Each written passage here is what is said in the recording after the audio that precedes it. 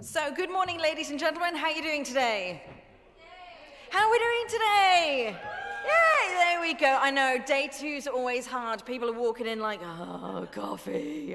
I need coffee. We'll get caffeinated, we'll get some energy in, and we're going to have a good day today. Fantastic sessions and panels yesterday. I really enjoyed it. Learned a lot. I hope you did too. I know there's been lots of networking going on, which has been fantastic to see. It is day 2 of the Marketing 2.0 conference here at Dubai Festival City. And just like yesterday, if we can keep the hashtags going on socials, that would be wonderful. Hashtag Marketing2Conf throughout the day. And without taking any more of your time, I'd like to begin the first session of the day, which content experts are going to find interesting. I know we were just having a little chat on the sidelines here because it's something I know to know more about. Content is king. We all know this, but what are the secret ingredients that go into the making of content that inspires and converts? Well, here to tell you all about that is our expert in the field. So please welcome up to the stage Wilson Kapayan. He's the founder and general manager of Pixels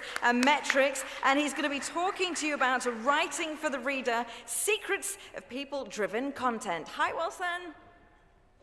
Thank you, Samantha. Sorry.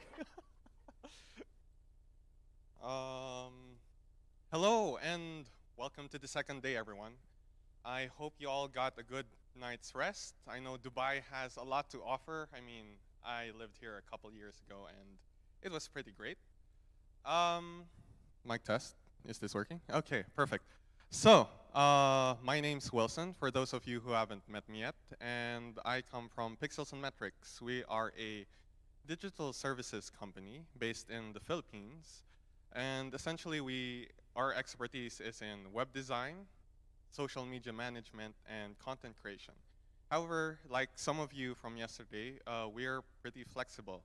If you go onto our website, we have several different services ranging from app development, print media, PR, IT security, the whole 9 yards, because we're able to partner with others, collaborate, and be able to deliver more things than we can on our own. Without further ado, let's go into the topic we're in here for today, and that is writing for the reader, secrets to people-driven content. Now, I know you're all experts in the field of marketing, so I don't need to teach so much, which is really good. You are all maybe even bigger than ourselves, more experienced than my company. However, we'd like to invite you to keep an open mind for our secrets, and maybe you'll learn a thing or two that may spark a new idea, a new innovation in the way you market to your clients or for your clients. So, the presentation is roughly 25 minutes long. I have divided it into 3 parts. The existential triangle, second, the traditional writing versus the new way of writing, and third, the pixels and metrics style. So, for those of you who are not aware of Maslow's hierarchy of needs, that's basically leading into the first part. But we don't need to, I think you all know this, so I think we can skip this slide. Is anyone familiar with the movie Collateral Beauty? By raise of hands in the audience. Oh, very few. That's surprising. So, Collateral Beauty is a movie starring Will Smith and a few other well-known actors.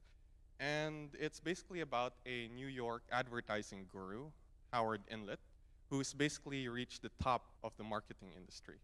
Now, from there, unfortunately, he met a tragic accident or a tragic event in his life, which basically derailed his focus. He lost touch with his business. He lost touch with people. And the story is basically, to keep things spoiler-free, it's basically a story about him reconnecting with people and his business. But at the very beginning of the movie, for those of you who remember, he basically opens addressing his agency on the existential triangle. Now that triangle is 3 things: love, death, and time. These 3 things, these 3 notions or ideas are basically the very essence of humanity. As the movie rightly put it, it is everything that connects us on the planet from every individual to one another. Everything that we covet, everything that we long for, everything that we fear not having boils down to these three things. So basically, everything that you buy connects to love, death, and time. So let's start there. Love. Love is messy, it is tricky, it is wonderful. And when writing for the reader, do take into account where you're writing keywords such as intimacy, belonging, connection. Love isn't limited to one person to another. It could be a person to a group of individuals. It could be to family. And for those of you who have read the marketing magazine, love isn't limited to just people. It is people to pets. So if you've read my bio, you would know that I have a dog in Australia. Oop, missing slide. But I have a dog in Australia. We're missing a slide, but that's okay. I'll share you a photo later on. He's basically a King Charles Cavalier, and when you go to some cafes, they essentially have something called a puppuccino. It's basically a coffee for dogs.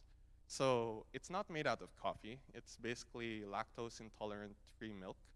And as a pet owner, I really love my dog, so I give him a glass of puppuccino. He gives me a smile at the end of the day, and that's essentially one way that people sell to me as a pet owner, the love for a pet or the love for people. For those of you who have clients in the hospitality industry, the biggest month in the entire year of any cafe, restaurant, whatever it may be, is February, because it is the month of love. People have so much margin of profit because they're able to run so many campaigns, so many marketing stunts, all in the name of love. It can be just reconnecting with family, a spark with a new lover, or something like that. But essentially, when writing for the reader, keep in mind love. Second, let's talk about death. Everyone in this room, no matter what you may tell me, or everyone outside the room, or anywhere on this planet, we all fear death. At one point or another, you're gonna come across it. I mean, I stand across here and see a room full of great individuals, and you're not that old, so I think time's farther than that. But when writing for the reader, death comes very important because, like for me, unfortunately, I lost a grandmother a few years back. She was really close to us, and we did everything that we could to basically prolong her life. That might be through getting a second opinion for lung cancer, a third opinion, a fourth opinion, alternative medicine, doing everything that we can, spending resources, just because connecting again to love, we love our grandmother, so we want to prolong her life. So that's, if you have clients in the medical industry, you should be looking into how to write for death, because everyone fears death at one point or another. And do take that in mind when writing for those types of readers. I know some gyms take into account if you run a mile a day, you'll be able to prolong your life. So again, another way to keep death at bay. Third, from the existential triangle, is time. Time is the most scarce resource on this planet. But some people are more fortunate than others because they're able to use other resources, such as money, to be able to extend, quote unquote, extend time. I could be running a luxury jet service, private jet service, and I could be marketing to any of you that, hey, I know that the commercial airline exists. There's first class, business class, but you have to go through the hassle of going through the airport. I mean, who wants that? You might be able to save an extra hour going to Dubai to be able to close a business deal, which would bring more business into your business and save you more time. So ultimately, we might cost more money at the first part, but you might be able to make more in the end. So when writing for the reader, you might be marketing for time, ways to extend time. So as the famous song goes from Rent, we only have 525,600 minutes in a year. Each minute, each second is precious to everyone. So how we spend that time, whether we use resources to prolong it, is one way you can write for the reader to be able to sell more products or services to your clients.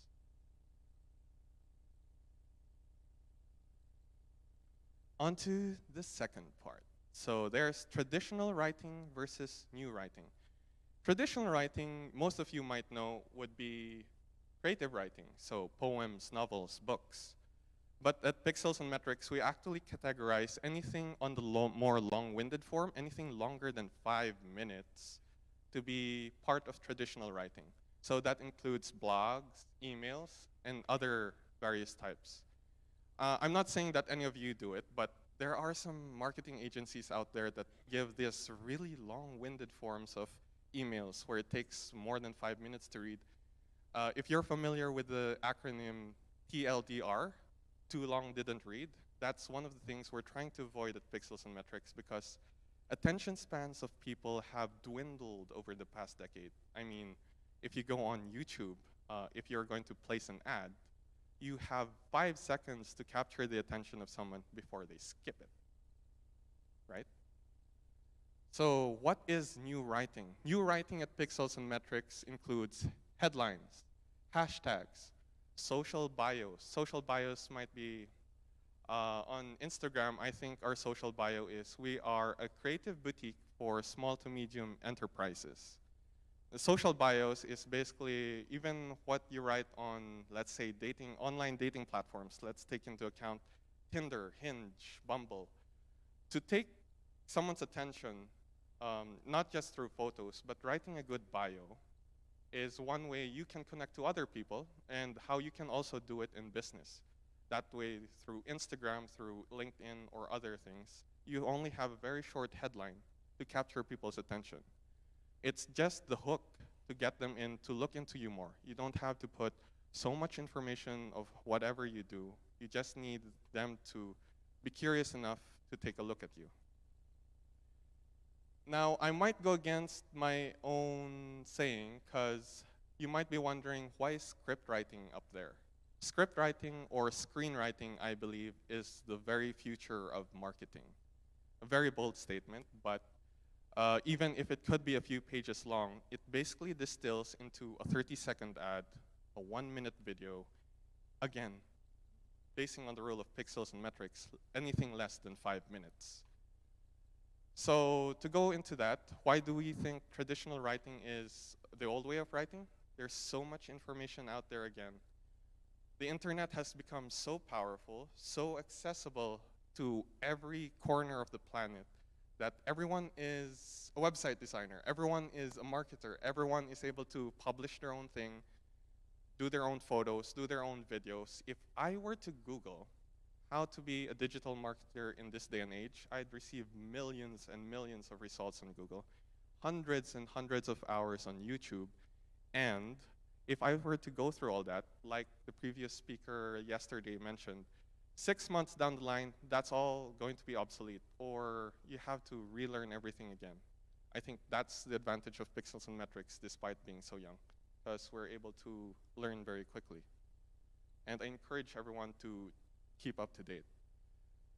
Aside from all that information, I believe we are a generation that is so easily distracted, also thanks to the pandemic. I mean, I could be working from home, because work from home is gonna be the new normal, guys. And working from home, there can be so many distractions. My dog could be there barking at me. For those of you who have kids, you might be thinking, oh, I need to get some work done, but someone needs some food, someone needs to take care of everyone else in the family. And I mean, if I was in the office, it would be hard for me to just go downstairs and to just go buy a pack of chocolate, even if I'm just hungry for chocolate. I'd be lazy to I have no time for that. But if I was working from home, chocolate is just in the drawer. I can just stand up from my desk, walk to the kitchen, take it from the drawer, eat it, and then I think, oh, I think I need something salty now. So I have a new snack. Go on, it goes on and on. I watch a few Netflix. But that's where I see the beauty of how everyone else have been working in the digital industry, where you work with remote teams, wherein you just set deadlines with your team and you allow that flexibility. As long as they're able to meet those deadlines, then there's no problem. So, the final point of this presentation, pixels and metric style, which is basically storytelling. Everything we do at Pixels and Metrics is storytelling. I mean, it's great that the panelists yesterday, when discussing the power of AI, said, and our research shows it too, storytelling is never going to go away. It's been there from the dawn of time, from cavemen doing drawings on their walls, to the way people tell stories to their children. And up to today, basically marketing is telling a good story and illuminating the products and services of your clients, yourselves, to other people. Storytelling is, in Pixels and Metrics, basically every brand, every client that we have is their own hero. They are the hero of the story. And to make it easier for everyone to digest, how we do it in our company is we do this, the hero's journey. This was made by Joseph Campbell. And essentially, it's a very simple chart that you need to follow. And it basically takes everyone on a journey, no matter what brand it may be. Let's take, for example, not talk about clients. Let's talk about stories themselves. Let's take into account Harry Potter. Harry Potter lives under the staircase of his aunts and uncles, and he gets called to an adventure by Hagrid because he's a wizard. He meets his mentor, Dumbledore, and is taken to the unknown world that is magic. He has trials, he has failures, he has helpers, Ron and Hermione, basically the dynamic trio. He grows new skills and becomes an entirely different wizard, and I think in the story, they take it quite literally, where he has a death and rebirth. But in the hero's journey, that is the death of one's old self and the rebirth of one's new self. And he's able to defeat Voldemort, the Dark Lord. And then he returns to a normal world, which is basically him raising a family with Ginny. And if J.K. Rowling writes another book, I mean, there are a few spin-offs out there. We can continue the journey of magic over there. But to take into consideration, let's say, marketing for a client, let's say a real estate company. That was really popular yesterday, so I'll take a real estate company. We had a client where their call to adventure was the pandemic. So they've been doing things as a normal real estate company would, but in the pandemic, they had to cross a threshold. So they didn't have an online presence, and unfortunately for them, they lost quite a bit of revenue. But then they came to us and we told them, hey, you really need to look at online. So we did virtual tours for them, we gave them a website, we gave them social presence, and now they're able to reach a whole new different market. It's not limited to the Philippines, it's not limited to the locality they're in. They can market to more overseas workers, international clients, those who want to take a look into the locality and really sell to the world. And that became their new normal, basically. So it's not just the local market now, it's the world. And that's basically the presentation, but I think we have a few minutes, so let me just quickly summarize. The existential triangle, secrets. Love, death, and time. Traditional is anything that's 5 minutes that takes to read. Do try to avoid it. In our opinion, we think the new thing would be script writing, because videos has really taken the market by storm. I mean, look at TikTok. Everyone is marketing through TikTok now. It's not that big in the Philippines, but it's really growing into quite its own platform. I mean, it's quite expensive, to be honest, but maybe with all the competition going on, it will become lower costs in the future. Plus, there's blockchain technology, so there might be decentralized ways to really cut down the cost. Pixels on metric style is basically storytelling. And since we have a couple more minutes, let us go into a 3 bonus slides. So more examples in action. So don't just take our word for it. Apple is doing it. They've been doing this for a couple years since Steve Jobs, God rest his soul. They had a ad called Detour by Michael Gondry, which is basically a short video of a tricycle finding its way back to its original owner, which was shot on an iPhone 7 Plus. Now, the iPhone 7 Plus wasn't, I mean, it was great, but for filmmaking, not so much. But it opened the possibility of people being able to make their own films, their own content on the phone. They didn't need these high-end digital cameras that are taking this wonderful live stream today. And open the possibility, this is why influencers are such a big thing now, because of the possibilities of what smartphones are able to give us in the hand of our pocket. I'm not sure if it was the biggest sale out there, but they were able to make a successful campaign because of this. Aside from Apple, the biggest storyteller out there, that would be Disney. No other company does it better, I believe, and they are the biggest out there. They're everywhere. And let's take into account Marvel, because Disney is so many things. Let's just take a small slice, which is still a pretty big slice of the pie. The Marvel Cinematic Universe. They started Iron Man back in 2008. And from there, they started making other movies, TV shows, a full streaming service. Disney Plus would not be Disney Plus without the Marvel Cinematic Universe. They have all the other movies out there, but with the pandemic, more people are eager to switch or include Disney Plus to the platforms that they watch, simply because it has their favorite Marvel movie. Personally, for me, Iron Man was by far the best. But aside from that, Disney doesn't make their money, the bulk of their money actually comes from merchandising. Merchandising in the sense that they're able to sell toys, they're able to sell props, they're able to sell a whole new theme park themed in Marvel's glory. They're able to sell, restaurants are able to sell, I've seen a Thanos face on a cake, which makes no sense to me. But they're able to sell it at a premium price just because it sells. I mean, it's part of Marvel. I mean, there's some people who are diehard fans of Thanos, and it sells. And if it's able to make money, then it isn't wrong now, isn't it?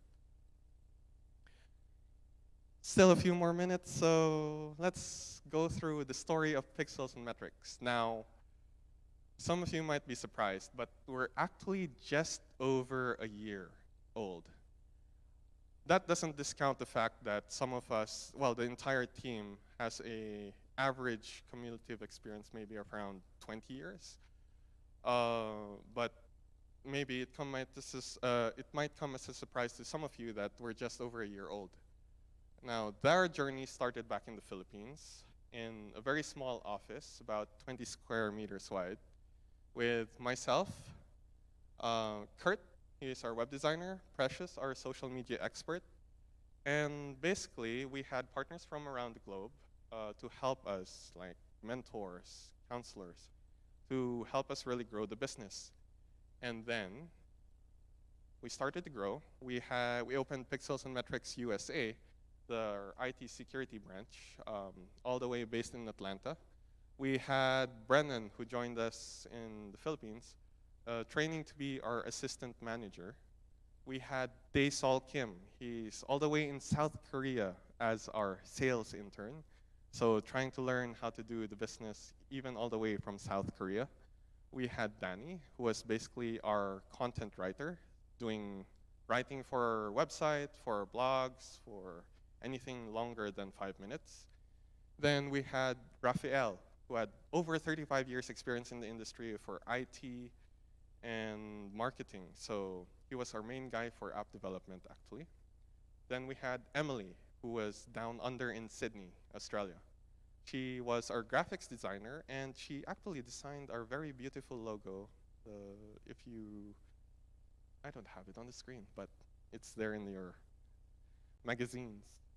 And basically, we were on a great trajectory until Delta happened. So the pandemic was still happening, but Delta really took it way really far. And lockdowns happened again. So the team had problems getting to the office. We couldn't connect with some of our clients back in Australia because they had lockdowns too, so they had no business. So we had to postpone everything to this year, actually. So I might be visiting Australia. And to those who are on the live stream, I might be visiting you too. So from there, we really had to reconsider everything again. We had to close down the office. We had to work from home. This is Brennan from her home office. To the right is Emily's setup down in Sydney, always having a coffee. We had Kurt, who is a new father, raising a family of one. Her name is Kiona. So basically, pandemic actually really worked for him because he had to work from home. So he could watch his child and still do the work, which was really nice. But unfortunately, even then, collaborative, creative teams, I believe some face-to-face is still necessary. So even when we received the email for marketing conference, again, thank you to the organizers. If we can give them a quick round of applause. Once more, because it's still the pandemic, and they were able to organize this lovely event. And cross borders, I mean, I've met people from all around the world, and that's really amazing. But even when we received the email, we were still working from home. So this was the very moment I received the email from marketing conference, and this is my parents' dining room, right beside the bar. But don't worry, I'm not an alcoholic. But sometimes it helps. But basically, that was our situation then, working from home, and we had to really think about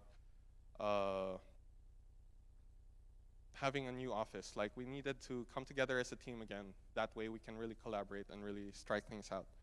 So, on our new journey, we opened our sister company because we found a space that was really nice, but it was way too big for just the marketing company. So to put the dream forward, we opened a co-working cafe. The co-working cafe is basically to help collaborate with other small businesses who might be doing marketing. It could be food, it could be anything of the sort. But basically, the co-working cafe acts as a launch pad for any other startups in our area. So those include new team members like Kate, who's on the far left, who is our admin assistant. Kurt's still with us. Myself, and we already have an in-house barista. So if you want some coffee as a team member of Pixels and Metrics, you can get not just a brewed coffee, but any latte with some really nice art to really brighten up your day. And this is basically our office at the mezzanine level of the neutral space. And we have a few new tech as well as there. So we have a few new services that are not yet advertised because we're still testing them out. But basically, our team is ready for more. And yeah, thank you for listening. And if you have any questions, please feel free to ask them. I know I do ask the other speakers a lot of questions. So, and for those, I'm so sorry. My plan, I think this was a discussion yesterday, plan A, was having a digital business card that I could tap on your phone and you'd receive all my details. My plan B was physical business cards, but as rightly said yesterday, you only plan for plan A. This is my plan C. Plan C. Okay, well, plan C is not working too. Anyways. Does anyone have any questions in the audience for Wilson? I'm so glad that you brought in Marvel. I'm a massive Marvel fan. Like, huge. I was hanging out at Comic-Con a couple of weeks ago with Michael Rooker, Charlie Cox, and Ming-Na Wen. Awesome. So, yeah, she's got the Disney trifecta of Mulan, Star Wars, and Marvel. Of course, amazing. Fantastic. I should have come here earlier. Well, we'll try and get it here again. It was interesting what you were saying about script writing, traditional versus new ways of doing it, because I have to write a lot of scripts. I was doing one for a very big fashion brand recently for a short presentation video, and I think people are still stuck in the old way of writing, and they don't understand the way, particularly social media works these days. It's all about the salacious headline, the clickbait, the attention-grabbing thing that's going to hook your audience in. Because how many times do we see on social media, particularly with news outlets, and they have to come up with literally a clickbait headline to get people to actually read the rest of the article. So I think the way that we write things has to change a lot. It has changed a lot. Yes, certainly. Especially nowadays where video is just everywhere. I mean, you can even see it on YouTube. There are some people who basically copy each other's headlines the same. Even the thumbnails has to be well thought out of, because those are some people click on, not because of the headline, but because of the thumbnail. I mean, it's such a different world to market right now that you have to consider so many possibilities. And creative writing, something we desperately need here. We've been fighting for it for 20 years, still hasn't happened. Unfortunately, but yeah, we'll get there. But Wilson, of course, will be around during our coffee breaks if you have any questions. Wilson, great chat, great session. Really enjoyed that. Thank you so much. I'm just going to take that. Thank you. And our next session is going to be in the world of personal branding and marketing. It's important to be a recognizable face, and to tell us how to achieve this, we have with us the one and only Lady Didi Wong. She is the CEO of the Yes Academy, and she's going to be telling us all about the topic of it's not just who you know, it's who knows you. Super interesting topic.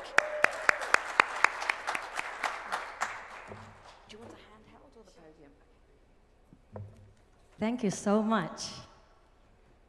Good morning, everybody.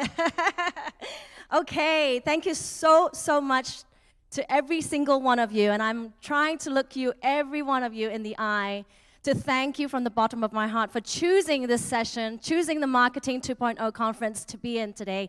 Because you have a choice to be where you want to be any second you want to be in. And I really appreciate you actually showing up and being here with me. And I showed up many miles from here. I flew all the way from Los Angeles to be here with you guys. And I want to make sure the next 30 minutes is really worth your while, because you guys showed up, and I want to make sure you guys actually learned something. For me, education is very important. And marketing is very, very important in your business. But more so, and get my sentence coming up right now, more importantly than marketing in your business is marketing in yourself. So everything in marketing comes from you. Because if you are not able to connect with somebody else right away, they have already gone off thinking about something else. So you only have one opportunity every single time you meet a stranger to connect deeply with them in a way that you want to move forward with that relationship. Marketing is actually not my usual topic of keynotes. I fly all around the world and do lots of Zooms to do keynotes about elevator pitch and speaking. So marketing is kind of like that, because marketing involves your elevator pitch. So what I'm going to do is pick on two people in the audience and actually make you tell me what you do and who you are. If there are any volunteers who want to actually do this challenge, because I can give you tips right away, I like this to be more interactive, because marketing is about exchanging energies, is about telling people what you do, and right now you have an opportunity to tell this group and streamers and who are watching. By the way, hello, thank you for checking in and streaming, watching this conference and watching this session. Anybody who wants to volunteer to tell me what they do? Yes, in the front here. Just shout it out.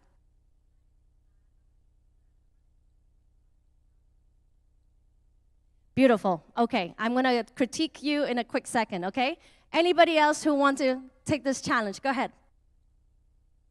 Yep. Oh, thank you. He's going to get a mic. Hi, I'm Nahid Hassan. I help real business owner or real entrepreneur to get more sales and traffic for their business. Beautiful. Okay. If you guys heard the first lady here in the front, her name is Angela. I actually know her.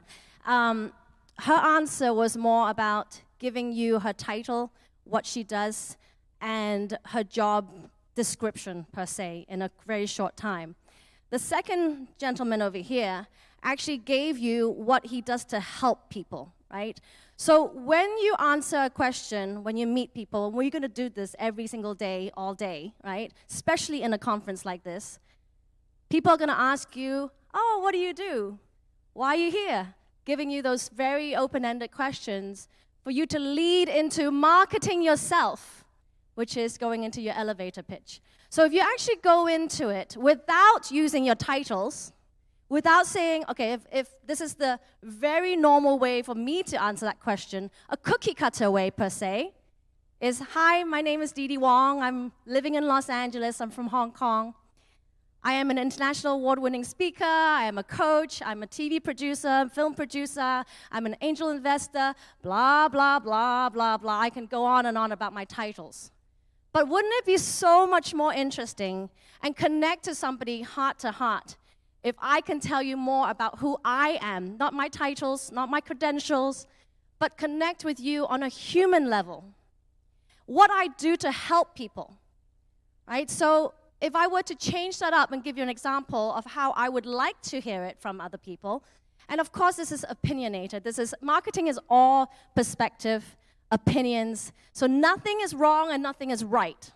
It depends on how you actually connect with that person. Are you vibing on the same frequency as them? If they like you, they're going to be vibing at the same frequency. And I'm sorry if it might be woo-woo, I don't know, maybe in Dubai we don't talk about frequencies, but in entrepreneurship, you need to know that it's an energy. So if I were to answer that question, Dee Dee, what do you do?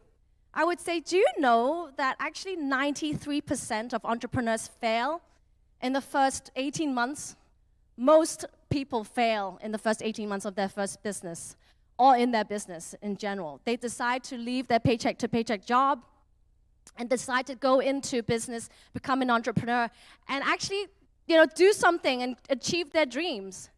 But isn't it such a high number, 93%, that actually fail and actually lose money, waste their time, feel lost, feel like they're a failure, and go right back to a paycheck-to-paycheck job? Well, I am a business coach, and I actually help people not waste time, not waste money. I actually have all the connections, resources needed, and I help my clients to actually double their money in half the time. So that would be so much more, but then that would be very business-like, right? That would be an answer that is very more, like if it's in a setting that calls for that. But actually, if you actually meet me today at some point, and I actually engage in a conversation with you, I would actually just tell you, look, I live in Los Angeles, I'm a mother of 4, I have a loving husband of 19 years, and I'm just here in Dubai enjoying myself, and I happen to be speaking at a conference. Because I don't need to go into all of that. I need to just connect with you on a human level. So please keep that in your minds when you connect with other people today. Because marketing is all about who you are at your heart level. Before you go out there telling them what you can do, what services you provide, blah, blah, blah, blah. So that is just I just wanted to intro with that because that's usually what I talk about. But what I did was to design an absolute brand new speech that I'm very excited to share with you today. And it's about, I was thinking about what can I give to the Dubai audience. People talk about marketing. You know, is how many people you have following you and who do you know, who do you have in your network. Yes, that is very, very important. But I want to flip the switch. I want to flip the switch and actually tell you that it's not just who you know, but it's who knows you. Because at a time where you climb up the ladder in your business and you get to become known and you get to become more and more successful, you don't have the time to connect people. Like, I'm going to text somebody to see if they can do this. Blah, blah. You can actually be responding to people because people know you and they're already connecting with you through email, through text. They want your time rather than you want their time. So I wanted you to really think about that. Where are you at right now in your life? And are you doing enough for people to get to know you? Okay? So I am starting to click my...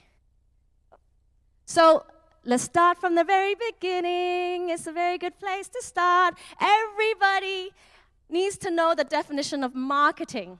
And I thought, hey, why don't I just get the dictionary and read you what it's described in the definition of marketing. The activity or business of promoting and selling products or services, including market research and advertising. So every single opportunity you have to connect with someone, you're doing marketing. Okay, that's pretty easy to understand. Relationship capital versus financial capital. I think throughout my first 10 minutes or so I've been on stage, you kind of have an idea of, what is important to me. And why have I become this successful is truly because I have built a very strong network. However much money I have, or the richest of the rich, even if you make so much money, if you don't know a right person or right people to connect with to spend that money in the right places, financial capital is not king.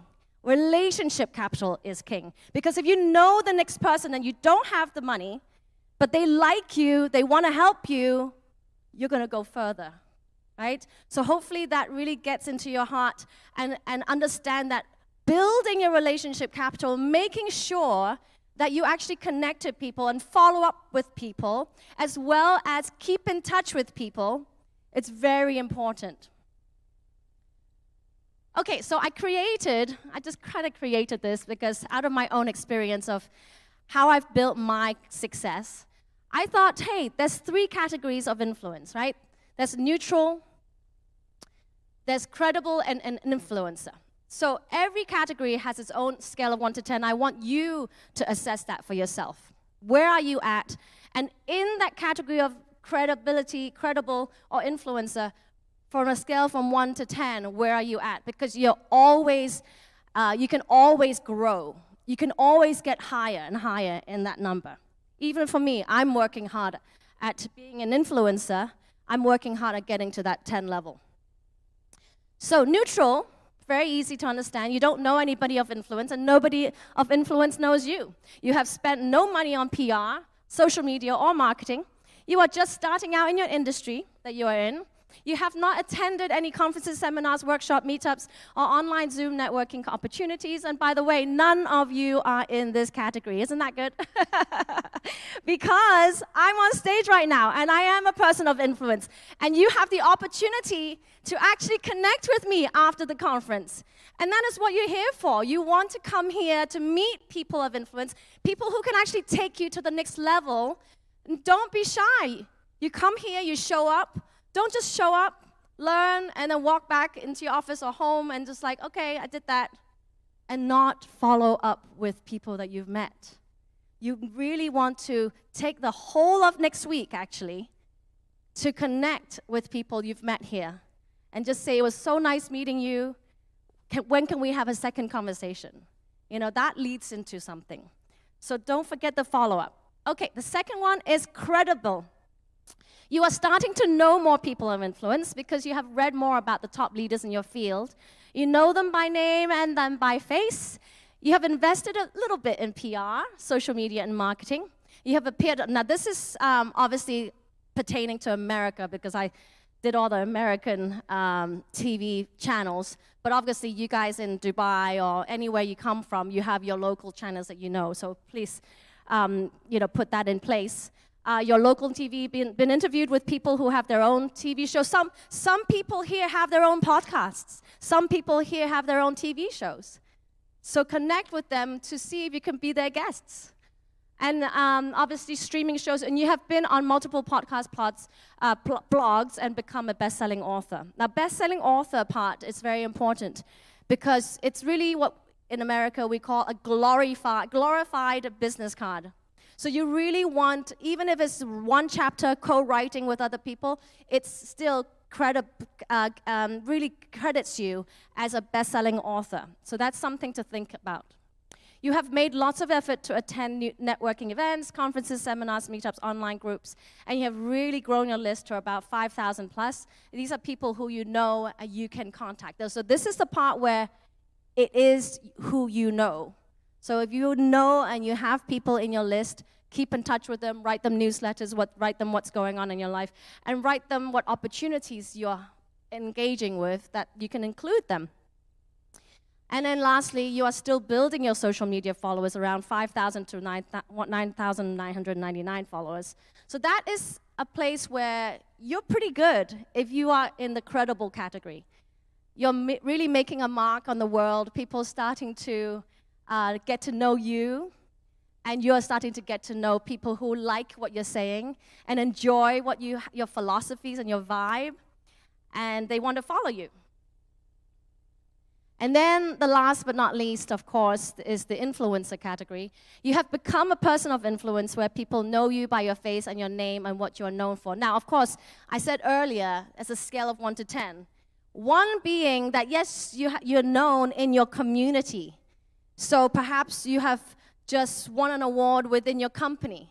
In your company, everybody in your company respects you and really like you and look up to you.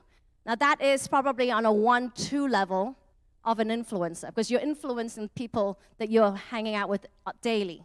Then there's more as you go out into the world with social media. People are actually DMing you.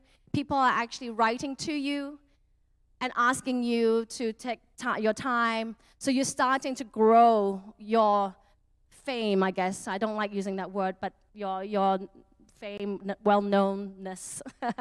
You have become someone people think of when they think of your expertise or your product.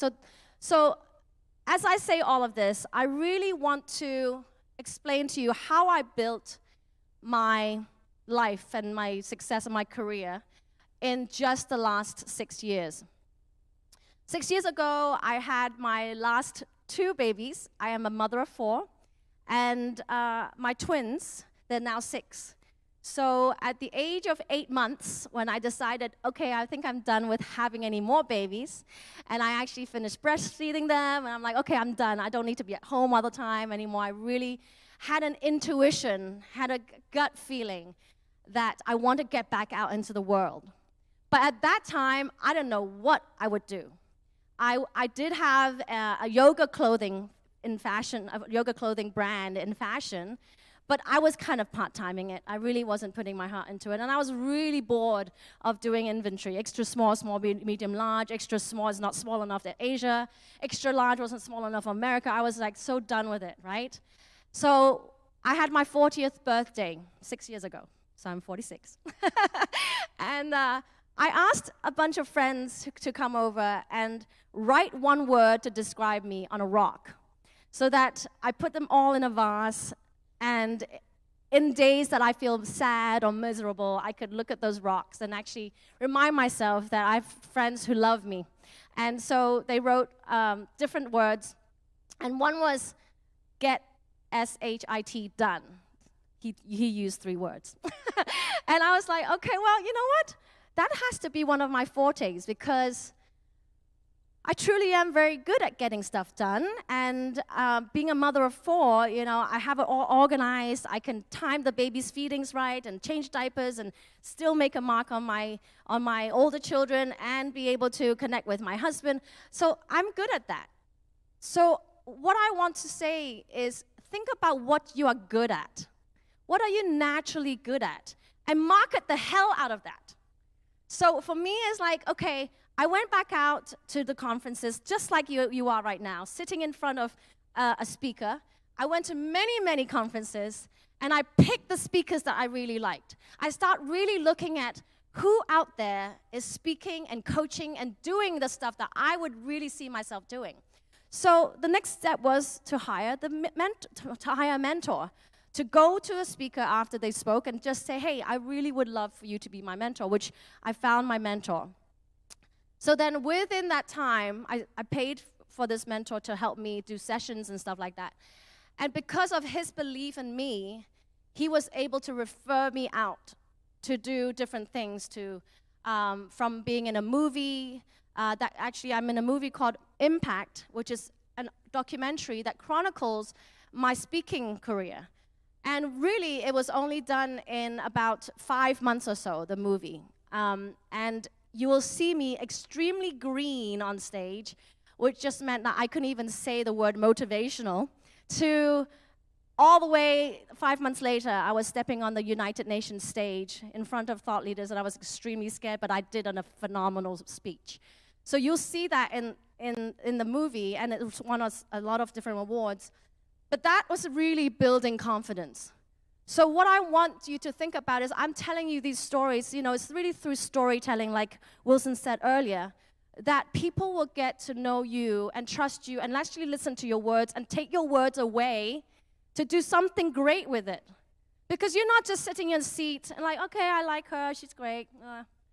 But I want you to take my words seriously, because I want you guys to be able to do something for yourself that is so amazing. Think outside the box, think so big. Like, I have thought so big, and I'm going to continue to share that with you as I continue this speech. And I was just checking on my time. If I could know how long I have left, that would be great. And then to continue this, as I continue my stories in between, people have started contacting you to be on the podcast. You must go out there and have your voice known if you want to be known. Thank you. Your list have grown to include some big names, and if you reach out to them, they would actually answer you. And I put that in on purpose, because sometimes you say, I know somebody. People say, oh, I know that person. But do they really know you back? Like, if you wrote them a text, or if you wrote them an email, or if you DM'd them from LinkedIn, or do they actually write back to you? Your followers have exceeded 10,000, and an industry calls you a micro-influencer. You have great testimonials, but most importantly, do people trust you? And have you shown that you have brought results? Be it a connection that changed someone's life, a connection that made a huge profit for someone else, or a connection that made a huge impact on someone else's life. Because that is what I did for other people, and that is what you guys, if you are in marketing, you're doing for your clients, you're doing for your clients who are companies or products, and you are ultimately doing for yourself. Because it's in other people's success that you ultimately feel fulfilled. Because money cannot buy that fulfillment of your soul, right? So yes, who are you to the world? All of these things, if you want to take a picture of this slide, check for yourself as homework. I love giving homework because I'm Chinese. But take a picture of this and actually answer the questions for yourself. Do you have all these things all together?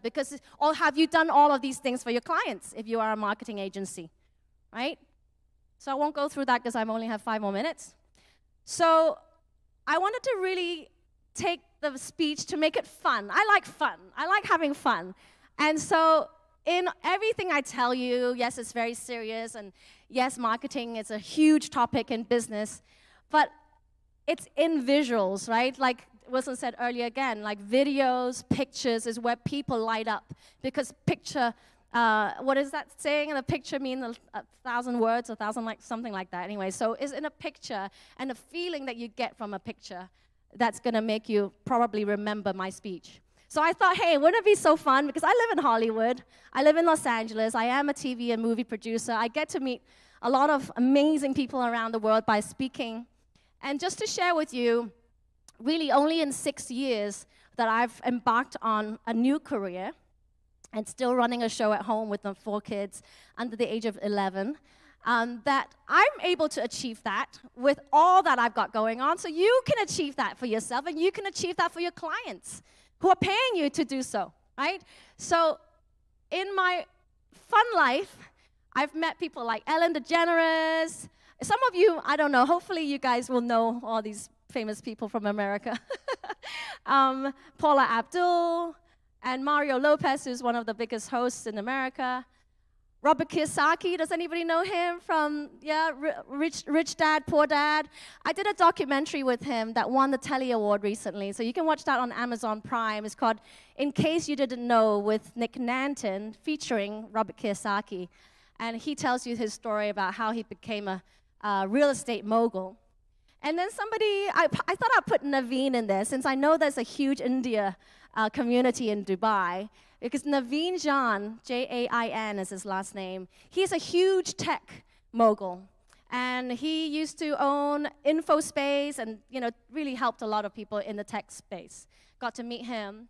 And the guy in the middle is my mentor. So he was the one truly who helped me, like I've helped some of you in this room.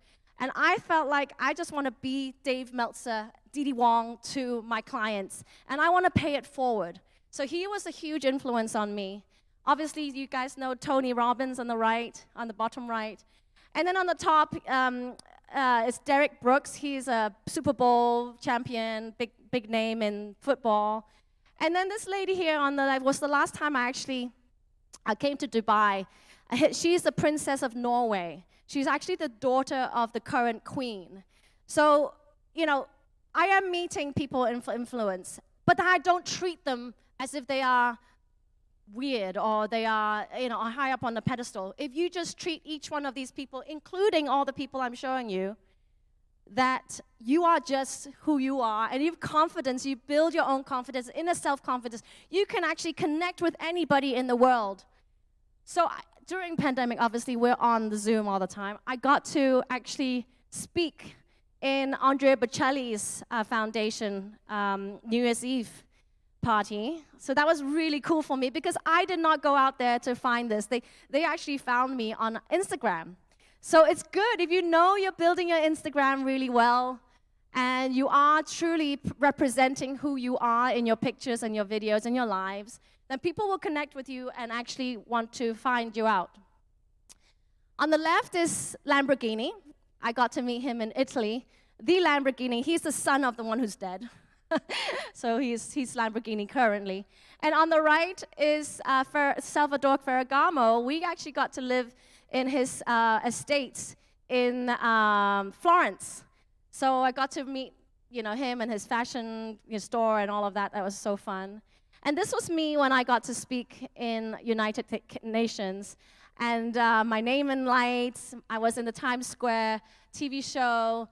So, it's funny because as I was putting this slide together, I was like, oh my gosh, part of me is so humble and so, not about the showing part, like all these pictures and all these famous people.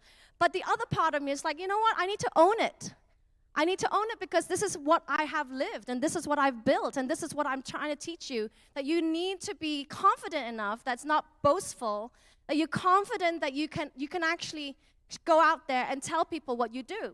And so winning awards is really great because like Marketing 2.0, they are actually recognizing you for what you're doing in your field. So really treat your award today in your recognition, really like feel it is what I'm trying to say. Like be grateful for it. When you come up here and get that plaque, be really like, wow, somebody in this world who don't know me, nominated me, or who don't know me, is actually making this beautiful plaque and giving it to me. So use that. Don't just put it away and hide it in a shelf. Put it on your wall. Take a picture and show the world that this is what you're getting today. So these are all my Lifetime Achievement Awards. These are my TV show awards. And I got the Women's Economic Forum Woman of the Decade Award, which really was the award that changed my life. And then I got to meet the Pope last May, and I'm working with him on his foundation. Now, through all of my success, I'm at the point where I'm now doing a lot more philanthropy. And working with the Pope was really one of the most, it gives me goosebumps just talking about it. I get to meet him every year and actually do something for his foundation, which will help the youth and the children. So this was really a special moment for me, and he gave us a blessing on the bottom right. We were in Rome, Italy. Oh, it's so amazing when I see these pictures. And then just a month ago, my husband and I were actually knighted. That was a very special moment. Some of my friends, actually Amy here, was there with me. And, you know, when you get knighted and, you know, I got to go home and have my quiet moment like you will have after you get this award today. And just really think about, like, wow, you know, this is something that I should really be grateful for in my life. And so now that's why I'm called Lady Dee Dee Wong or Dame Dee Dee Wong, whatever you want to call me. And then just last weekend, I was in DC hanging out with the next king of Ethiopia, and they gave me a victory award. So all of this is through my speaking, through my coaching, through my just journeys into connecting with people, going right back to the very beginning of my speech. You know, I am just connecting with people on a deeper level. I'm not connecting with people trying to sell. I'm not connecting with people trying to get them to be my client. I'm connecting with people to get them to be my friend. And so when they are my friend and we exchange family, you know, talk and, you know, travel talk and really connect, look into people's eyes. I tell this to fifth graders, 10-year-olds, 8-year-olds. I'm like, the first thing is to look in people's eye, to see their soul, and to connect with them deeply and real, and be real. That's when you get to a point where I'm going to last 2 slides, by the way. Thank you so much for the time. This is my next event in Switzerland. I get to sit next to Swati Mandela to speak, which I'm just so excited about. She is the granddaughter who has carried on the legacy for Nelson Mandela. I'm going to be speaking next to her. I just thought I'd share this because, hey, you might want to fly to Switzerland and watch me in June. And last but not least, connect with me. Most important, actually, out of everything I've said, is take this opportunity. I'm opening up my arms. I'm opening up my Rolodex and my phones and my emails to you. Like, if you enjoyed and you really connected with my frequency today, connect with me. Introduce yourself to me so that I can get to know you, because it's not just who you know, it's who knows you. Thank you so much.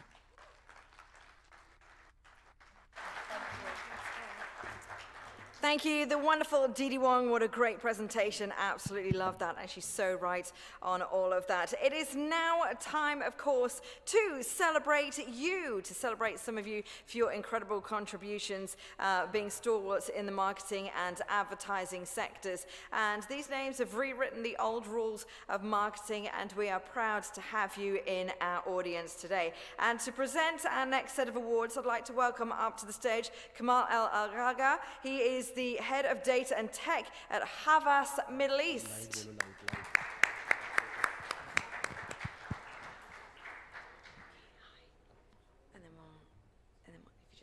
So our first award is for the Best Companies Award, and our first recipient is BizScope. BizScope, have we got representatives in the room? Nope, not here today, maybe this afternoon. Our next Best Company Award is for the Social Clinic.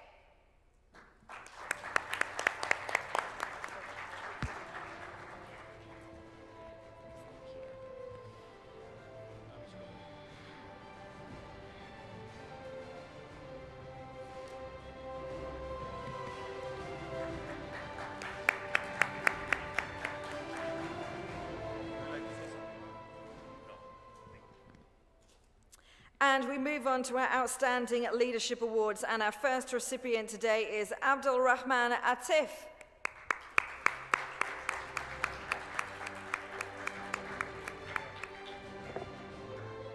Is Abdul Rahman here? No? Okay. And then our next award recipient will be Adish Ambore.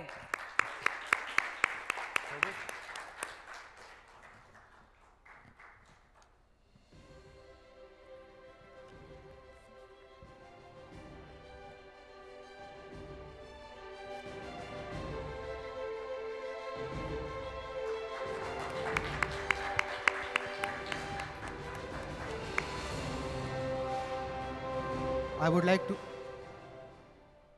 hello, yeah, I would like to take this opportunity and thank to the jury and the organization committee. In India, it's a mentality to have a paycheck on a monthly basis, wherein my parents themselves supported me to start my own business, as well as my wife was there standing behind me as a strong backbone. And also I thank to my team who supported me to come and gain this award right now to the event. Thank you very much. Thank you, Adish, and congratulations. And our next Outstanding Leadership Award goes to Anil Verma.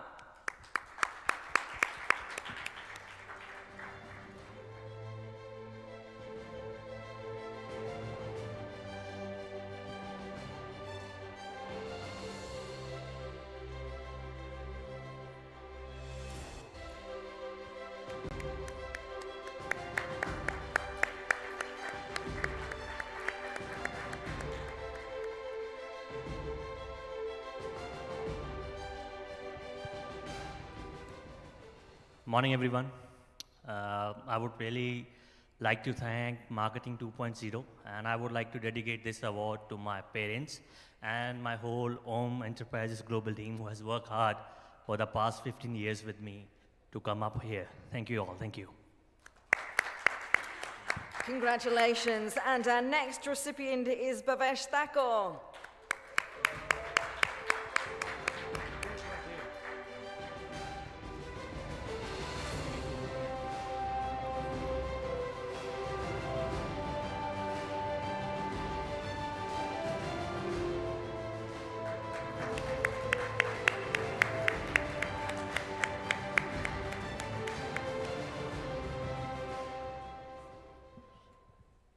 Thank you so much. Thanks Marketing 2.0 team and everybody here at the organizers team. Thank you for giving this platform to all of us.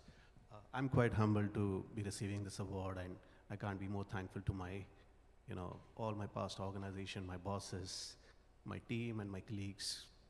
Yeah, and as they say that a leader is as good as his team, so I can't be more thankful to their lovely team. And all my team back in India, SSG, my bosses, and all my colleagues who supported me so much. So thanks to all of you. Thanks to my family, my mom. Thank you. Congratulations, Bhavesh. And our next Outstanding Leadership Awards goes to Crispin Reed. Is Crispin in the room?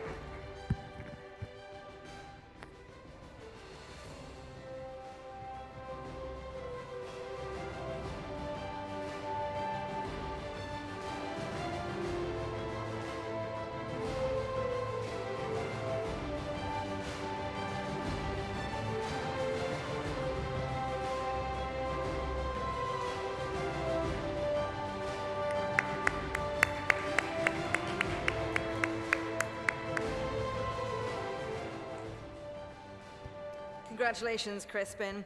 And our next Outstanding Leadership Awards goes to Denise Michelle.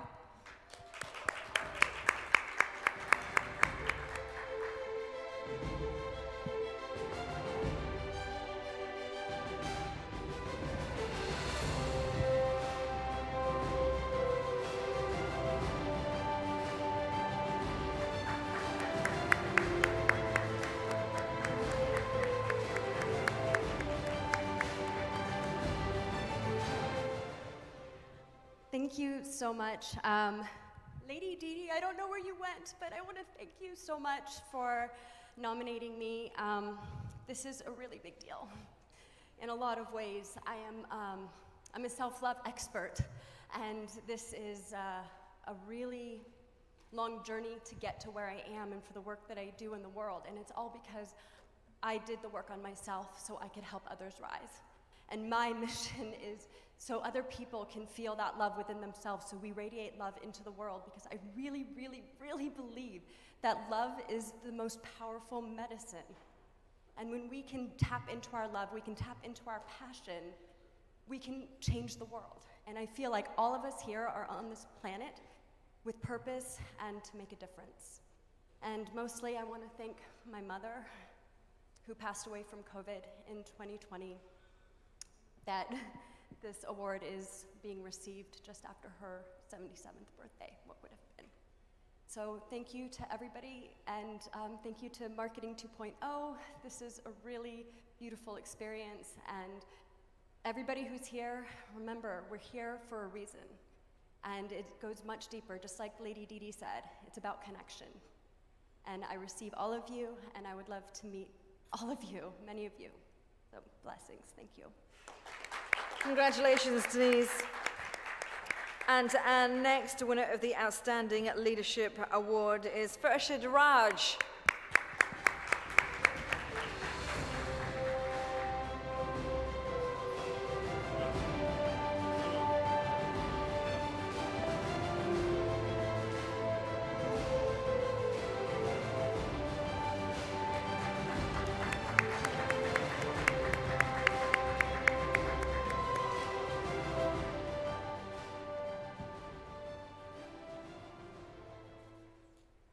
Thank you, team, Marketing 2.0, for this lovely honor.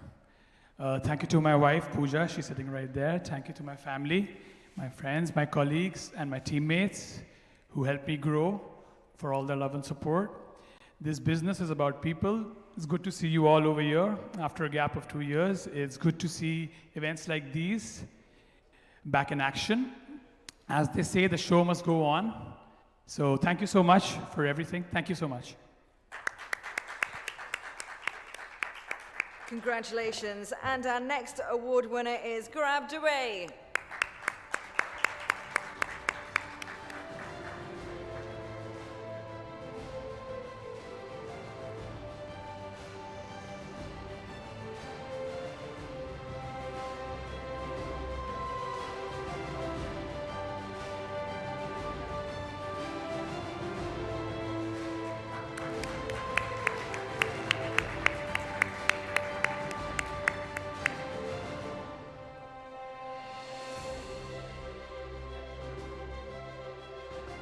Awesome. Hi, everyone. Thanks to the Marketing 2.0 team. Great event. Humbled by the award. Thank my mom, my team, which is based in India. And after the event, let's connect. Yeah? Thank you. Congratulations. And our next Outstanding Leadership Award winner is Manish Chawla.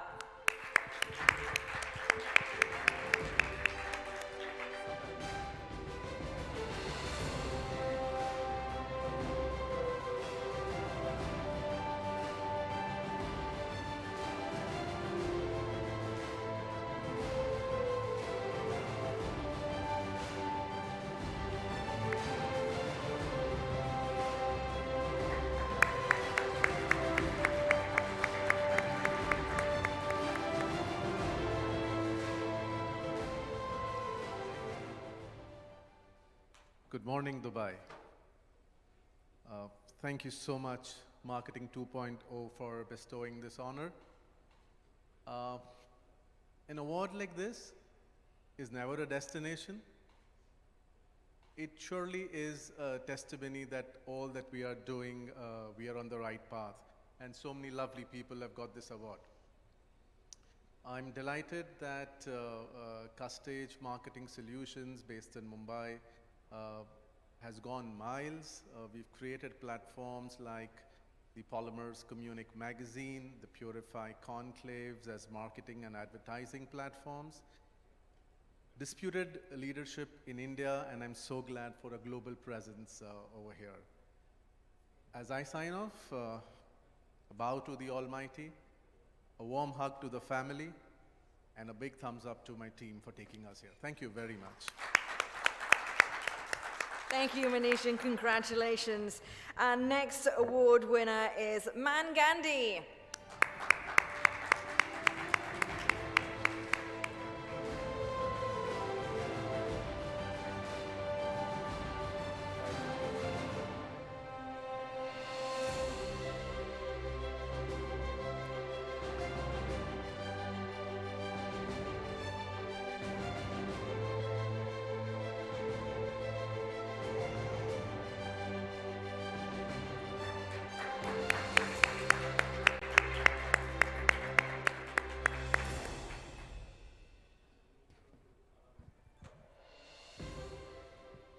First of all, thank you so much, Jatin bhai, for inviting me, and I'm so grateful for my parents, especially mentors, and my social circle for supporting me all the time.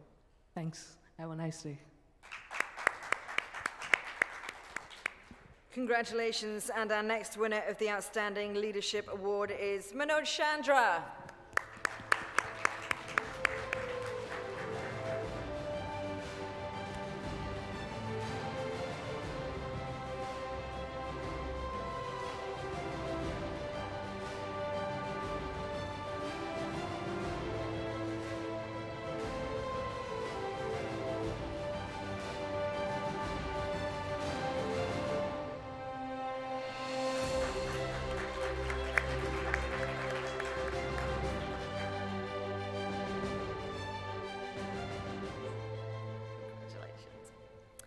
And our next award winner is Marianne Doherty.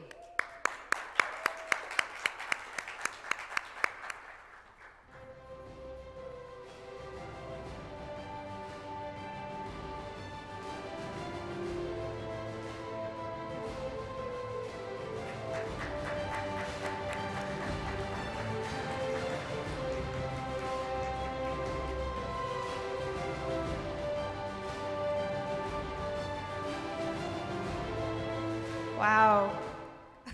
This is such an honor. Thank you to my mentor, Dee Wong, for nominating me. Thank you for choosing me. I never thought I'd be at a marketing conference. I built 2 six-figure businesses in my 40s. And honestly, I never thought I'd be here. So this means so much to me. Thank you, everybody. I am a therapist and an online coach, and you can check me out at taketheleaponlinecoaching.com, and I'd love to meet all of you. Thank you.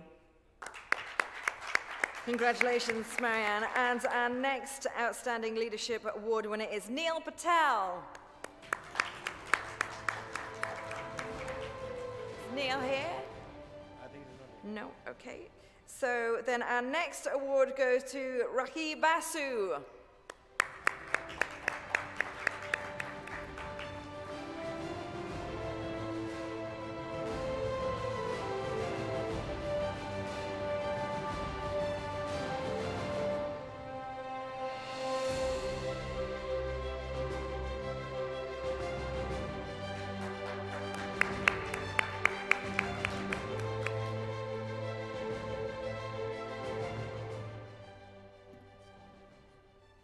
Thank you, Marketing 2.0, for this beautiful award. I think this is the second time I'm in Dubai for the award. I bow to the Almighty for this award, and my parents, of course. I also lost my mom a couple of months back, so this award is dedicated to her. All my mentors, my organization TV Today, which is the India Today group from India, and my colleagues, my juniors, my mentors, all my support systems, they all, supported me to come here. God bless you all. Thank you. All the best. Marketing 2.0.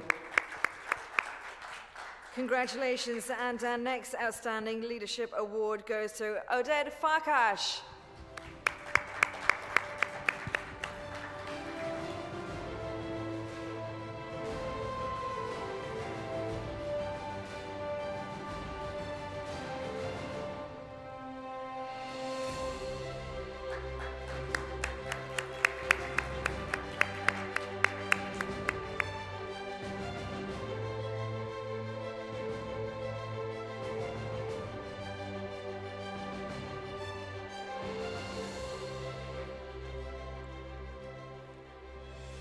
Thank you, everyone. Thank you, especially Jadin and the team. I know it's not been easy.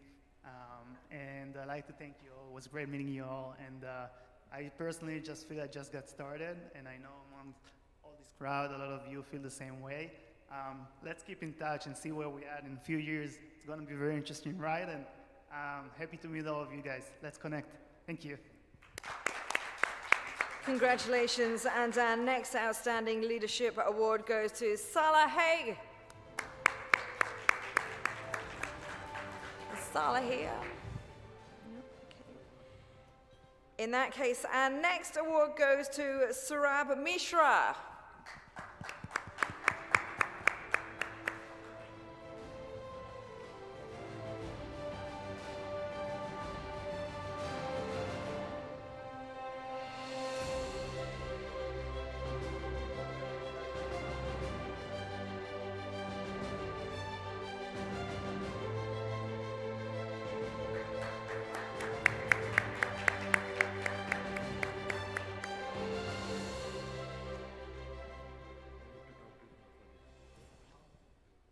Thank you.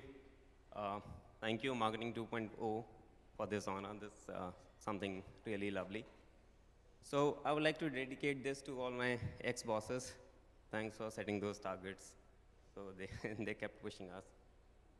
I would also like to thank all my clients for their last-minute changes, because that also pushed us all the time. And then just before the campaign has to go live, they will send us a change. And then, you know, these are the things which push you harder. And then thanks to the team at Keystone, my agency which I represent, for being a wonderful marketing agency, for being a wonderful team, because this is the team which has brought me here, and I'm always, always thankful to them. Thank you. Thank you. Congratulations. Our next winner of the Outstanding Leadership Award winner is Steph Shinneberry.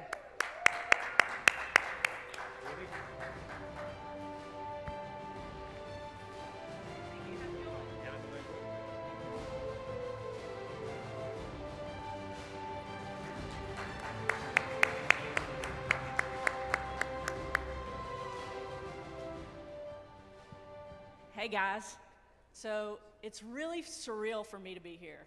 4 years ago, I didn't really even know what marketing was. I mean, I'm just kind of joking. I typically put people to sleep. I'm a nurse anesthesiologist, and I really do get paid to wake them up. That's people, you don't have to market anesthesia. People do not want surgery without anesthesia.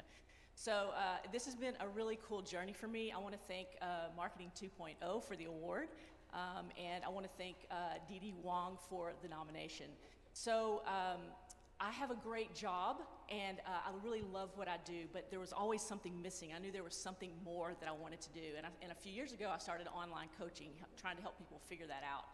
And what I found was I really still didn't know what I wanted to do. And so I started asking myself, what is it that I truly desire? And through this process of really diving into my history and my story, I began to look at, you know, what my heart's desire really was. And I really never meant to stay in the medical field. I'm an artist. And so I really wanted to help other people to find out what it was that they wanted to do, to bring their real true gifts into the world, to align that with their purpose, and then how do they take that and bring it into the world. And what I came up with for myself is I'm a creating possibility artist. And I really created this process called the Genius Identity Code, where we go through your history and your story and your gifts to really help you bring that into the world. And I'm just loving the impact that I see that this process is happening on people. So I'm really happy to get that out into the world, and I really appreciate this award again. So thank you so much. Thank you, Steph. Congratulations. And next we are saying congratulations to Tarek Kabani.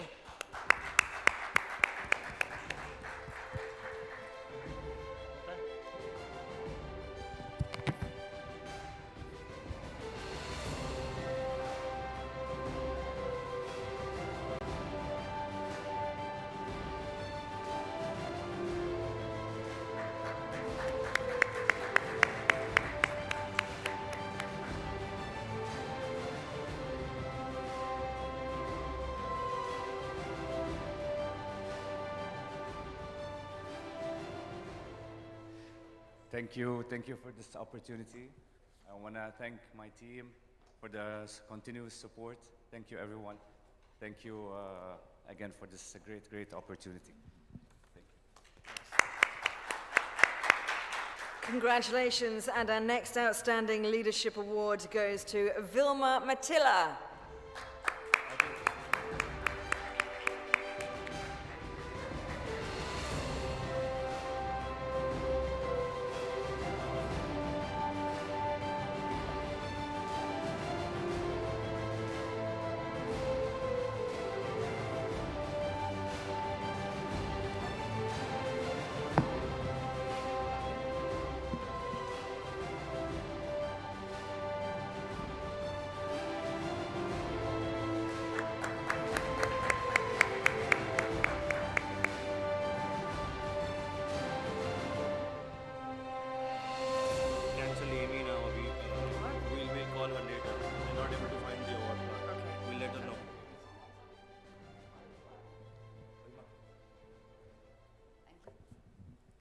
Thank you very much for the team for organizing this conference, and I would like to dedicate this award to my team with who we built a $2 billion company in less than a year. And without you, of course, we wouldn't have been able to do it. And keep on innovating and disrupting, mostly disrupting, because innovation just improves other people's work. So thank you very much.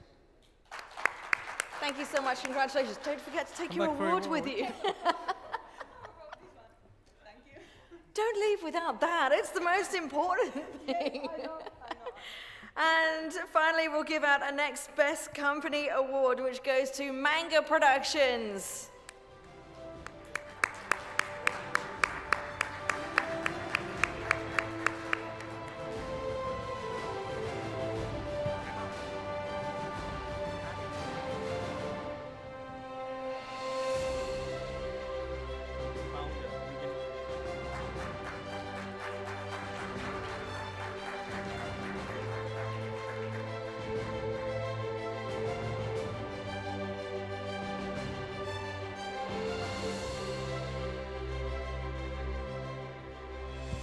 Congratulations, ladies. And we do have another outstanding leadership. Oh, sorry. You are speaking. Sorry. I just wanted to thank my team at Manga Productions. Manga Productions inspires heroes of tomorrow. So without the team in the marketing and communications department, our stories are not published to the world. Thank you. Congratulations. Thank you so much. And our next Outstanding Leadership Award goes to Amy Lynn. Is Amy here? Nope. Okay, then, in that case, can we give all our award winners a nice big round of applause, please? Thank you so much. Some fantastic sessions this morning here at Marketing 2.0. We are going to break for coffee now, so you can carry on getting to meet one another, getting to chat to one another, and we're going to have a great session after that on the secrets of inbound marketing, strategy versus tactics. We'll see you back here in about 25 minutes' time. Thank you.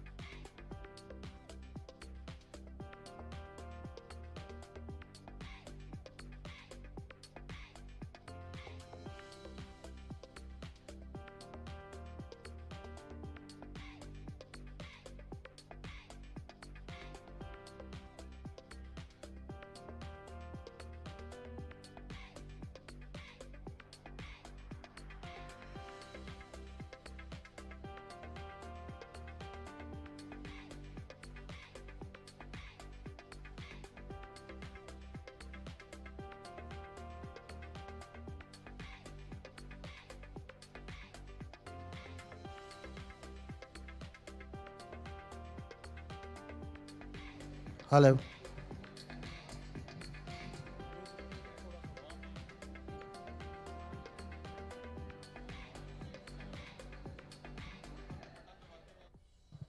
Hello. Ladies and gentlemen, do we have Preeti R. Mohile here?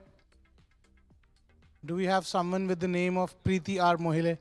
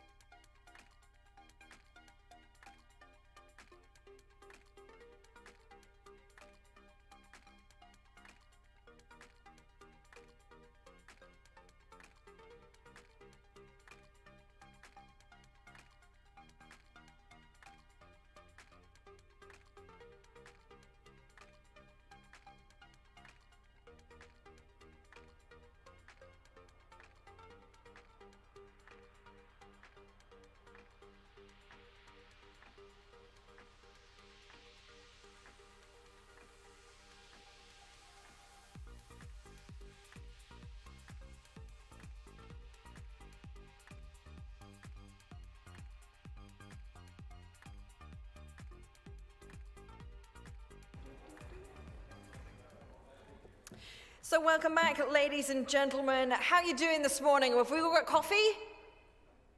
Silence. Have we got coffee? Are we all feeling okay? Oh, come on, somebody talk to me. Don't leave me hanging. Thank you.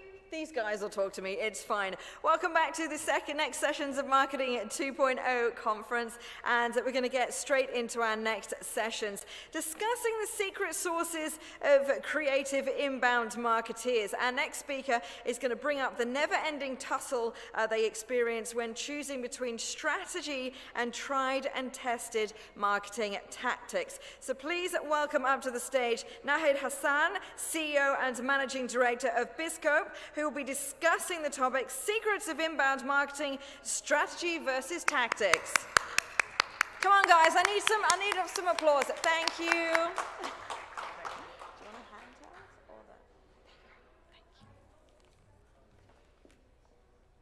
Hello, everyone. Hello. Let me check. Did they turn it on?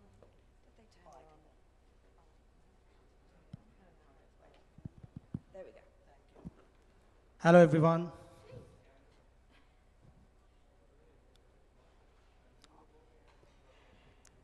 So secrets, right? Everyone loves to know secrets, isn't it? I can't hear you. Wants to get some secrets which can help to get more and more of your clients? Thank you. Okay, so let's start with some cool tricks before I start presenting the overall flow and funnel we actually use, and you can use that as well. We sometimes miss deadline, right? In our reporting, in our like communications. Did you ever miss deadline? Okay. So if we miss deadline, what we say to our client? Can anyone tell me? Like, for example, we missed deadline. We are supposed to give the report yesterday, but we didn't give that. So today I'm going to send an email or have a verbal conversation with the client. So what will I say? Anyone? The entire thing, can you say? Like, okay, due to logistic. Anyone else? Technical difficulties. Okay. So how do we start? In many cases, I have seen like we start like this. Sorry for the delay. Right? We say something like that in many of the cases. So when we hear the term delay, it gives us an impression that he's not taking my project seriously. If we just replace the word and we say, sorry, it took little longer than I expected, it gives a feeling like, wow, he did the wrong estimation, but he didn't like, it's not like that he didn't give my project in a priority. So that is how, when we change some of the approaches in our marketing strategy, that can actually give us a lot more result than what we are getting right now. So if I talk something about myself, I started my business in 2010, the company named Biscope. And you already know almost 70 to 90% business shut down in 10 years. Different studies, different statistics says different data, but it's always in between 70 to 90%. And my company's age is 12 years. So I am from those 10% businesses who are in the market, growing very fast, serving 30 plus countries, and having offices, physical offices in 2 locations, and having team in 4 different locations. And that is what I'm going to share today. So what we actually do,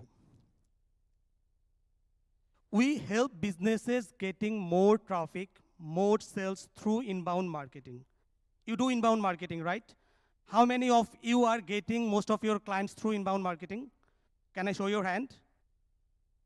Okay, only few. How many of you are getting your clients through advertisement, outbound marketing? So the people who are not opening your, like showing your hand, are you not getting any clients at all? Okay, so we are serving brands to get more clients, and I have shared a couple of logos here. They are our client. We are actually helping them develop their business in our local region, Bangladesh. We are helping Logitech and Payoneer to get more market share. We are helping businesses to develop their business in Bangladesh and helping Bangladeshi businesses to develop their business in global market.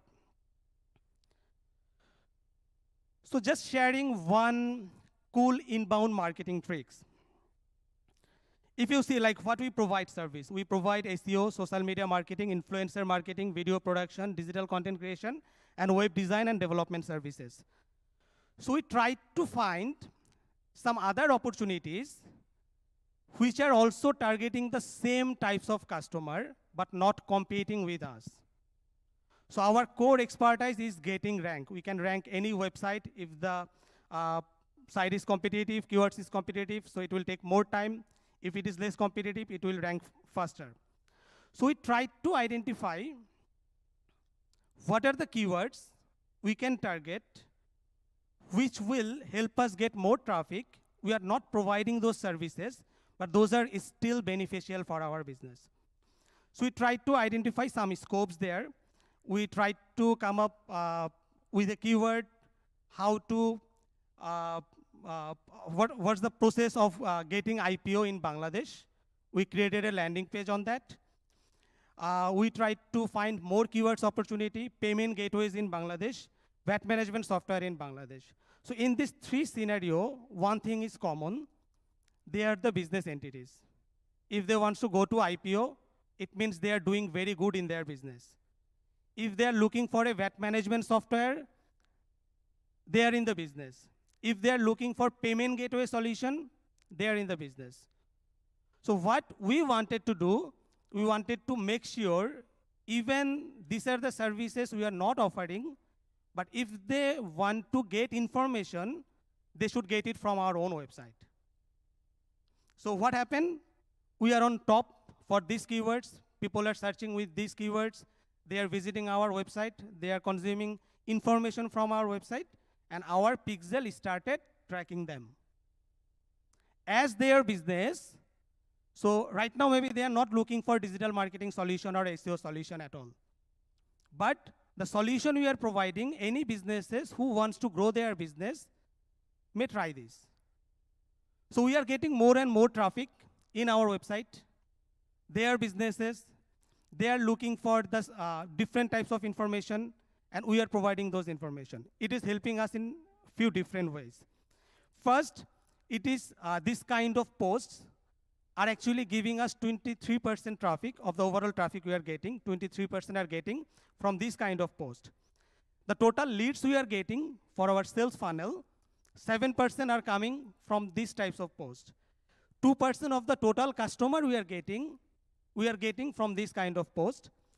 And if you see the last number, 40% affiliate partners we are getting from this kind of post. When we are saying VAT management software in Bangladesh, what we are doing, we are actually adding few VAT management software companies there. Company 1, 2, 3, 4, 5. So when we are listing there, we are getting an opportunity to build a relationship with them. Our team is reaching them and telling them, hey, we have written a post on that, and this is on the first page of Google. We are getting this amount of traffic, and we have added your company name there. So that is actually giving us opportunity to build the relationship. So what's happening?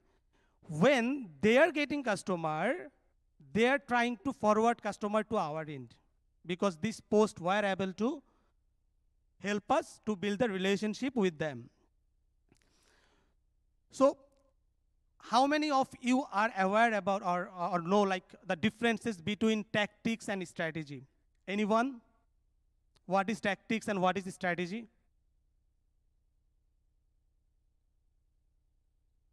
Okay, so I didn't see any hand, so I'm telling it from myself.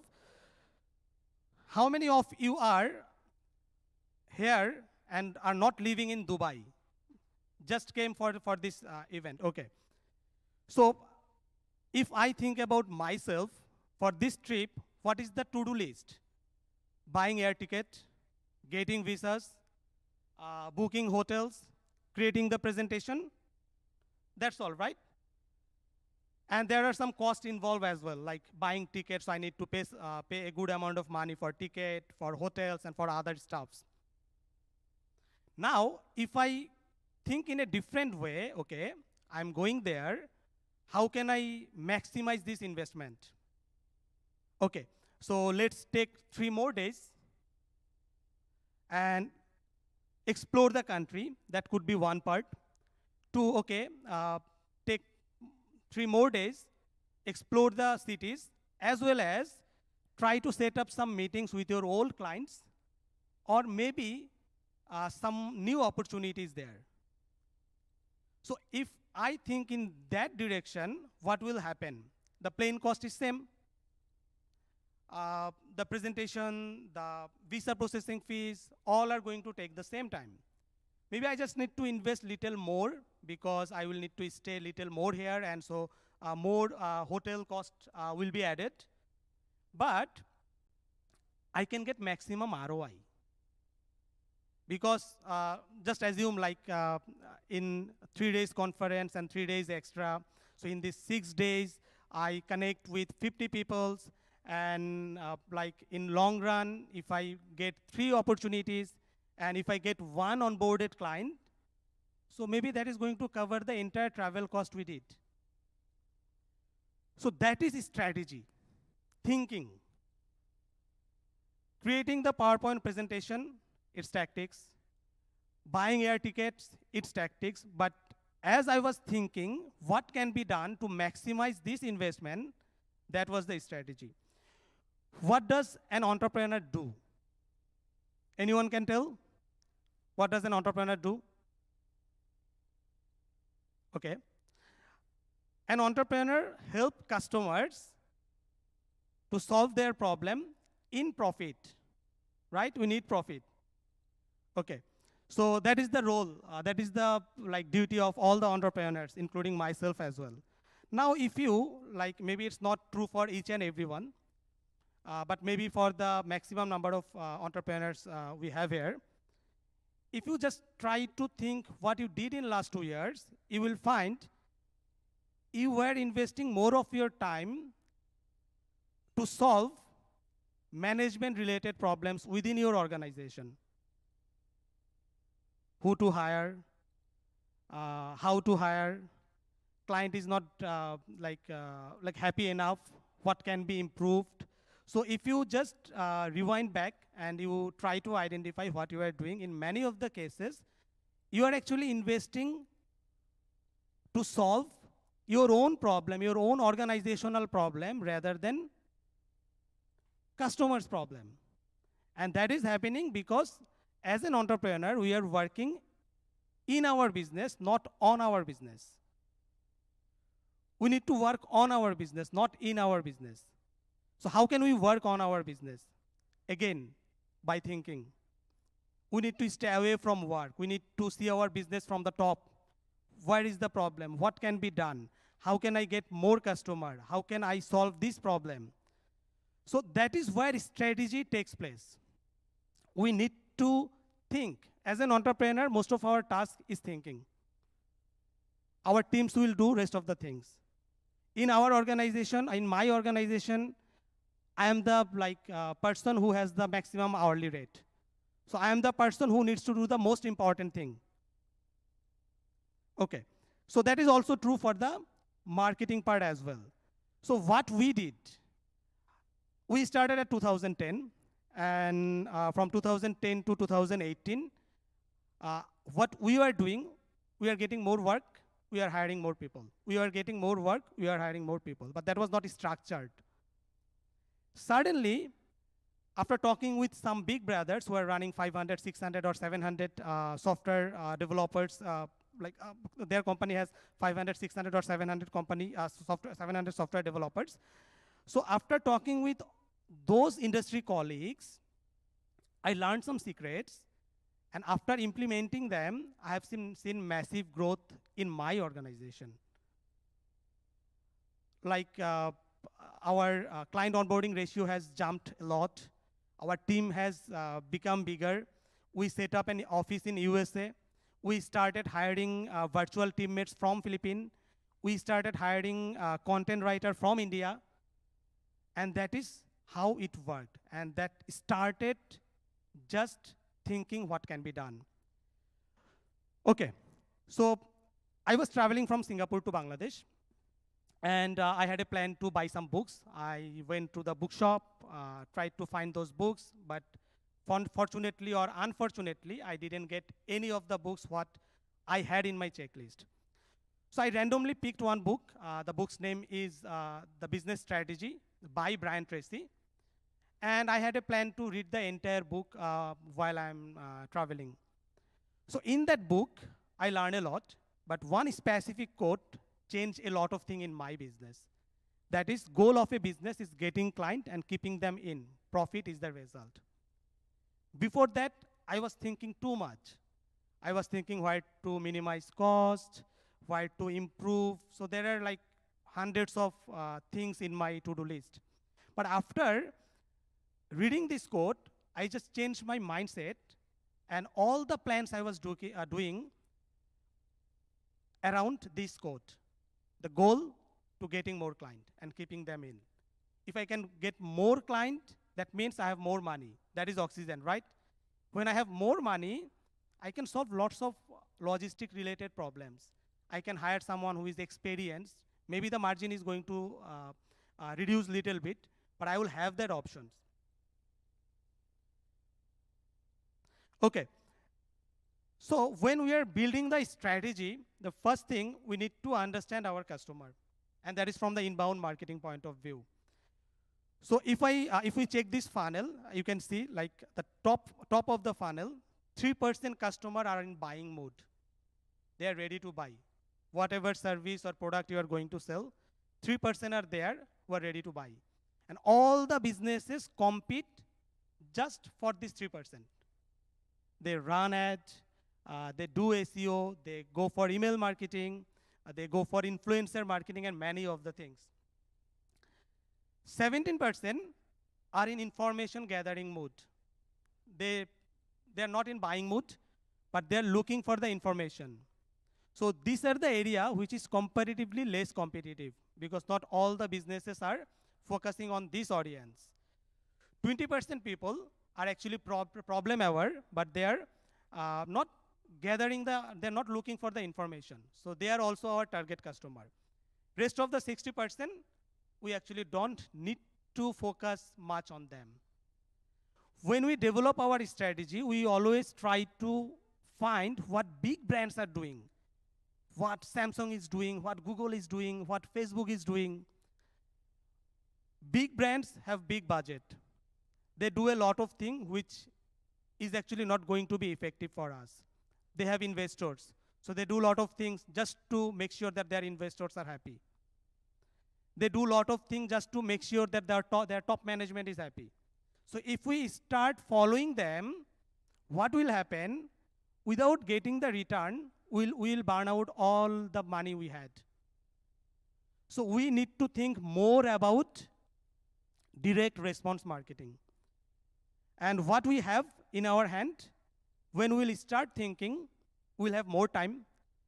We can see more opportunities there. For big brands, they have more money, but they don't have more time. For a small brand, we don't have more money, but we have more time to invest on that. So we can figure out the opportunities. I already gave you an example. How did we get customer just by ranking some other keywords where we are actually not having the solution ready for them.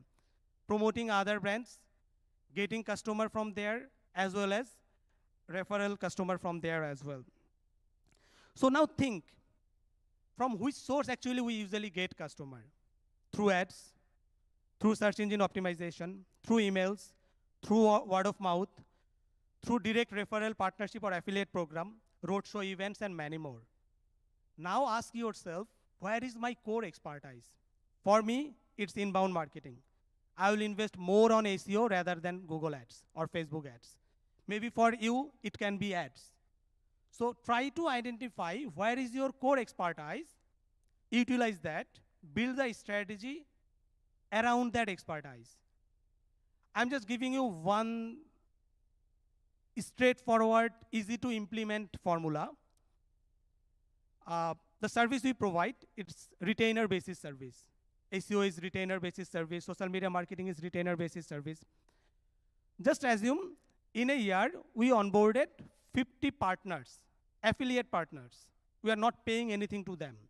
We invested some time, listed down, we had coffee together, we discussed some business opportunities, and we come up with a plan how much revenue we are actually going to share with them if they start referring customer for us.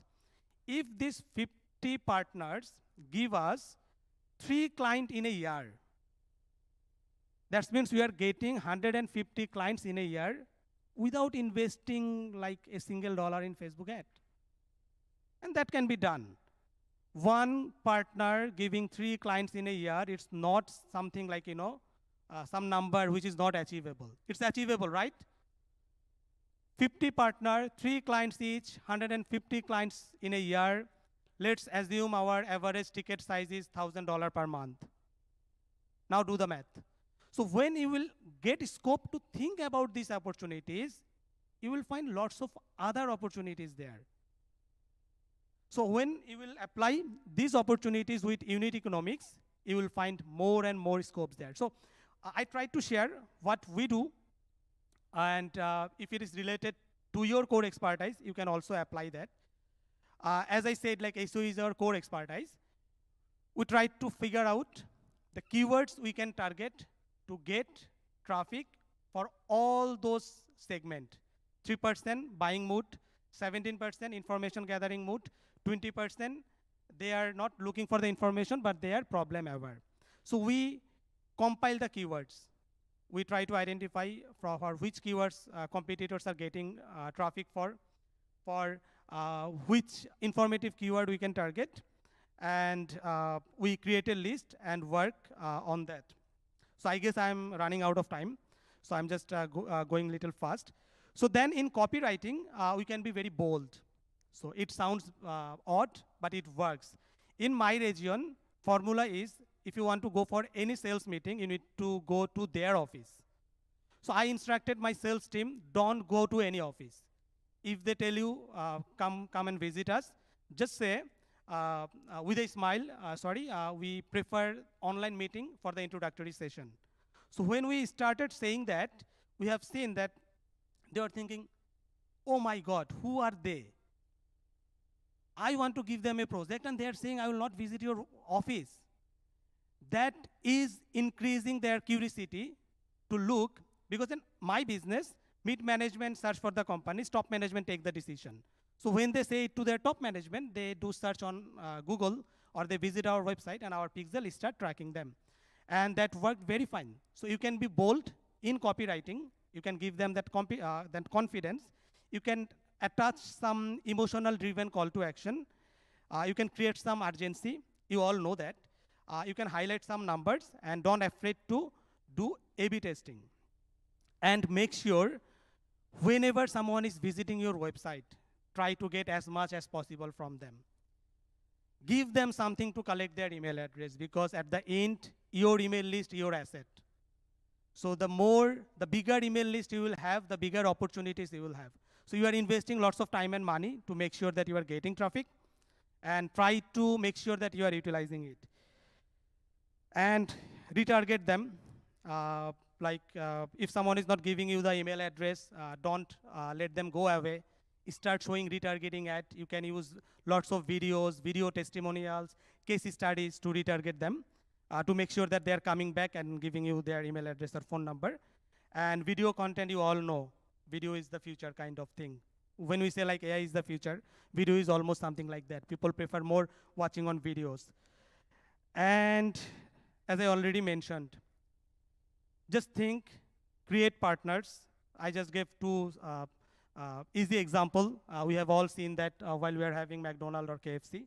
So these allies or partners can really help you get a lot of your customers. Last, I'm not so sure, did you think in that way or not?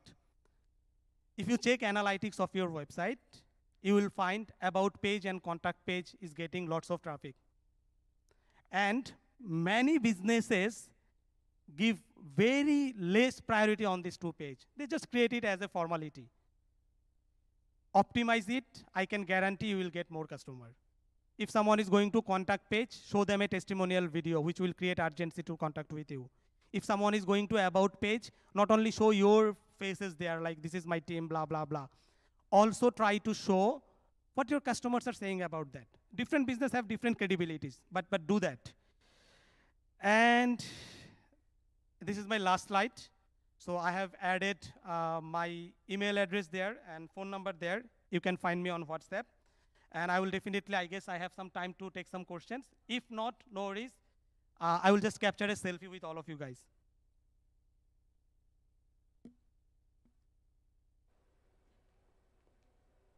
I can't see smile any of your face. Say cheese. Thank you. Thank you so much. Does anyone have any quick questions? Does anyone have, we have a couple of questions down here. Very quickly, guys, because we're critically overrunning at the moment. Thank As you. agency heads, one of the common problems that we have is this dilemma of whether do you maximize your profit margin, or do you employ better people who are highly paid to ensure your client is happy? This is a constant question that we have running in our head.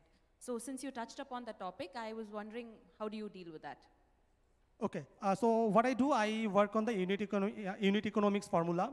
So I try to identify what's the margin. In agency, it's all about the head count. How many people you have and how many people, like each people, how much actually giving you. So it can be both. Like if you're targeting big brands who have like good investment abilities, then the formula will be very skilled people, high charge, less number is okay. But if you are targeting mass people, then it will be completely different. It will be more about the number of clients and the number of head count you have. So you can define the way you want to move forward. But both will be effective if you actually work on the unit economics, if you are very clear what you are actually going to get. Thank you. And there was one more quick question just down here. Thank you. Hi, just wanted to understand, since you mentioned about affiliate marketing and building allies and partners, when it comes to that, on a granular level, what do you give them back? Of course, they're recommending you. You said you give one partner, like you ask them to give you 3 recommendations or to get you 3 clients. What is their gain in that? Like, how do you make sure that the other person is getting something for you to, in return, get those clients? Sure. So I will suggest to think about the client acquisition cost. Like in other channel, how much you are actually paying to get one successful customer. Give your partners enough reasons to do the extra work for you. So try, make sure that you are having enough margin. So in business, like most of the people suggest, if your margin is not, like if you are not having 1/3, that means you are in wrong direction. So if you have 1/3, let's assume that you are having 30%. So if you are giving them 5%, maybe that will not work or that will not motivate them. So you can go for 20%, 10%, or 15%, depend on your margin. If it is high ticket, then 5% can be motivate them as well. So you're saying you give them a commission to keep. Right. It could be one-time commission or it could be recurring. Like you need to give them something so they do the extra work for you. Okay, got it. Thank you. Thank you so much, Nahid. Thank you so much. Brilliant session. Wonderful. And we do have a panel session coming up next. It's a crucial one on the subject of developing a diverse and inclusive social presence. We've had lots of discussions of this over the last week or so. In today's digital age, customers expect brands to be part of the larger conversation on social media and also walk the talk when it comes to diversity, representation, and inclusion, something we are desperately in need of and working hard to achieve here in the UAE and indeed regionally. And in this session, experts will be discussing the nuances of the subject and highlight the ways and means to create a socially inclusive online presence that's both authentic and sustainable. Please welcome our moderator for the session, Tashinga Nyahunda. He's the CEO and Chief Strategy Officer at Mansa Musa Brands, who's going to moderate this session. And if we could also have the rest of our panelists up as well, please. I need all my microphones, guys. I need 6.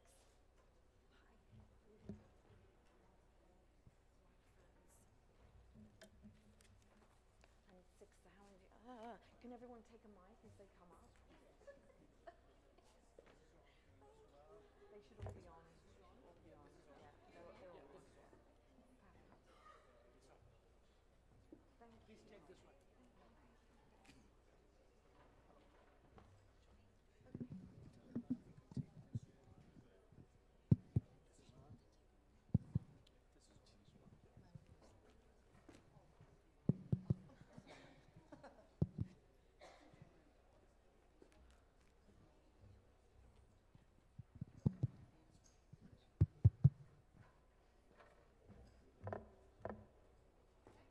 Morning, everyone. It's really refreshing to be an in-person event since COVID happened. This is definitely the first, especially in our industry, and I really love it. Just going straight into the topic, please could the panelists introduce themselves when they answer the questions? What does developing a diverse and social inclusivity mean to you? Starting with Raki. Hi, good morning, everybody. This is Rakhi. I head the overall programmatic business for India Today Group, which is a leading publisher in India. I also take care of their influencer marketing. The question is pretty tricky because we are a leading publisher in a media house, and we have to be very, very cautious in what goes in social media. We do have a very good reach in social media. We're there on Facebook, Instagram, we are all around. But in terms of content, we are pretty sensitive on what goes out. It has to be factual information. We ensure that it reaches out to the right audience at the right time when it breaks, and it's all factual. On the other hand, we also do brand advertising. So when we do brand advertising, we ensure the advertisers who come up with advertising on our site, the brands are diligently, we see that there's no porn content and, any tobacco or liquor, any kind of brands, they don't advertise with us. We follow our own media guidelines when the advertising is being done. However, we also keep a balance. So it's all about balance and checks. We advertise and propagate with a balance. That's what I believe in, and that's how it's going in India. But in terms of the influencer marketing, if you ask us, we have a lot of macro influencers, and we are doing advertising with them. We try to have an inclusive advertising. We've done campaigns right now we've recently kickstarted, we've done campaigns with, as niche as steel brands where, we've taken civil influencers and gone and done campaigns. So, it's all about a perfect balance that we have to do. Denise, Priyanka will come back to you. Hello, everybody. I'm Denise Michelle of Bridge the Love. I am the self-love alchemist. I'm a self-love expert, life purpose coach, and RTT hypnotherapist.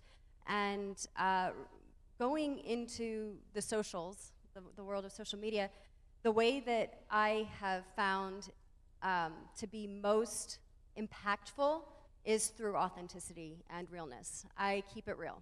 I talk about the things that we don't typically love to talk about, but they're a part of our human life. Anything from self-love, self-care, self-healing, all the way down to grief, to death, to experiencing being human. Because we're human, we have human emotions. And I really, truly believe that once we can start taking off the mask and we start discovering and uncovering the deeper parts of ourselves, this is where the connection happens. And that's what I've been able to do with my social media presence, and this is what I encourage other people to do, because when it comes down to it, you know, we're not here to be robots. We're here to connect at the heart level. And if we have a hard time connecting with ourselves, how are we really, truly supposed to connect with other people? And that goes much deeper into my, I guess you could call it my mission of radiating love into the world, and it all starts with ourselves. So I personally love to ask deep questions and bring up interesting and different topics via social media to make people think outside of the box. Because we're here to create. We're here on this planet to create and to live life with purpose. And I feel like if we can go deeper with our purpose, then we can go deeper with how we are here changing the world. And that's really my perspective on it. Thank you, Denise. Thank Vilma? Hello everyone, I'm Vilma. I'm co-founder of 5IRE. We represent 5.0 technologies such as blockchain, and our aim is to impact 1 billion people. And we are already in the mission impacting a lot of people in Nigeria, in India. We have 250 million people pilot program in India helping people in the ground. And in terms of how to communicate to the clients, first of all, we are very interactive. We start by being interested in how do they think, what do they think, what are they thinking next, what is their mission, and asking them questions so that all of our clients, providers, as well as followers can comment on how do they feel about controversial topics. We also raise through neutrality questions that are concerned in the society. We ask difficult questions such as, for example, what means impact, how to measure that, and we reflect success stories of our customers. We share their joy, and we also aim to replicate the success of any of our clients or providers. Therefore, we always claim that, of course, without you, there is no us. So I think that all the social media comes from understanding how to build strong communities, how to replicate communities in different industries, as well as how to understand, for example, from developers have very different interests than, let's say someone in health industry. So as we marketers, we need to put ourselves in different positions to understand the mental models and behaviors of different people. I would encourage you to first of all, create a dialogue with them, ask a lot of questions, not just from their work, but mostly in their hobbies, in their interests, to be able to communicate them through their through the levels and at which those people resonate with you.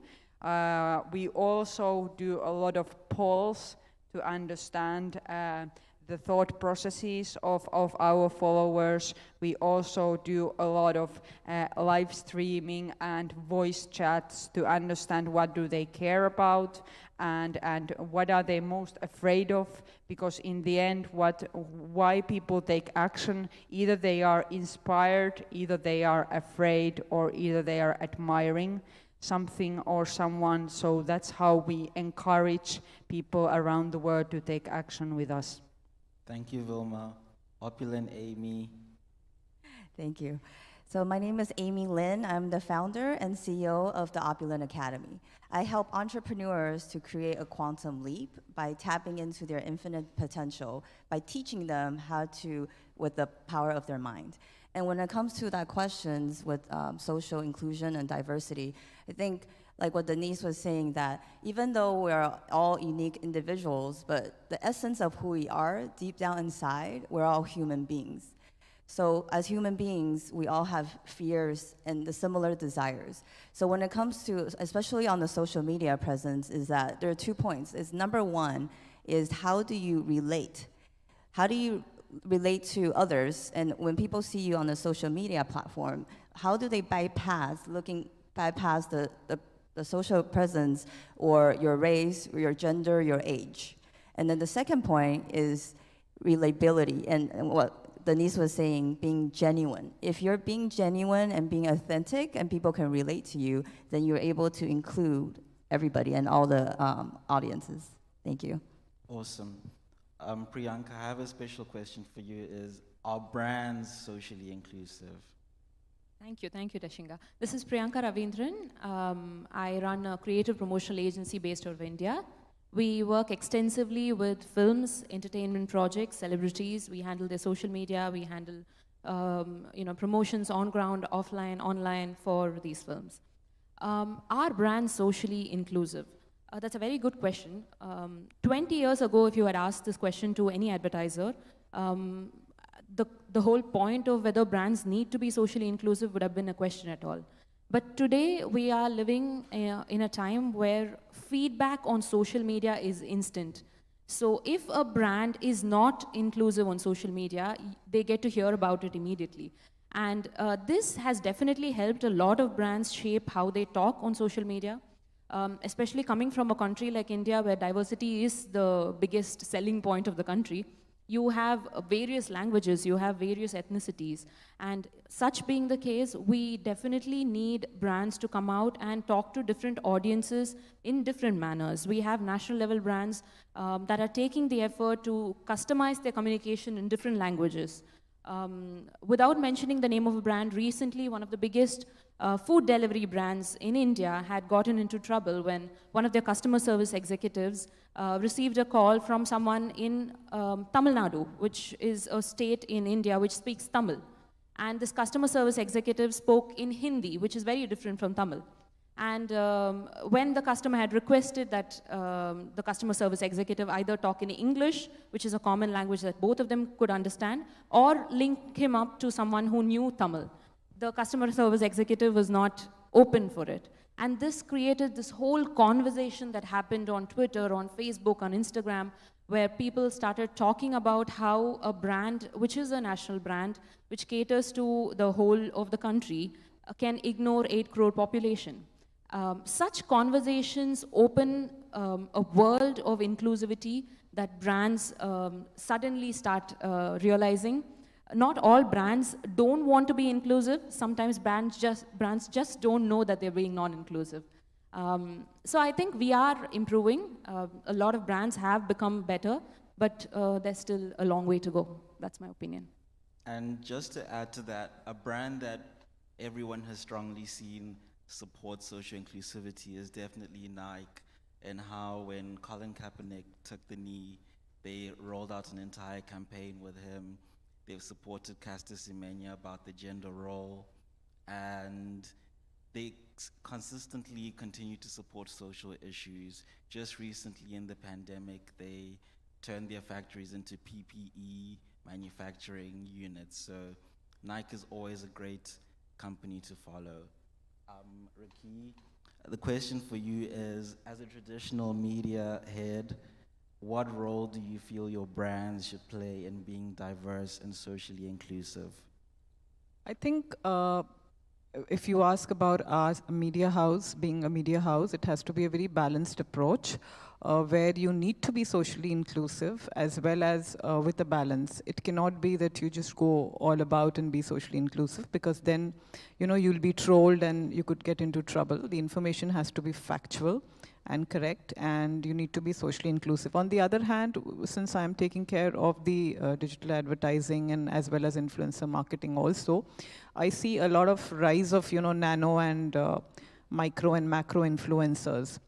So when we go about doing a campaign, we try to target and, reach out to the exact audiences and give the brand what they require, but with a balance. And when we also do a post for the same on our channels, maybe on the Facebook or on Twitter, it has to be with the branded guidelines. There's a long way to go, but we have to keep a balance. Otherwise, in India, there's a lot of trolling and issues that come up. But definitely, I think inclusiveness is required. Otherwise, it's very difficult. I mean, you have to be inclusive, but with a balance. That's what we should follow.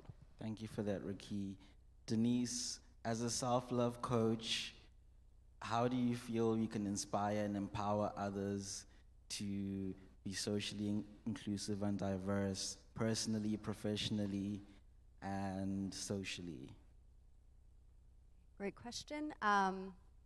Actually, you know what? Let's everybody do something a little different. Everybody take your left hand and place it over your heart. And then close your eyes. And I want you to take a moment to notice the breath that is breathing you right now. I want you to notice that your heart is beating and you are doing nothing to make your heart beat, that your heart is beating because you are a miracle on this planet. And then I want you to relax your eyes, relax your jaw, relax your teeth, relax your tongue. And then I want you to take a deep breath in and just take a moment to hold your breath and then gently let your breath go. And then I want you to take a moment and visualize yourself 1 month from now. Who are you 1 month from now? Where are you? How do you feel? Are you peaceful? Are you joyful? Are you grateful? Are you blessed? I want you to notice what's surrounding you, your family, your friends, the things that are important to you, making an impact. I want you to notice your facial expression, and I want you to notice how you are standing your ground on this planet. And then I'm just going to bring you back.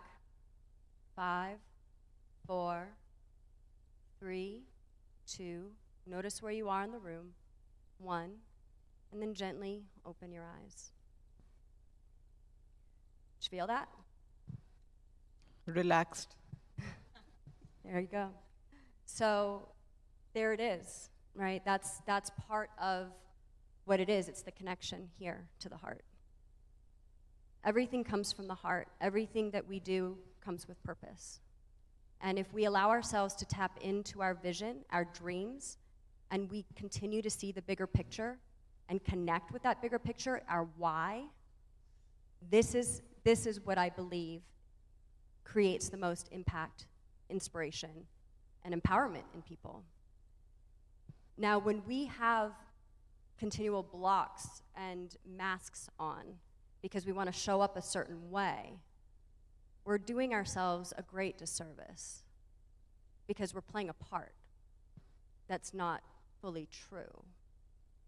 But if we start to open ourselves through healing, whatever that may be, and go a little bit deeper and to start to understand, and when you start to release those layers of yourself, this is where the impact happens. And then this is how you create the connection. So I really, truly believe that love is the most powerful medicine. It is the highest vibration that we could possibly be in. And it is my belief that we are either always operating from love or fear. The question is, what are you choosing to feed? So, in my perspective, personally, professionally, and globally, I believe our solutions in the world can be found through love. If we continue meeting people and lowering our vibration, lowering our awareness to where other people are, we're not going to get anywhere. It is up to us to create that higher vision, that higher vibration, to make that, to see the solution. There's a saying that says sleep on it, meditate on it, right? What you just did with your heart, you visualized something, you felt it. Right there, you start to create solutions from a higher place. Thank you. Thank you, Denise. That was awesome. I forgot we were at a marketing conference. I thought we were in a yoga class. Amy, as an opulent coach, how do you feel how do you encourage your peers and clients to showcase the life that they want through social inclusivity and diversity? Sure, thank you. So one of the ways for long-term strategies for social media inclusion and diversity is actually show, don't tell. So what does that mean? is that instead of, as companies or business owners, instead of telling your prospects or audience what you can do for them, show them. And one of the ways to do that is actually showing them case studies or success stories, as I call it, of your clients. And because even though we're all different, we're all unique individuals, like I said earlier, deep down inside, we're all the same. So if you can showcase the different cultures, ages, or background, doesn't matter what it is, if you can bypass that, and then the audience can relate to that, they said, oh, I look at this case study and, oh, I can relate to this person, I can relate to their story, and I see where they're at before, and then I see their results afterwards, then they can relate to that, and they said, oh, maybe I can work with this person or buy this product, and I can get the same results. So being able to include everybody, regardless of the diversity, age, or gender, is showcase testimonials. I think that's one of the greatest ways how you can do that. Thank you. Priyanka, as a social media and content strategist, how do you ensure there's diversity and social inclusivity, especially when each brand has a different brand guideline and culture from another brand? That's where the difficulty is, because when you are building a brand, you know what your brand stands for. And I hope all your brands do stand for inclusivity. But when you run an agency and you have 10, 20, 30 different clients, and each of your clients have different opinions and different viewpoints towards inclusivity, how do you deal with it? For instance, you would have one brand which is run by a person of a certain religion. And again, going back to the topic of India, for instance, if one of your clients is a staunch follower of a particular religion, and she or he does not want to put out any content that celebrates, let's say, a Christmas or celebrates another religion's festival, how do you convince your client that your personal belief is something else, what your brand needs to stand for is something else? Because you're living in a country and you're functioning out of a country and you're making profit out of a country which stands for diversity. So that is where sometimes we do have trouble, because ultimately we need to convince the client to see the bigger picture, which is a brand that is built out of inclusivity.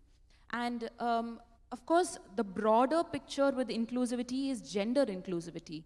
When we work with a lot of real estate clients, one of the common things that we see happening is they want to include a man buying a home in all communications. Does that mean a woman cannot buy a home? Does that mean women are not financially capable of buying a home? The only place where a woman is included in the picture is when a man is shown along with the woman in the picture. So the man buys the home for his family. So these are certain situations and cases where we very commonly see non-inclusivity. It's not something that the brand is consciously doing. Very often these brands do it without really realizing that they're being non-inclusive. So as social media strategists, as people who run agencies, we are constantly trying to educate the client without making it seem like we're educating them, because ultimately this is all an ego game. But we're trying our best to do what we can to, raise awareness about inclusivity. Thank you. Vilma, as your company operates globally and attends to social issues, how do you communicate to your clients in different industries and countries to be socially inclusive? Firstly, we take in consideration their culture and heritage and don't touch upon in critical issues. By claiming something we do question, and we give our clients open floor to answer to the questions, respect their own opinions, but we don't stand radically behind any certain political or environmental opinion. In addition to that, we mostly ask them for collaboration. We ask them for encourage diversity, meaning that we do bring some people from our community to stand for causes. However, our company itself doesn't stand for causes. Therefore, we call them as community members who of course gained the name of ambassador because they are very active in the community. But I would say that keeping in mind the heritages of each cultures and celebrating everyone's diversity. Therefore, we do participate in festives in each of the nations' festives that we represent as a plus 100 people company. We do post pictures of a different diverse background, but we also understand that minorities need visibility, but not in terms of creating an argument, but in terms of creating a discussion and awareness of what everyone is doing. So I would say that leave in your media open questions. Don't just give suggestions or no or yes. It's more in the gray area that we operate than claiming any certain political or economical or financial, environmental, taking any stand as a concrete. Speaking of arguments, Priyanka, how do you call out a brand which is not being inclusive on social media without starting an argument? That's a great question. Social media has become a platform which is predominantly filled with arguments and trolling and fights, and there's very less positivity. There's a lot of negativity. Let's be honest. Most of us go on Twitter to complain about a certain airlines or a certain cell phone service provider because we know that's where they're going to respond. So social media has become a platform that is about complaining and creating arguments. But that being the case, when we talk about inclusivity and brands not realizing when they are non-inclusive, I think it's important to look at the bigger picture, and the bigger picture is that you want to let the brand know that you are not including me or people like me or people like my friend who is a minority in your communication. And to create this awareness with the brand that they need to start including these people in the communication. That's the ultimate aim. So it's not about creating an argument in the comment section. I think the right way to do it would be sending a personal message to the brand. There are DMs on Twitter, there are personal messages on Instagram. So when you see a post that a certain brand has made which is non-inclusive, you drop a message on their Instagram, you drop a message on their Twitter saying, hey, I saw this post and I think you guys were not fair about this. I just wanted to give you a quick example. There's this really good brand in India which is a food-related brand. And this brand very often comes up with posts related to recipes and dishes and all of that. And it's a very nice brand. It's a brand that you want to follow because their content is very interesting. In India, people are very sensitive about beef because cow is considered sacred. And so what happened with this brand was every time they would put out a dish which was made of beef, they wouldn't mention beef in the message. They would say meat. But every time they put out a dish made of fish or chicken, it says fish or chicken. Just the beef would be changed to meat. And this maybe the brand did not want to get into trouble in a country like India where cow is considered sacred. Maybe they felt, it's not right to mention beef. So one of my friends had sent a personal message to the brand saying, hey, I've been following you for the past year and I love the content that you're putting out, but don't you think it's wrong or unfair that every time you change beef to meat, you are unconsciously, you are commenting on the fact that people who have beef are wrong. When you look at it from that point of view, it is. Because when you look at this brand which has, let's say, 1 million followers, and they talk about food and the beauty of food and how different items taste, and suddenly you have this brand not mentioning the word beef at all, when it's a food item, it's an ingredient that a lot of people consume. It's like the brand is saying beef is not supposed to be consumed, or that beef is not an okay item to be consumed. And when my friend had messaged them, DM'd them about this, the brand was so nice that they had gotten back immediately. They said, this is a very valid argument. We didn't look at it from this point of view. Give us 14 days, couple of weeks. We will have an internal discussion about this and get back. And after 14 days, the brand started using the word beef in their communications. And they sent out a personal message to my friend saying, hey, we reviewed whatever you had sent to us, and we feel you were right. And we can use the word in our communications. Thank you for bringing this to our notice. We are always looking for suggestions on how to be more inclusive. Thank you for that. I think this is perfect. This is exactly what a brand should do. And it's okay if the brand did get back saying, we don't want to, going forward, we don't want to use the word because we still think it's offensive. But it's nice that the brand closed the loop of feedback, they closed it with a response to the customer who brought it to them. I think this is an example of how it could be done. So I'll just add to what Priyanka said. Brands are definitely getting inclusive because we also have been working with some of the brands who, for some of the brands, we are doing some film shoots, for a leading life insurance company in India.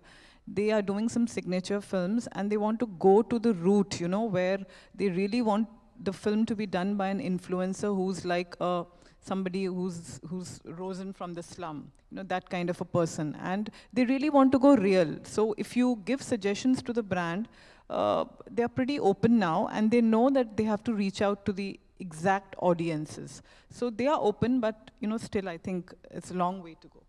Yeah. And just to add on how you can tell a brand they're not being inclusive without starting an argument, there's a bath bomb brand called Lush. They make 100% animal cruelty-free bath bombs. And if you were to see a competitor on their ingredients and not following that, one option is to go to a private body corporate that protects animal rights and show them, that competitor, that they need to fix that. An alternative method would be to go to an animal rights Facebook group and just tell everyone to spam that company's email box until they fix it. We'd like to do something different now. We'd want to ask the audience a question, and the question is, how can we prioritize representation? Hands up if you'd like to answer. How can we prioritize representation? Can we get some hands?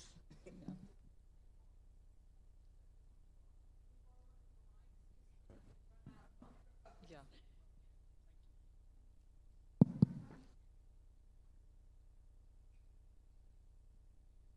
I hope the question, yeah. Or you can just put up the question. Here's a take. Yeah. I think by simply just providing equal opportunities, that could be something to start off with. Agree. Here's another.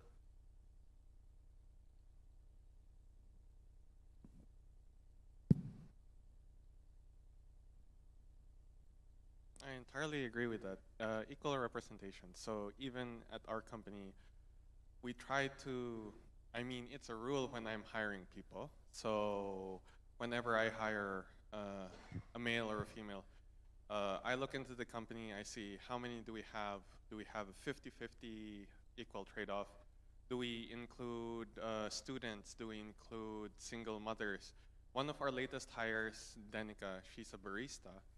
And one thing she told me when she was being hired is, no one is hiring her just because she's a single mother and a student, which I found to be a grave disservice to everyone who might be experiencing something like that. So including something like that into your workforce is something very important. It goes the same with brands. If you are marketing to a certain target market, you might be surprised that if you include other areas, you might find a different market to be able to market to. Does that make sense? Thank you very much. That was a great answer. Would like to open the floor to any other questions for the panel regarding this topic.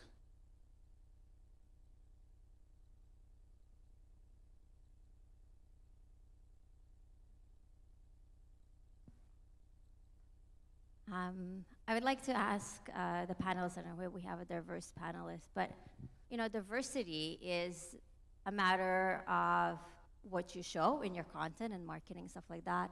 But I think more than anything, it's a mindset as well, right? A mindset of the company, the culture of the company. So my question is maybe to some of the panelists, like I know Amy, you're in the mindset field. Maybe you can tell us a little bit more, like how do you shift your mindset, or how do you create a mindset that can be inclusive, can be positive to the company and the culture? Sure, absolutely.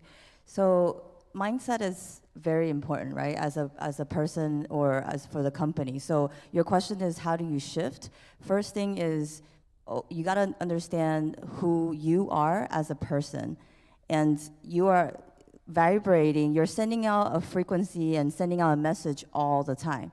So going back to what I was saying earlier is show, don't tell. So by being an example on your social media platform yourself, by showing up for your audiences, your authenticity and how you can relate, that's how you show your audience how to do that instead of just telling them. So what I would say is being the positive yourself, right? Be the change that you want to see in the world, and then everybody will follow. So, thank you. Denise, would you like to add? Yeah. So Amy and I are in somewhat similar fields. We're both coaches. I would say I really like to dream. I go into dreams. I see the end state.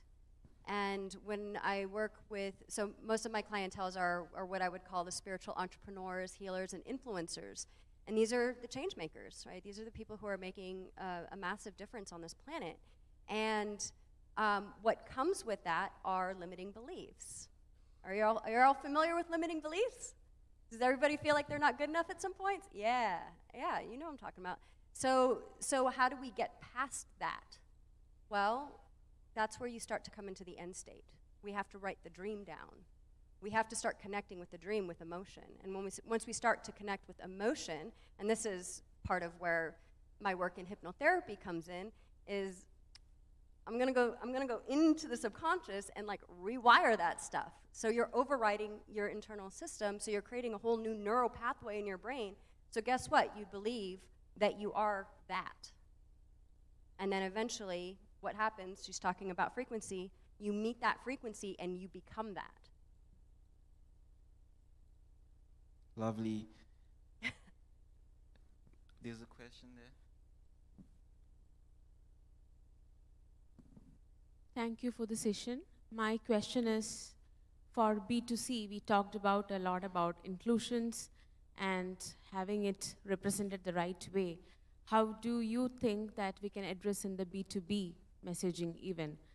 When you run a campaign for B2B brands, I have not seen personally something which is inclusive from a gender perspective or otherwise. So I just want to hear your thoughts. I can answer that. Depending on what type of client you have, you can include it in the strategy. For example, we did a campaign with a music streaming service in Africa where we got the biggest musicians on the continent to play a soccer match at a girls' school, and all the funds raised from that day went to improving the first team soccer pitch. So the answer would be to include it in the strategy you execute for that brand. Does that answer the question? Anyone else would like to contribute to the answer?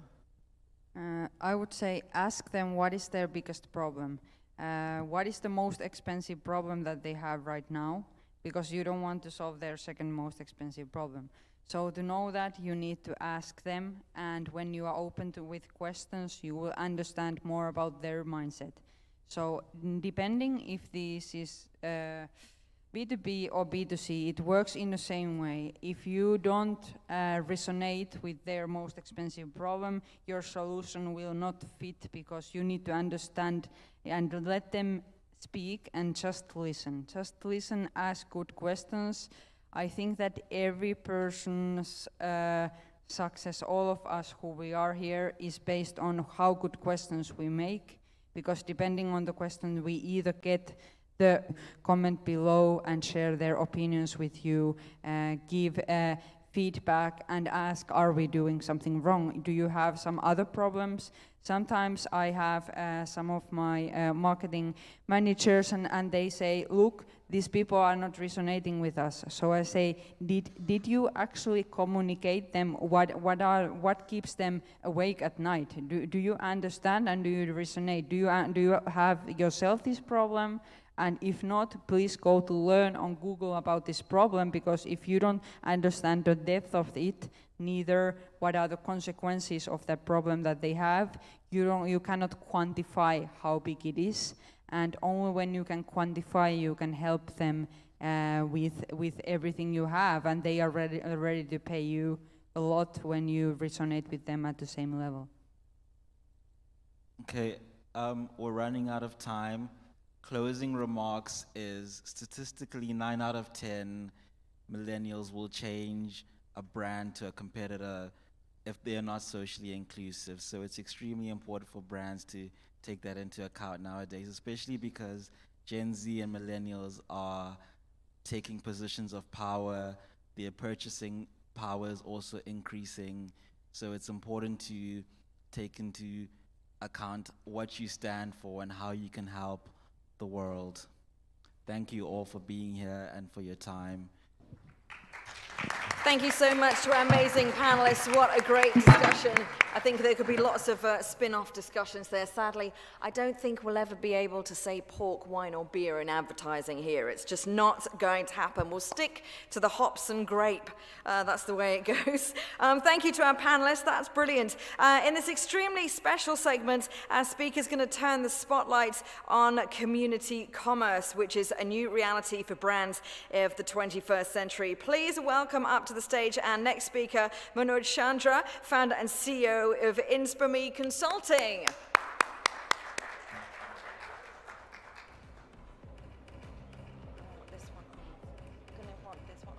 you go. I'll give you that one and I'll collect the others.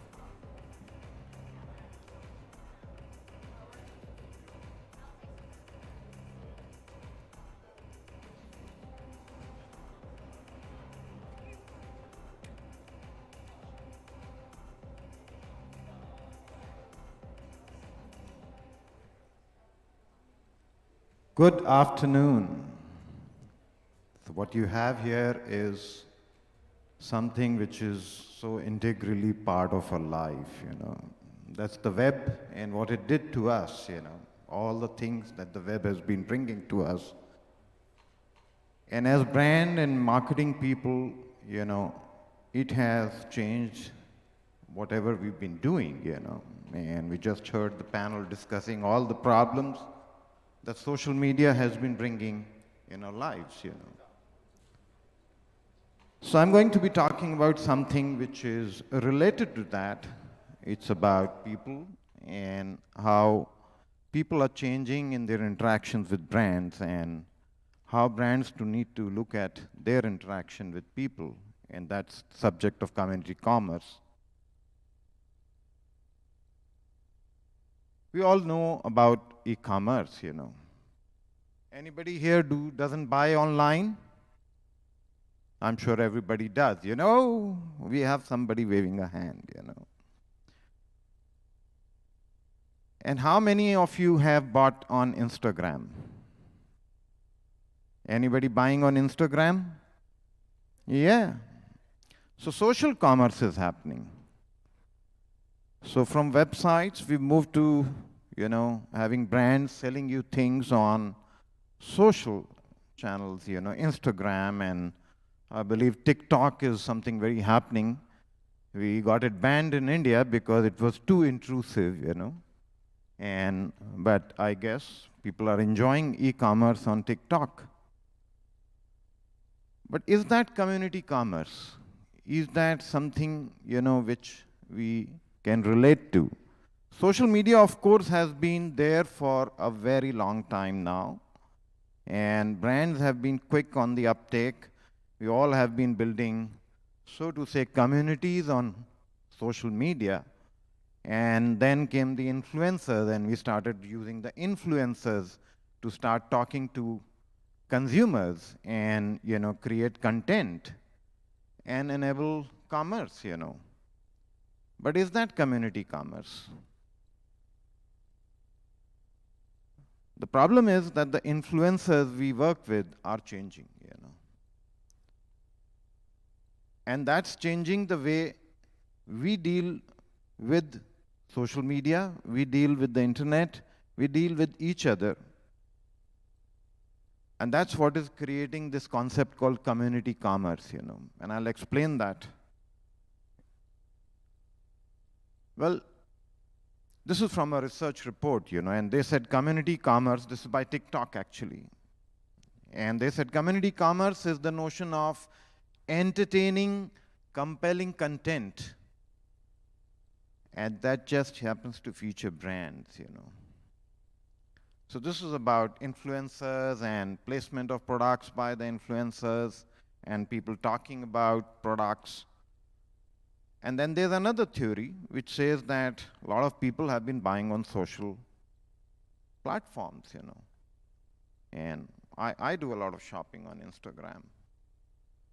It's fun, and you really get to see products up close. But that's not what is really happening out there. Because something, both of these things are missing is community, The first is about content. The second is about finding products that you like. But it's not about the involvement of the community, And what does that mean? That both of them don't have the trust factor. Trust is something very integral to all of us, and especially coming from where we are with the pandemic just about behind us, And, during the pandemic, we started communicating a lot with people because we really didn't know what to do. So we communed. We were all shut in our houses, and the only way was to talk to people and figure out who's safe, what to do, how to get out, how to get food. And that's the trust of the community which drove us to survive the pandemic, And this trust that comes in a community is what is going to be key for a brand as you move forward in the clutter of the web and the marketplaces and the online systems, If you buy on Amazon, the first thing you go and look for is how many stars and the ratings the product has. You read the reviews because that sort of gives you a feeling of trust about the product because you don't know who's selling it. And this concept is leading to this new influencers in the communities that we belong to. And that's what is changing the brand equation, And it's changing the way you are all going to be buying products, So when you buy from people that you know, your neighborhood grocer, when you go to his shop, you trust that person. So you don't have a problem buying that. But you see a product on Instagram, somebody is talking about it, somebody you don't know, is a micro-influencer, which all of us have been using in our brand marketing, a lot. So it's interesting, but how much of it really converts into sale, into commerce, into business, So there's this wave about using influencers and content. But that's not how community commerce works. Here's an example about a community which came up in India some years back, run by a woman. And she was in Delhi, and she started creating the little black book of Delhi, of things which women need to connect with, food, home decor, makeup, beauty, and she started writing, and she got more people to write, and they discovered things, and soon it grew, and they made community and had, today it's millions of women on that platform.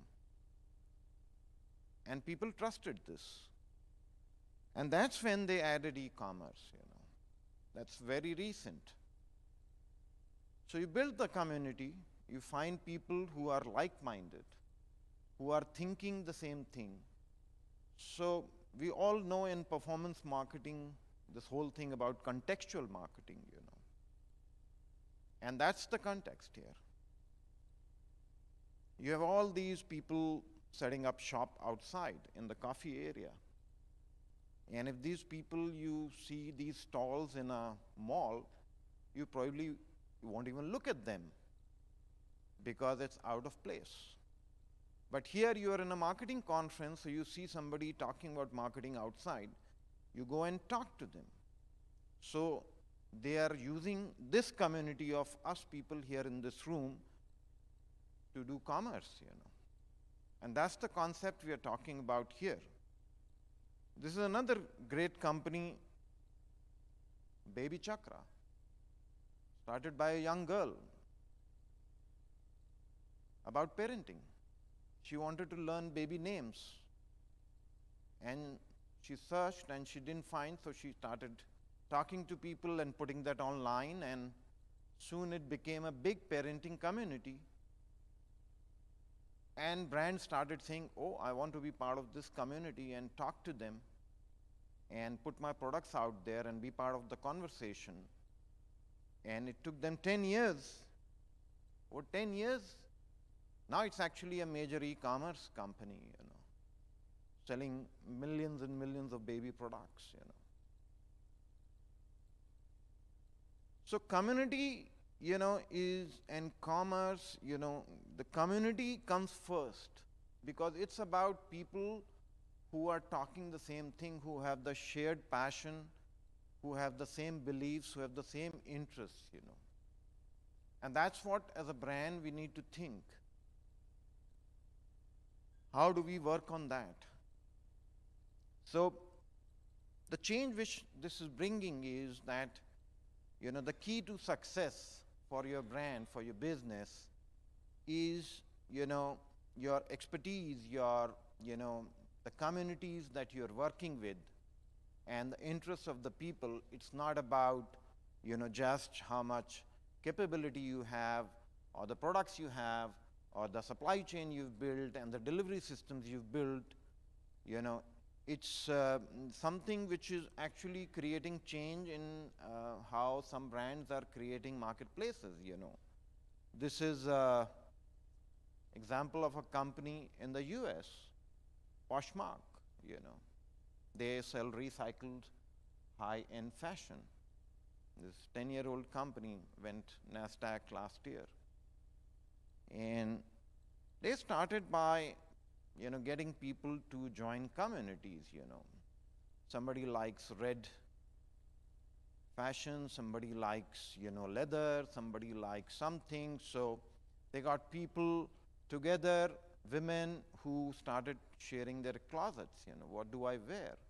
And they talked about that in a social manner and created a whole big community. And they even did offline events of all these women called posh parties, you know. And then, you know, like this is best in home posh party, you know. And then they started selling the products which these people had. So my closet, and people created closets and started putting them, talking about fashion, about things that they loved. And people who had similar tastes joined that closet, and that's when the shopping started happening, you know. It's a wonderful idea to put people together and, you know, have them bring together their shared interest, shared thoughts, and then, you know, spark the conversation and change it towards selling, you know.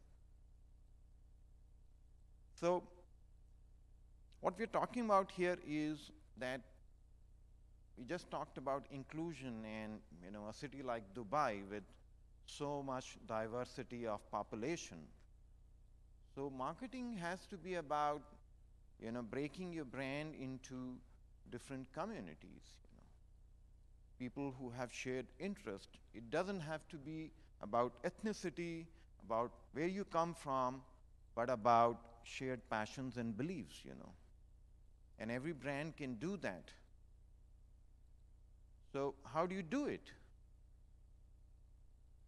We all have been doing this thing about social commerce, I mean, we talked about creating followers and,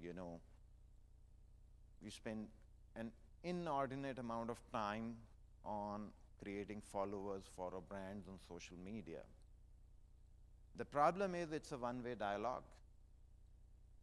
So you build a follower base and then you communicate to them. But that's not what a community is about. A community is about participation. And that can't be with followers, That has to be about building communities. When the people start talking to each other, and you are facilitating that conversation as a brand and helping them engage, and that's what consumers appreciate. And that's a platform you need to create. So, this invisible connection that binds people who are having the same thoughts, the same beliefs, is something which all of us need to get very real to and start working on building these communities around our brands, This can happen online, this can happen offline, but it's about creating that engagement, that participation, so that people come together. And it's not about that they all like your brand. It's all about that they like, something together and they want to do things together.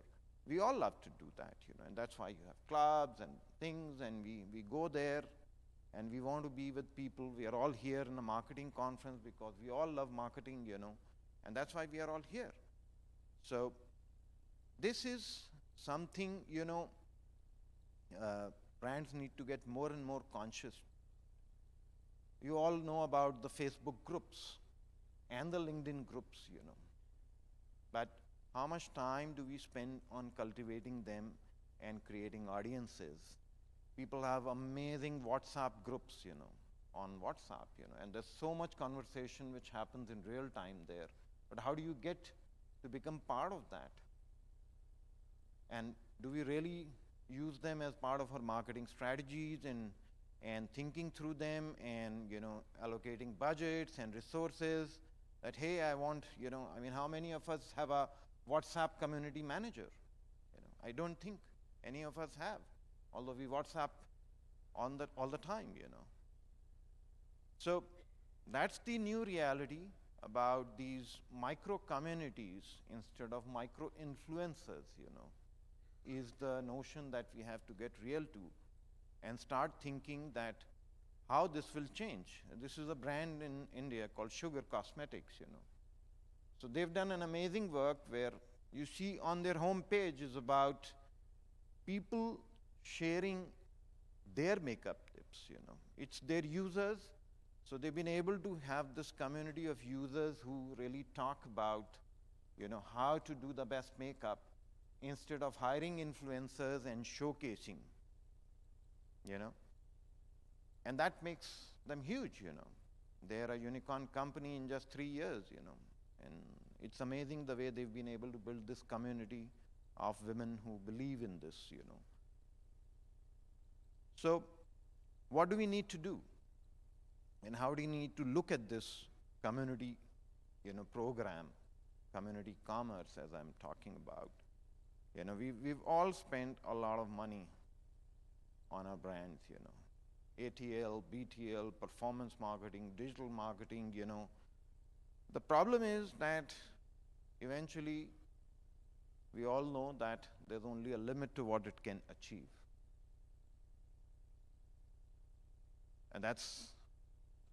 only a percentage, you know. But when you spark real conversations with people, dialogues, you know, instead of advertising, instead of push or pull, whatever strategy you're trying to do with your brand, it's about getting people together. So, I mean, we all know Red Bull. So they have an amazing community. That's how they open up, you know. It's about just people wanting to do things differently, you know. That's Red Bull. And it's all about achievement. It's about, you know, and that's the brand. And then there's Sephora, you know. They have this, just look at that number. I mean, I think it's 5 million people there. Brilliant, you know. And that's what makes Sephora the brand that it is. The participation and the dialogue that they're trying to build, you know, with the people who love being beautiful, you know. In India, you know, I mean, we all know about Harley.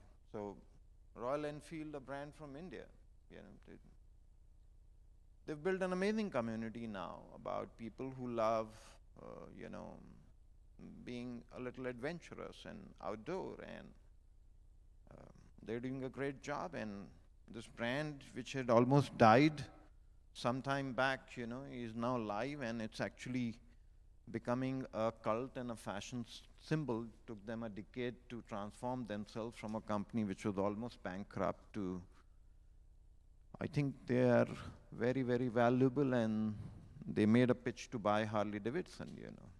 And that's amazing for a small company in India, you know. And just on the power of community. And this bike is now a fashion symbol.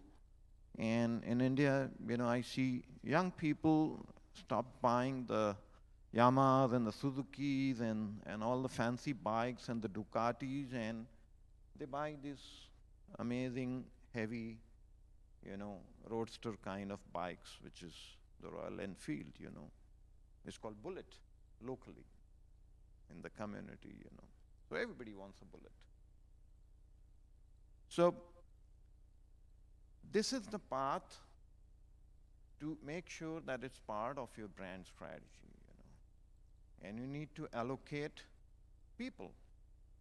You need to have a community manager in your company, in your brand, you know. Because if somebody is owning it, then something happens. When nobody owns a process, there's no process, you know.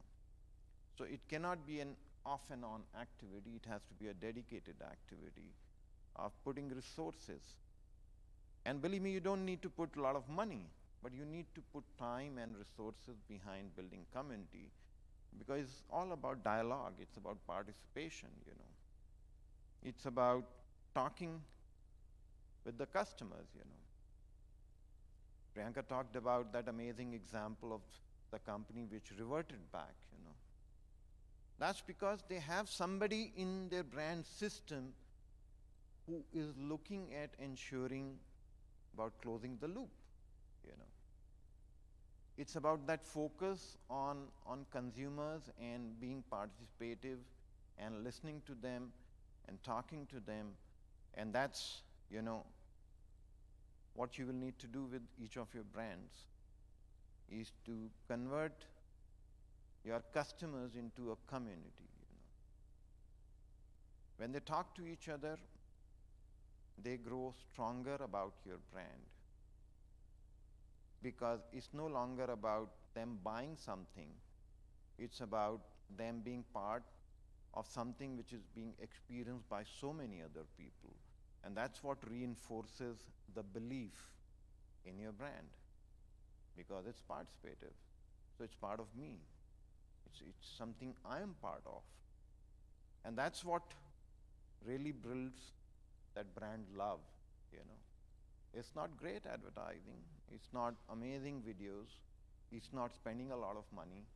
It's more about giving people a chance to own your brand and talk about it, and being part of it. And because it's something which is part of our lives, that's why it's more precious, And that's what community commerce is going to be all about, which is far beyond, digital, and it's far beyond social media. Those then just become the tools, It's about people. And we all know that for a brand, the most important thing is people. We just want to communicate and talk to people all the time as a brand. And that's why community commerce is going to be an important and should be an important part of your brand strategy. So that's it. That's me. And thank you so much for listening to me. I hope I brought some thoughts to your mind, and I hope you are able to do something with your brands or with your clients with that. Thank you so much. Thank you so much for that great presentation. We might have time for 1 or 2 questions in the audience if anybody wants to ask something. There we go. I love the Royal Enfield. I had a classic 500. Great bike. Yeah, fantastic. In an agency, client servicing is a lot like community servicing that a brand does. And one of the very common problems that we face is a lack of communication or communication gaps that an agency or people in an agency have with the clients. Expectations are not met or discussions are not on the same level. So how do we deal with this on a day-to-day basis? Because it drains out all our energy. Yeah. I think it's about participation, It's about, you use the word client. And in my company, we're in a small boutique company. We consult. So I make sure that, we never use the word agency and client. It's my brand. It's our brand. It's our company. It's our product. All people in the company are made sure that they visit. So even if you're a graphic designer, you will still go to the client's office and be part of discussions and experience the products firsthand, visit the factory or showroom or whatever it is. So I want everybody to be part of that system, right, of that process. So they all, feel that it's something very valuable and they're involved with that process, All my clients know all my people by name. Everybody can talk to anybody. Designers can talk to the client and, just understand if they're stuck with something. So the Chinese whisper, the whole process of somebody saying something and somebody listening and then handing it over and the next, kind of breaks down. And everybody is in a participative discussion because it's their work, It's a joint effort, and that builds a great culture, And people love that, and I think that's about building brand communities, So try that out, Great. Thank you so much, Manoj. I think if you have any more questions, we can catch up with you over lunch. Sure. Let's break for lunch because we're a little bit over time. Great. Thank you so much. Thank you, Manoj. That's great chat. After the lunch break, we will have a panel session which is going to be on how artificial intelligence and automation in marketing can drive sale. But now let's go and get some munchies downstairs outside on the terrace, and we'll see you back here at Marketing 2.0 after the lunch break. Thank you so much, ladies and gents.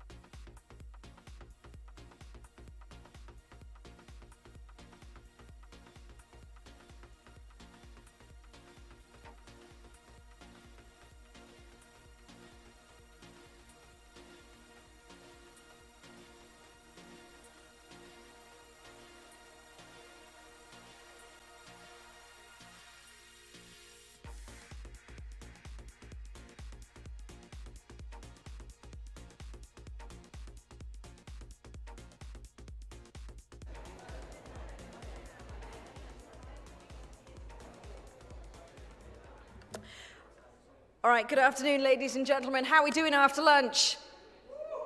Oh, how are we doing after lunch, guys? There we go, that's like it. A little bit of post-lunch energy rather than a post-lunch slump. That's what we like. I'm welcoming you back to Marketing at 2.0, and I hope you had a nice lunch. And we're moving on to our next segment, which is a panel discussion on how artificial intelligence and automation in marketing can drive sales. So I'd like to welcome up our moderator to the stage. That is Ravi Rajendra, who's a founder and managing director at Quick Digital, on stage to take us through the proceedings. Thank you so much. You've got all your microphones there, Ravi. So it should be on. It should just be on.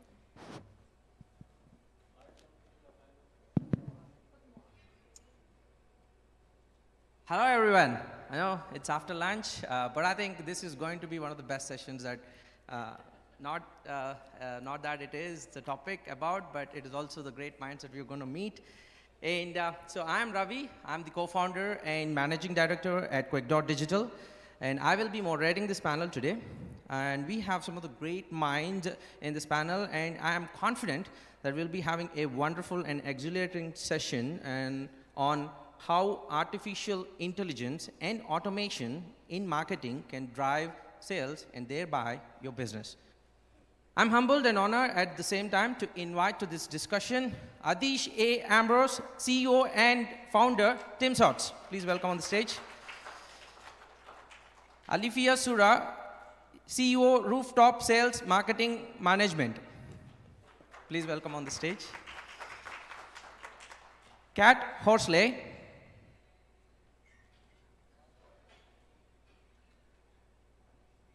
I'm sorry. Yeah, Kat. Yeah, sorry, I'm extremely sorry. There's a fumble.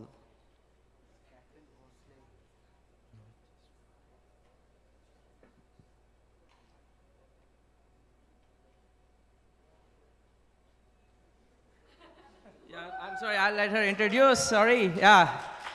So, and we have Saurabh Pandey, founder and CEO, .Converse. And we have also Vince, who is the marketing head at NPM Group. Thank you, guys. Thank you for being here. Please have your seats.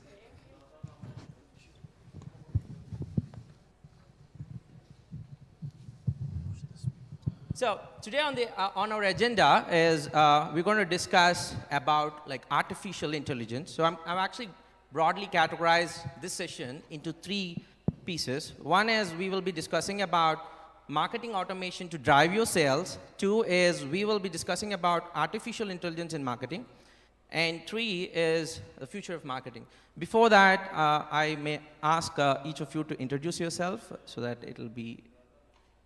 Okay, hello everyone, my name is Adish, and I am the founder and CEO of TimSource Digital Marketing Agency. We help businesses drive maximum sales and get maximum leads with the help of strategizing the marketing solutions as per the business requirement. Thank you. Hi guys, I'm Alifia or Alpha. I run Rooftop Sales. Rooftop Sales is a sales training, coaching, and a consulting company. We work closely with CEOs and business owners, and we help them to convert the leads that marketing generates into actual sales. So we're into helping companies bring more profitable clients for your businesses, even in the toughest times. So looking forward to spend the next hour together. Thank you. Yeah, please, Kate. Hi guys, my name is Kat Horsley. I'm the CEO and founder of Chai Digital. We help customers build digital communities and through to the endpoint to have loyal customers who convert to sales. Fantastic. Awesome. Hey everyone, this is Saurabh Pandey here. I am the founder and CEO of .Converse. We are a B2B focused MarTech agency based out of India. Hello, hi, I'm Vincent. I'm the VP for Brand Engagement and Communication of New Perspective Media. So basically we cater to both government clients and B2C clients. penetrating or who would like to penetrate the Middle East company, or Middle East company who would like to penetrate outside markets as well. Thank you. Thank you. And hi, I'm Ravi. I am the co-founder and managing director at Quick.Digital. We do branding and digital marketing for various brands, and I'm also the CEO of QuickMeeting.com. It's on hybrid meetings. And so thank you for all introducing yourself. And I may have your first question, Alifia. So your first question is, what are the typical areas in marketing that you feel automation is a must to drive sales? I usually say sales is a game of numbers. And technically, only 6% of leads that are actually generated from marketing convert into sales. In a typical sales cycle and a process of the sales funnel, a B2B client could take anything between 16 to 18 touch points to actually convert into a sales. B2C could take slightly lesser. Now, marketing automation helps to record this data because there are 16 touch points, and definitely between salespeople, turnover, moving on, data is completely lost. And to record this, marketing automation is a must. And we normally encourage CRMs and things like that, which really helps us to optimize the data that we collect and make the most of the information to make sales. That's fantastic. So, Kate, the second question is to you. How do you make sense of the tremendous amount of data, right, that usually comes from your CRM tools, from your analytic tools, and convert them into meaningful insights for better sales? It's a great question because I think a lot of us today are getting overwhelmed with the amount of platforms and AI options that there are out there, and actually how to use them. And then once we kind of get them up and running, then what do you do with this like mountains of information that are coming out of it? And I think the key thing is to really know what it is that you want to get from the data, and that even though we're using computer learning, it's supposed to be there to help us. It's not there to be instead of us. So we have to use the data rather than the data like using us and becoming overwhelmed by it. And so if you're very clear about what the data is that you want to capture, you will know how to analyze it and how to make sense of it. Even for us, like within the social media side of things, that if you have like a likes on a post or saves or a share or a comment, like what does it mean? What is it like? And so to be able to interpret that and then to make sense of that and then to deliver that insight to the client is how you can't just use it for the sake of using it. Fantastic. So my third question is, we know that the marketing automation software industry is estimated to reach about $8 billion by 2025, according to a study by Grandview Research. Mr. Saurabh, can you please share us a few examples of how adopting marketing automation helped B2B companies that you serve and increase their sales? Certainly, I think that's a great question, given the background that various research tells us that almost 70% of organizations have some kind of marketing automation in place. Despite that, there is a challenge, right? We work with some of the very large organizations, Fortune 500, Fortune 1000 grade organizations, and I see that challenge there every day. Because you may have a marketing automation system in place, but you may not have the resources, the time, or the training to use them enough. So that's one challenge that I can see. But I can also give you an example of how we achieved almost $1 million of end sales through the use of marketing automation. And that example, of course, I cannot name the organization, but that organization is based out of UAE. It is a Fortune 500 organization. What essentially Alifia also mentioned is, specifically in B2B organizations, the problem or the challenge that we need to sort is that decision makers come from diverse backgrounds. So number one, you don't have one specific decision maker. Number two, you have decision makers who come from various backgrounds. How do you nurture them all together, right? You can't have one message that can fit everyone. That will not work, and that is why precisely you have marketing automation, because you would want to deliver different types of experience and messaging to different people at different stages in the journey. That's exactly what we did for this account. Instead of having a product-centric messaging for everyone, what we did was we designed vertical and function-specific messaging for different decision makers, and that messaging resonated with them. A healthcare industry enterprise decision maker would immediately connect with my messaging, which talked about the pain points of healthcare, as compared to a retail industry decision maker who would also connect with me, equally well. That was the essence of marketing automation that we did. So marketing automation at the end of the day is nothing but a software. Ultimately, your intelligence and the way you manage it, completely is going to reap returns at the end of the day. So that's what we did, essentially. It's fantastic, yeah, and I think that's a very good example. Adish, even though this marketing automation and lead automation is becoming a must, and yet many companies are very reluctant, right, to transition because of the issues related to lead quality. And how do you think that AI can help solve these automation problems? First of all, Ravi, let us think in two different ways. Marketing automation is a different section, and lead automation could be a different section. Under marketing automation, what we do is to understand who are your target audience, create a content around the particular topic, and then deploy the content over the social platforms to capture the leads. Lead automation, it comes in the picture once the lead has already captured. You are nurturing the lead so that the lead in the coming phase could be converted as a sales. As how Alifia has mentioned, they work on sales.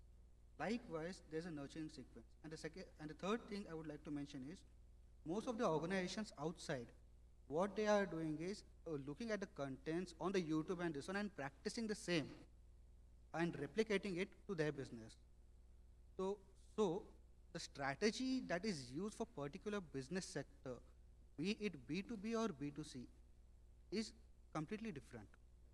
The similar thing can't be adopted by observing any small or short videos out there posted by different content marketers. So this is the reason where they face the failures. The organizations are facing the failures.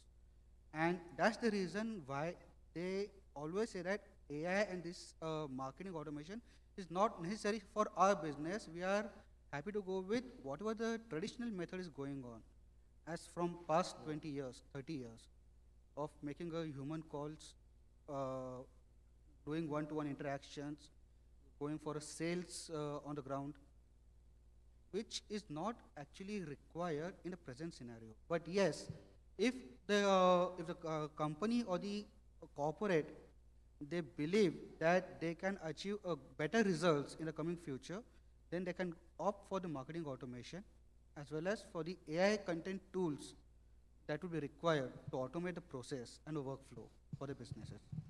Fantastic, fantastic. So Vince, the next question is to you. I was mentioning, right, about the automation tools, and I'm pretty sure that in your organization, you might be working with a lot of automation tools, and like, how do these automation tools have resulted in better sales and lead quality for you? Actually, I'd like to step back a little when it comes to exploring or introducing company to explore automation in their process.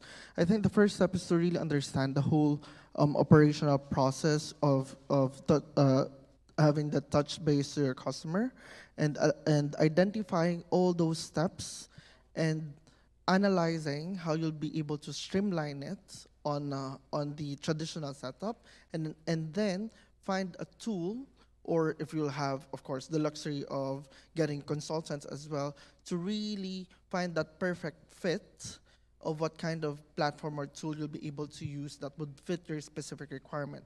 Because at the end of the day, there's no one that fits to everyone, right? As mentioned, it is very important, because at the end of the day, the reason why you want things to be automated is for you to work smart and not hard, and for you to be able to value all these data, because data is treasure. Correct. Whatever is there, you'd be able to use it not only on converting sales, but also developing your product or developing new products. because based on their inquiries, based on the things that they search, that's why they arrive into your platform, or even for your advertising to actually show in their, whatever tools or platform they're using. You have to analyze all these data for you to be able to come up with the right, or for you to be able to decide to what kind of automation platform. It could be, say for example, we understand that there are some companies who will probably be conservative when it comes to change, or when it comes to budget, let's say, right? So it could be like a partial automation. Like, let's try to meet halfway. What is comfortable for you? At the same time, it could be just a portion, a portion of, say, for example, on the sales call. You want to understand your success ratio or lead generation. So it could be a bit more specific, and then understand what is the right platform for you, your budget, the number of people that will be using that platform. All of these are important for you to arrive on whether to decide what kind of platform, whether you really want to go on automation, how big the automation would be, will it be full and whatnot. And then I think what another important thing here is that upon deciding what platform to use or what tools to use is the implementation part. Because if people won't be able to use it properly, you won't be able to mine any data, you won't be able to convert any of them to actual sales or actual improvement on your company. Very true. And I would like to put you that question that we were discussing, right? How in your ex-company there were people not able to use these tools, and maybe if you can just throw some light on that, it'll be great. Well, actually, in my personal opinion, I feel AI is here to stay. Mm-hmm. It's one of the fastest growing technology. If Google, Microsoft, IBM, the top global brands are already working towards it. This is a technology here to stay. I was looking at some stats and numbers. We're already at a $52 billion, when in 2018 was only $10 billion. So it's like 300% hike. So I feel there's no sense defending yourself, not going in for it. If you even see simple things like this hotel, the air conditioning has got AI. What temperature I set it on, and when I come back next time. Global chains like Marriott's and Hyatt's, and these guys are putting AI into global technology. So even if you stayed in a Marriott in Dubai, tomorrow you stay in the States, they will still recognize your profile, and they will still be able to set the room or give you the coffee at the time that you want it, and with the sort of sugar. So this is here to stay. It's about information and data, which is becoming intelligent. The minute we move from here to there, data is collected. Privacy, security, of course, we've got to look at all these things, but there is no point defending and moving away, especially talking about sales. Every customer has its moods. Every customer has his preferences. For me, the first thing I want to qualify a lead with is, in our trainings, we say NBAT, need, budget, authority, and time. Does he have the need? How do I know? Is he buying something similar? Does he have the budget? Is he going to buy a Rolls-Royce or just a Toyota? If I know he's buying alternate products, which I'm not going to know. Traditionally, we used to have a store. People would walk in. What would I know about that customer? Today, before I talk to that customer, I want to know everything about him. And AI is already here to let us know. If you look at retail, according to the child and the age of that child, the screen on that signage changes. So you start talking McDonald's ads, or you start talking children. If a mom's passing and if she's pregnant, the digital signage on that screen will, automatically. So this is where we're moving to. So definitely AI. So definitely we see resistance in some companies, but this is the way to go. The faster we move, the better we get. That's amazing, yeah. So I think AI is going to stay, and the faster you adopt AI into tools and marketing automation, the better it is. So, what are the what are the typical challenges in marketing automation, right? And using AI in marketing that marketers should be aware of and implement them correctly. Yeah, I think Alfie, you're like 100% correct that it's something that's coming and coming to stay. Slightly scary though when you start thinking about like ads changing for kids. Like it's definitely like, and I think that is when you say the challenges of it is that there's a whole new world of challenges that then open up about kind of the ethics behind it. And is that a correct thing to do to be targeting kids? I know that like Facebook and Instagram have gone through so many challenges with that about should they be allowing to be advertised to kids. And then also for those platforms, like you said, with the Marriott, I think it was that they're holding your data so that any time that you go into a hotel room, they remember who you are, they remember your preferences. So from one side, wow, that's a fantastic thing. But from the other side, if that data is used in the wrong way, that it can be quite a scary thing. Even for like platforms like Facebook and things, like the amount of data that they hold on to is insane. And if someone hacks those servers, which they do, we recently had a client's credit card that was actually hacked, that was part of the Facebook. It was, and the money, like hackers got in and they managed to use their card and they weren't able to get the money back from that was spent. So imagine that on a grander scale of what AI can hold, the information that AI can hold. So I think and then it goes back to, as we said, like AI definitely, it's here to stay. It's something that we should use. It's something that's going to help us all as marketers. And we were having a discussion earlier that even in our personal lives, there's so much AI that we actually have and we don't even realize that we have it in our lives. Yesterday, someone asked me, can I meet you tomorrow at 10 a.m.? And I said, yeah, sure, I'll meet you tomorrow at 10 a.m. And my Siri chimed up, you have a booking tomorrow at 10 a.m. You can't meet them tomorrow. And I was like, what? Well, like, where did that come from? So it was like, I didn't even knew I had it on my wrist. So it's just about like knowing what you're using it strategically. And because I'm sure like a lot of you have used chatbots as well. You go onto a site, they have a chatbot, you start talking to the chatbot, and it starts spitting back like ridiculous answers to you that don't help you at all. So that's an example of a company that hasn't quite figured out how to use the AI yet. But if you go onto a site where they've figured it out, it's a wonderful experience. You don't have to wait for a human person to come on. So yeah, knowing what you're using and implementing it properly, then it's great. Otherwise, there are some challenges to avoid.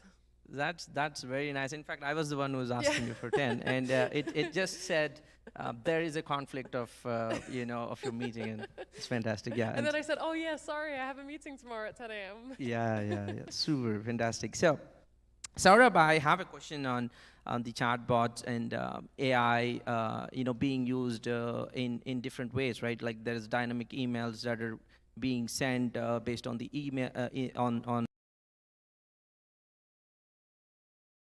analytics and all that, right? So what's your take on chatbots, dynamic emails, and other tools, AI tools in marketing? Awesome. So the other part of the last part of the million-dollar story, apart from the content apart from the personification that we could achieve from marketing automation, that is one. We could also create dynamic content fitted with the next one to read, which is what we see on Netflix also. But here we are using the same technology in a marketing automation platform, right? And that is how we nurture a certain decision maker. So a decision maker from healthcare industry, we want to progress him from an awareness stage to decision making stage, right? Which means that the content that we have to deliver to him, either in the form of emails, which are dynamic, or content that the person is reading on a platform, or the ads they are seeing on Google or Facebook or wherever, all that should orchestrate, right? So marketing automation by itself is incomplete unless you have orchestration also built into it, right? So this is where orchestration comes into picture. And with the help of AI, we decide what content has to be given to which customer at what time, at which stage, right? And the last piece of this is the one-to-one conversation. Can the chatbots now, when we sense that this user is ready to converse, or is at that stage of decision making where he or she might have certain doubts, right? That's where the chatbot proactively can be triggered with specific communication, right? So these all things can happen through marketing automations, either one single automation or you integrate a couple of them together, right? And at the end of it, everything is code. So everyone who is interacting on the platform is scored by the automation system, and the sales people get to know who are the top scoring people who have more affinity with our content, and we should proactively go out and reach out to them. And they also know how to break the ice because they know what kind of content these people great icebreaker for them also. Understand that most of the CXOs do not fill any lead forms. Right? All of you are CXOs, you don't fill a lot of lead forms on web. Right? You would either pass it on to juniors, fill them up, but we would not want to give away our data or fill up all sorts of lead forms. So the salespeople, with the help of marketing automation, can also see which decision maker is interested in us but is not filling up the form. So I need to reach out to them. Right? So all these things, I think there is a huge merit. And I think AI is becoming more intelligent day by day. So we are going to see more success stories going forward. Very interesting, very interesting. Atish, or a billion or of programmatic ads are being served every year. What do you think the programmatic ads will, how do you think that the programmatic ads will generate better leads for companies? What programmatic ad does is it's filter out what the audience have done based on your content once you have deployed the advertisements based on various social platforms. How are they performing? What are they interacting with, and how they are interacting with your particular ad? Those all would be filtered. The first thing. The second thing comes is once you understand the behavior of the audience, whether they are liking it or not, whether there are most of the bots, the cheat bots that are trying to click out your advertisements and spending your lot of burning your cash over the advertisements. So once you filter out who are the audience, who are your target audience, then you can come to know that out of 100%, possibly 40% of the audience could be interested on your based on your ads. They have shown the interest to your advertisements. Then of that 40%, I need to understand who are my potential buyer. Who are my potential buyer to whom I can retarget and help them get to the conversion, at least to get them opt into the form, the landing page, and then nurture him in a sequential way, at least till he makes a buying decision. So this is how it works in terms of creating advertisements. And the second thing that you ask is how programmatic could be benefited to generate leads. Programmatic itself is an algorithm set by the Google or by the Facebook. So it adjusts accordingly as per the behavior and as per the interest and intent of the audience interacting with your advertisements on the social media platforms. Super. Yeah, Vince, what do you think is the future AI and automation tools going to look like, and like how do you envision them to be there in the market, and how companies are going to use to generate more leads? What is your futuristic vision of the AI and automation tools? Well, I think that's a very hard question because, I mean, like, what you know now is not something true tomorrow, right, when it comes to AI and digital technology. Like, say, for example, when it comes to programmatics, advertising, like, as you know, a lot of them are relying, or cookies would be a big part of, tracking people, what ads to serve and all that. And given that Google have announced that they have eliminated that part. So how will be, especially publishers like us, we also have some publication company under us. So how are these publications will be able to adapt and be able to serve their advertisers to the right audience, or the target audience they're trying to reach? So that I think comes in, the other subdivisions of AI, where machine learning would play a major role, where I think it's really, I think when it comes to giving a forecast of what's going to happen when it comes to digital, I think it's really evolved, but it's really going to be dependent on how people would behave, like really behavior based on what you'll leave on the internet, all your digital footprints. I think as long as we people change our behavior as well, the future of digital and AI would also evolve based on the demand of the people. Very true, and we see it's changing a lot, and that makes a lot of sense.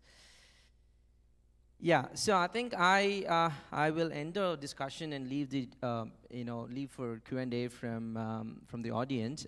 So just to summarize, so we are looking at automation tools that are being used in lead for lead automation, and we're also looking at AI-based improvements to these automation tools that are helping companies to get their leads sorted out better, categorize them better, and address the leads better, and thereby, generating better quality sales, right? And so I think AI is very much needed in the automation tools, and I think we will be seeing a lot of traction in that industry, and it's going to be, I think, $100 billion industry by 2030.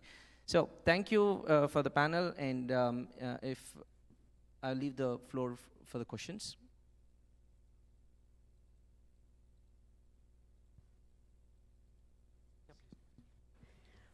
If you have any questions from the audience, would you like to pop your hand up to ask? Yes, there we go.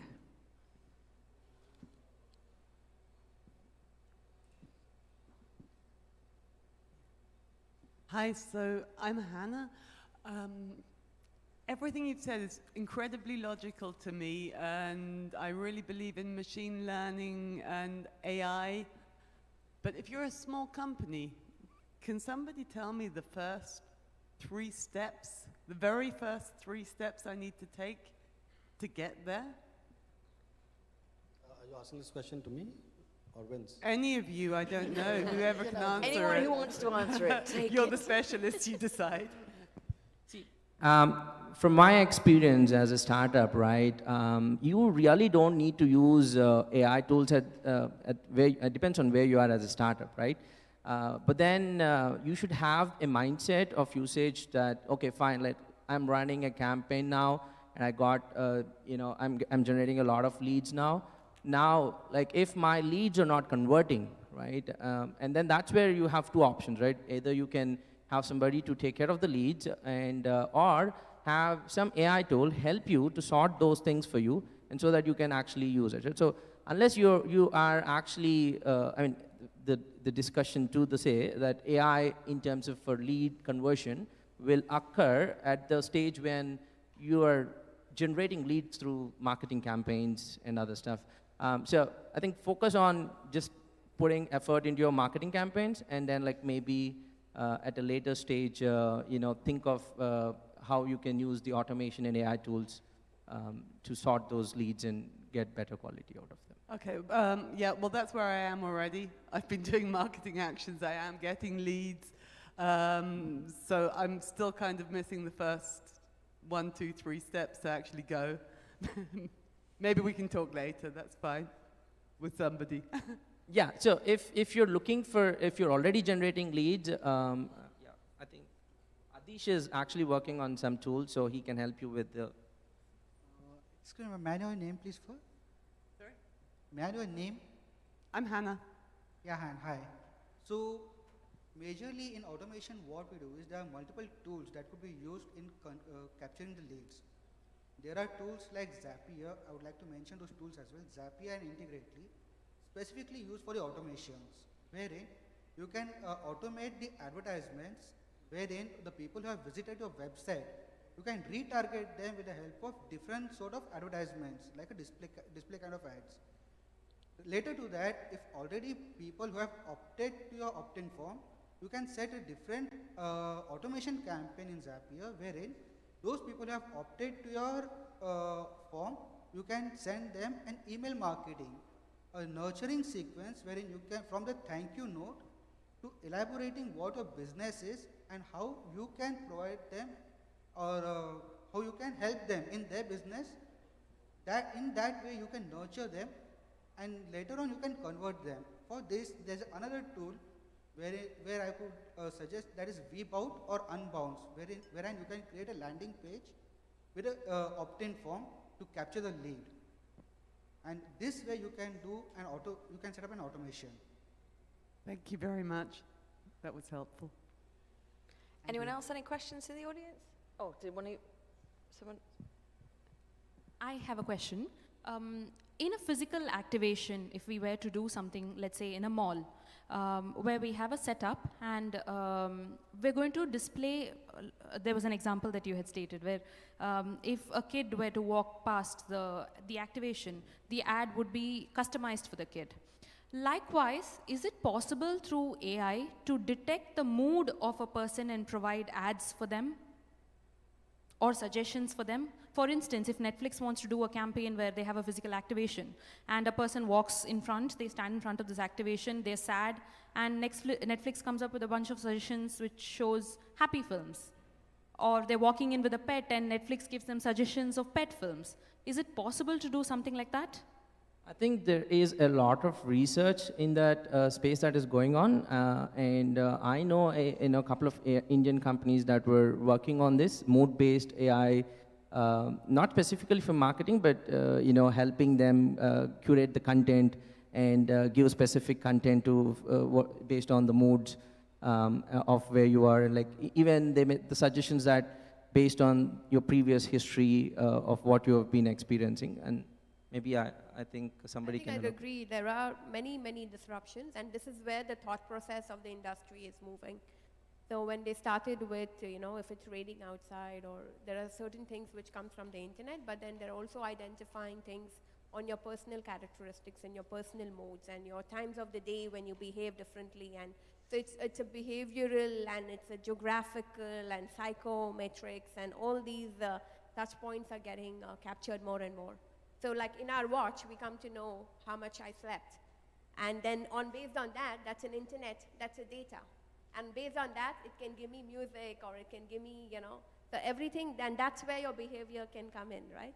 So your BM, your body mass index gets captured. The number of steps you took today get captured. So based on that, you pretty much can tap a lot of things, and that's where the research is going. See, as long as you don't get too intrusive, I think at the end of the day, it's all about data. And how much are you willing to pass on the data to everyone else, right? Would you want to pass on your mood data to the marketers? That's a billion-dollar question, right? I think that's a personal choice, and you have options to opt in or opt out. And in another language of calling it intrusive, you call it user experience, you call it guest interface. So it's called UI, UX, and guest. That's a new terminology they use for the words like intrusive in the market. And that's where we call it that the world is moving to an experiential economy now. Don't tell me what it is. Show me what it is. Let me experience it. Let me touch it. Let me feel it. So include me in your world, and that's where the world is going. I think if it's worth the payoff as well, if the data that you have to give up to get this experience, if the experience is worth it, then you're... Well, I'll tell you a simple thing, like when I started my journey into sales, I started honestly very, very early, from the age of 16, 17, and that's the time in the 1990s when pagers and telephones, the normal telephones were there, and the mobile phones were just launched. And that was the time when people said, for every important call, I'll go to the landline.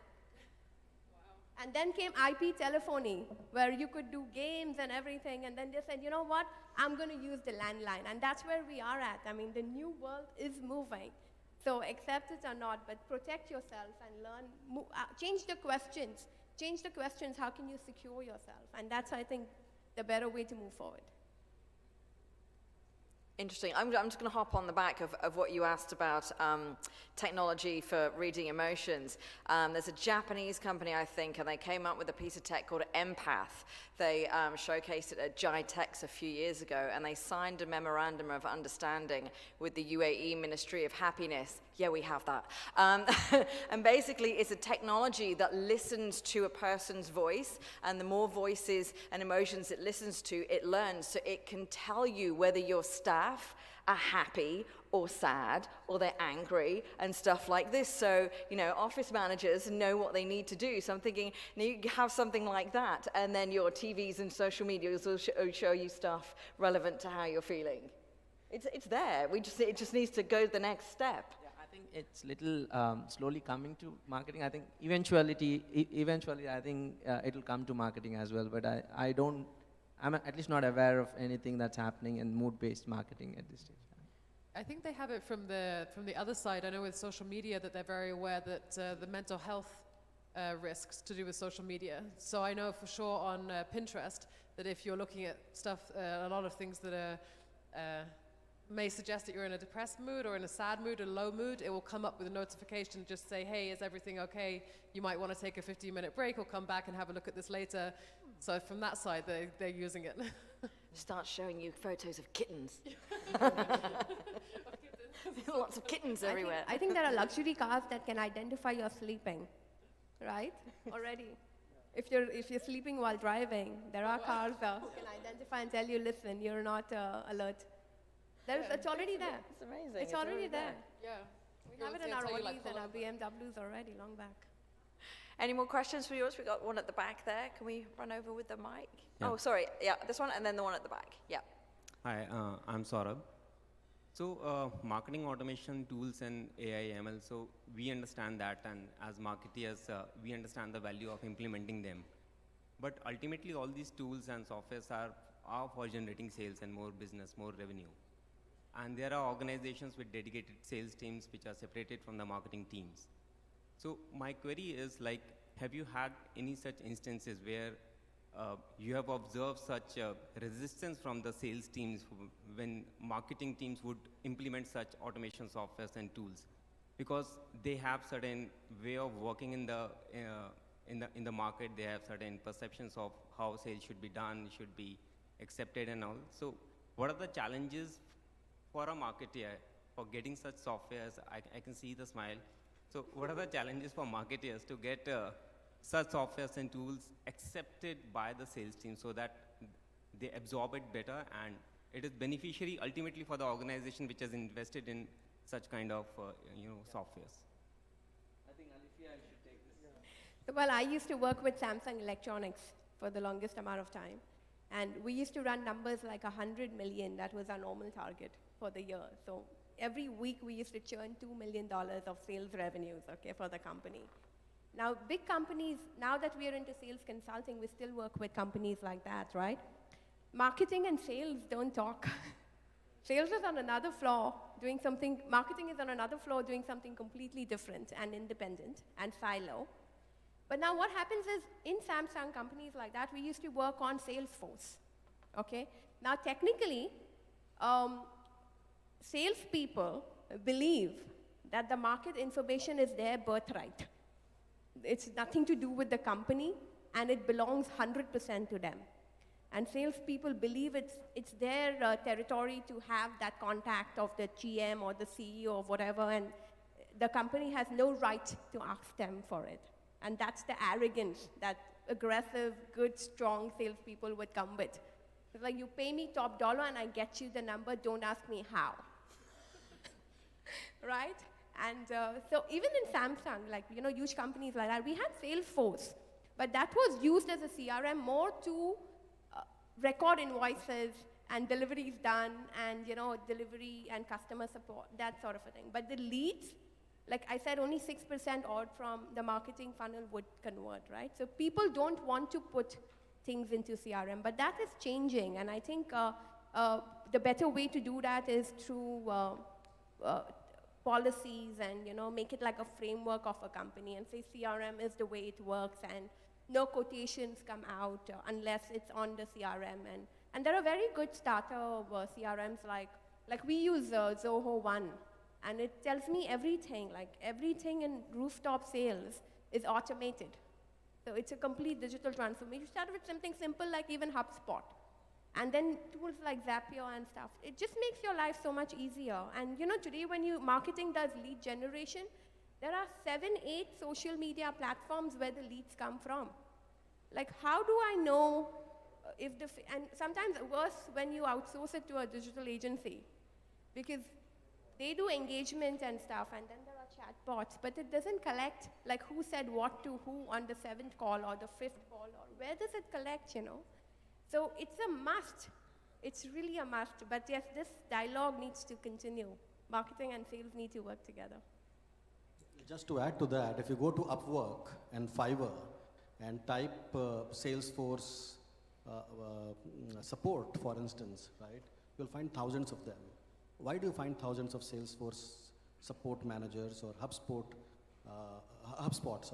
support executives who can give you support in terms of managing your CRM? Because 50% of salespeople do not put their data in the CRM. They have never put, they will never put. Forget about policies and frameworks. 80%. Right? You need an automation system which can collect the data as much in an automated fashion as possible. Maybe through integration of LinkedIn's Sales Navigator, maybe through other possible forms of integrations. Another problem is that every year, 25% of the data that you put in the CRM gets degraded. People change jobs. How do you update that? Your salespeople change jobs. How do you update that data? So marketing automation today, to answer your question, has this capability of updating proactively this data by mining various social platforms and putting it up to date. Right? But that's a clear challenge. I agree to that. And last question at the back, very quickly. Yeah, hi. So my question is, in the perspective of a customer, there's a very thin line between the company being intrusive and creepy, or the company being really helpful in giving me a solution that I need, right? So regarding the example that you gave about Pinterest detecting my mood, personally, I would find that extremely disturbing. But if I had another experience, I would like to share, for example, when I was living in Korea, there is a company called Coupang, which is basically an e-commerce company. So they collect a lot of data on its customers, and the experience I had was at night I was brushing my teeth and I noticed that I'm finishing my last tube of toothpaste. So Coupang knows exactly when I last purchased. They know what my purchasing cycle is, and then as I went to bed and opened the app, it said, "Do you want the toothpaste? It's going to be delivered tomorrow by 7 a.m." So within a click, of course I would say yes. For me, that was very helpful. So all of us are marketers. I would like to have the panelists' insight on what you think we can do to ensure that we provide the solutions, the products, to the end customer in a way that is at the right time, the right price, in a non-intrusive way. And that, of course, it differs according to different markets. In Korea, privacy is much, much less of an issue than, let's say, in the United States. So we have a diverse panel, and I would love to hear your thoughts. For sure, and as I said, it's the payoff for a lot of people. So knowing your customer, like to some people, that would be creepy to get that message, or like, wow, you're like spying on me. Like, how do you know that I just finished my toothpaste? But for you, because it's useful, then it's a good payoff. So you're happy for them to have that data to track that for you, because the payoff is worth it for you. And so with any form of marketing is knowing your customer and to be able to build that experience and that service around your customer, and to know that for them it's not going to be creepy, that it's actually going to be really valuable and they're going to appreciate it. And as we've been saying as well, like our behaviors are changing, and especially with this technology, our approach and our understanding of the technology is changing, which is making us more accepting of these things. So things that would have been really creepy for us. And so many parents I know, they wouldn't never have allowed their kids on social media, but now like that's changing, and more kids are being on social media, and parents are allowing it to happen. And now there's like more guidelines and guardrails that are coming up around that usage. And as companies, we're all going to make mistakes. As marketers, we're all going to make mistakes. There's something that we're going to think is a fantastic idea, and then we run the campaign and realize it's an absolute disaster. And so that's going to happen, all these stumbling blocks and learnings as we go. But I think it just, as you said, it depends on the market, it depends on the customer that you're serving, and just making sure it fits them. Oh, you've no idea what's going through my head right now. Depends what you're running out of and when, I guess, you know. Any more thoughts on that one before we end? Again, to the question asked by the fellow person over there, what is the difference between the sales as well as in the marketing automation, where we can capture the leads and convert into sales, right? So there is one more thing that you can do to qualify the leads, that is with the help of type form. Once you have set up the marketing, you can capture the lead, nurture it, and then you can help him fill out the type form, which has a qualification kind of thing, where you can qualify them whether they are right fit for your business or not. Likewise, in marketing segment, you can get those people down to bottom to the funnel, and then you can pitch into the sales people to close our account at the end. Fantastic. Thank you so much to our panel for a fantastic session. Great insights there. Thank you all so much. Amazing stuff. And we're going to get right next to our speaker session. Striking a balance between maintaining customer privacy and data-driven marketing can prove to be a massive challenge for today's marketeers. Through this session, our speaker will unravel solutions and help to get the balance right in data-driven marketing. Please welcome to the stage Rahul Handa. He is COO of Fuel Intelligence. He'll be sharing his experience-based insights on the topic of getting the balance right, the future for data-driven marketing. A great follow-on from the panel session that we've just had.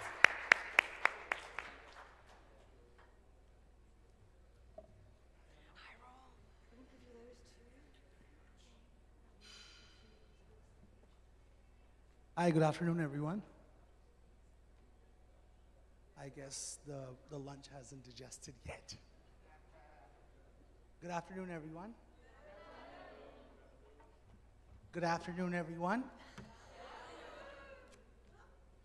So I know why there are certain people sitting in front and certain people sitting behind. Let's do that again. Good afternoon, everyone. Good afternoon. Emma, you're getting paid for it, so that's okay. Good afternoon, everyone. All right, so, oh yeah, I made that, sorry about that. So my name is Rahul Handa, like the footballer. You can find me on LinkedIn. I didn't carry my business cards because I thought it made more sense to come here in person. And Kate, I have a couple of questions for you. I was looking for you yesterday, but I couldn't find you, so I'd like to speak to you later. So I'm going to talk about myself for a couple of minutes because I'm going to sell myself first so that you listen to me, and then talk about data-driven marketing, the past, the present, the future, and then a little bit about what I do. So we had a panel session yesterday, People Over Profit. I get paid to do that. So I'm the Chief Operating Officer at Fuel Intelligence. We're into video metrics. Yeah, I was expecting the awkward silence. So I've heard a lot of people talk about content, video is the next thing, TikTok, Chingari, someone spoke about that yesterday. And what we do is we do quantitative and qualitative market research, and we tell companies, marketers, what you need to tell your agency to do. In which direction should your agency go to, right? I mean, I've heard a lot of people talk about inputs, understanding what your client wants. We tell the client what they want. So I'll talk a little bit more about that. So I'm the Chief Operating Officer at Fuel Intelligence. I've been working with people, for people, and by the people for the last 20 years. I'm still young at heart. Yeah, no one else is young at heart? No? Yes? Yes? Okay, all right. So I'm a firm believer of the fact that we should put people over profit.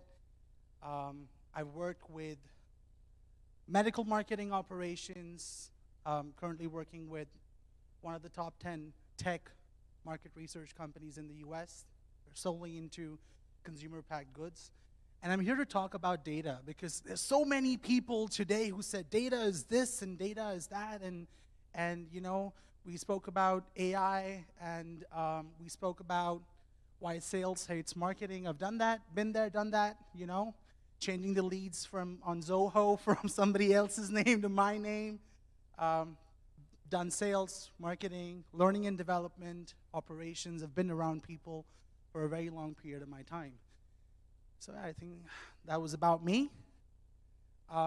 Before we look into getting the balance right and the future of data-driven marketing, I wanted to talk about 3 very important things that I paid someone to learn from, is the golden circle. The golden circle talks about three things: the how, the what, and the why. And the how, the what, and the why, these three things apply everywhere, right? It applies everywhere. I've not put it on the presentation because I'm standing in front of you talking about it. So we all know why, we all know how marketing is done. We all know what it does. But do we know why we do it? I mean, all of you guys are so passionate about what you do. I've seen people network, I've seen people interact. I've seen people ask questions. I've seen budding entrepreneurs asking a lot of questions, right? And it takes a lot of courage to lead that 9-to-5, paycheck to paycheck job like Noha did there, and and start something of your own. And in my personal and professional career, I've always asked this question to myself: why? Right? And that's what Fuel Intelligence solves. That's what our mother company, Nailbiter, which I said is one of the top 10 tech CPG companies in the world, solves. Is we tell why you should market, why you should market in a certain way. Why is your guy buying, if Pepsi was my client, why is Pepsi buying Pepsi and not buying Coca-Cola? They're both going to give you diabetes, right? They're both going to make you fat. But why is that happening? Why is that so important?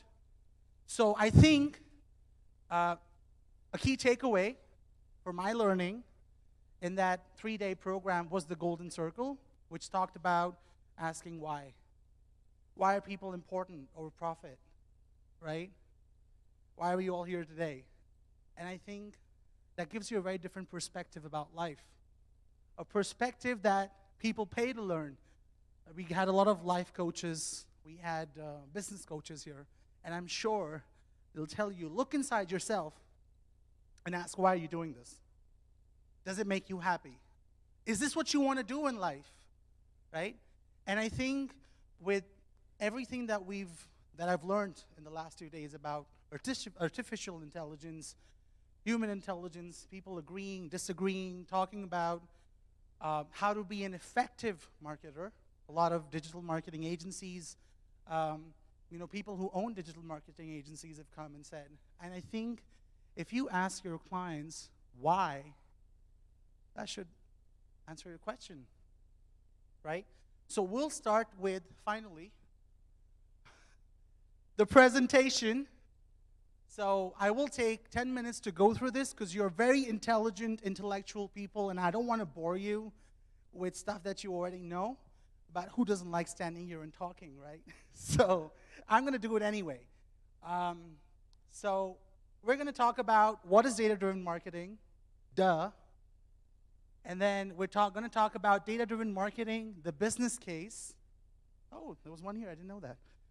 And then how beneficial is a data-driven marketing approach, the history, the past, the present, and the future of data-driven marketing, right?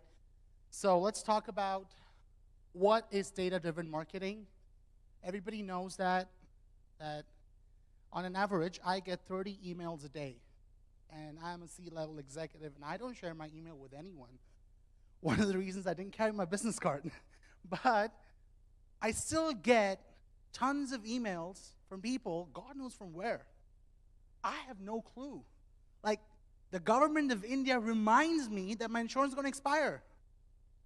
It tells me 2 weeks in advance that my insurance is going to expire in 2 weeks.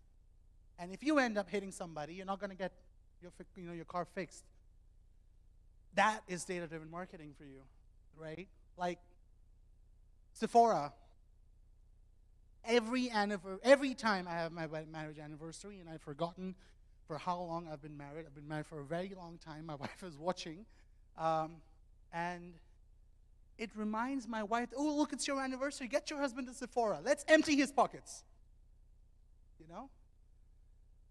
And the fun thing is that we're based out of Mumbai, right? And the Sephora in Dubai will send an email to my wife even before the Sephora in India. That is data-driven marketing. We've all done that. But like we spoke of, like Kate said, right? Timing is very important. Timing is of essence. It's of key.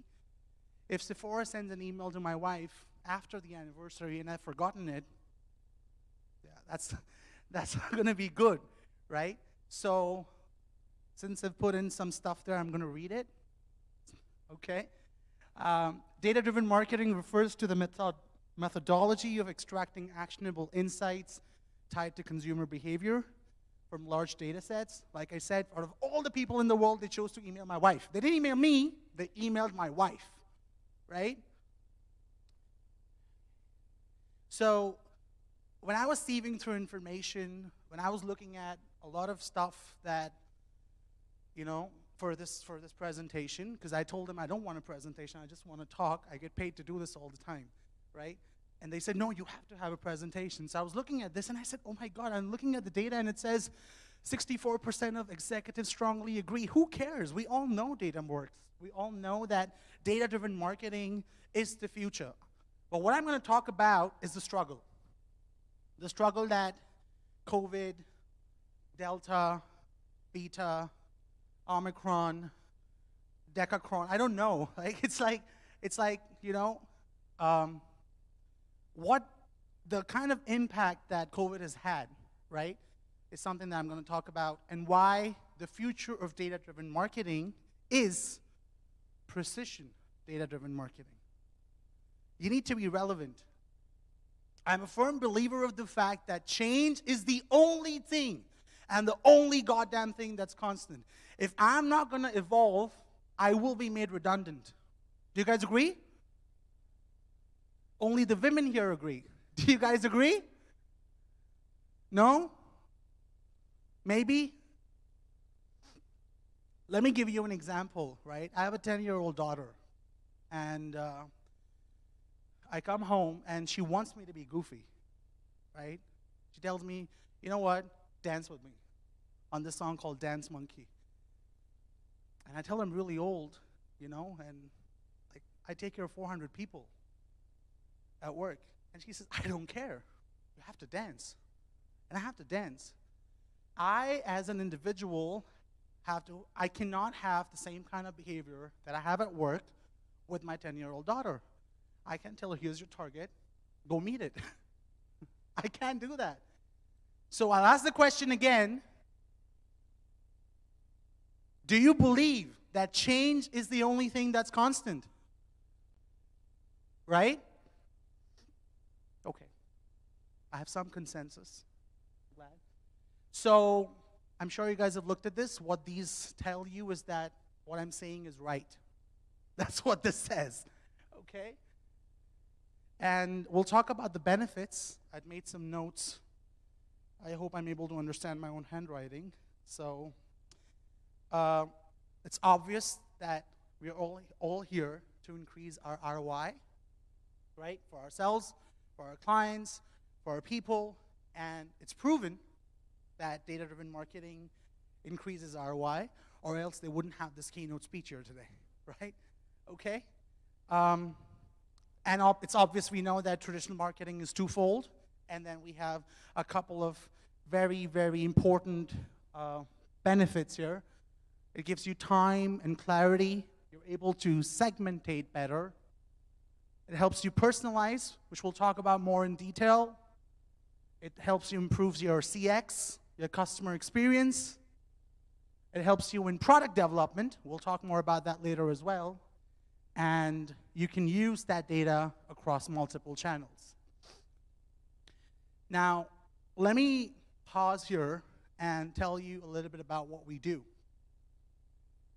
If I were to tell you that out of 5,000 people that went to a Target store to get whatever groceries they had to, how many people noticed Diet Coke?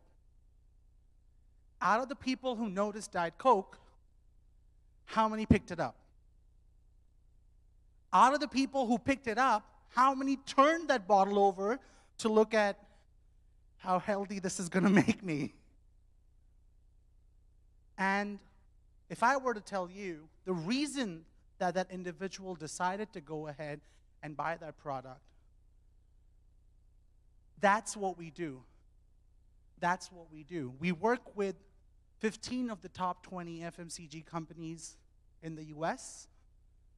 We work with Pepsi, Coca-Cola, Johnson & Johnson, Reckitt Bennett, Valvoline, Timex, a lot of these people that we work with.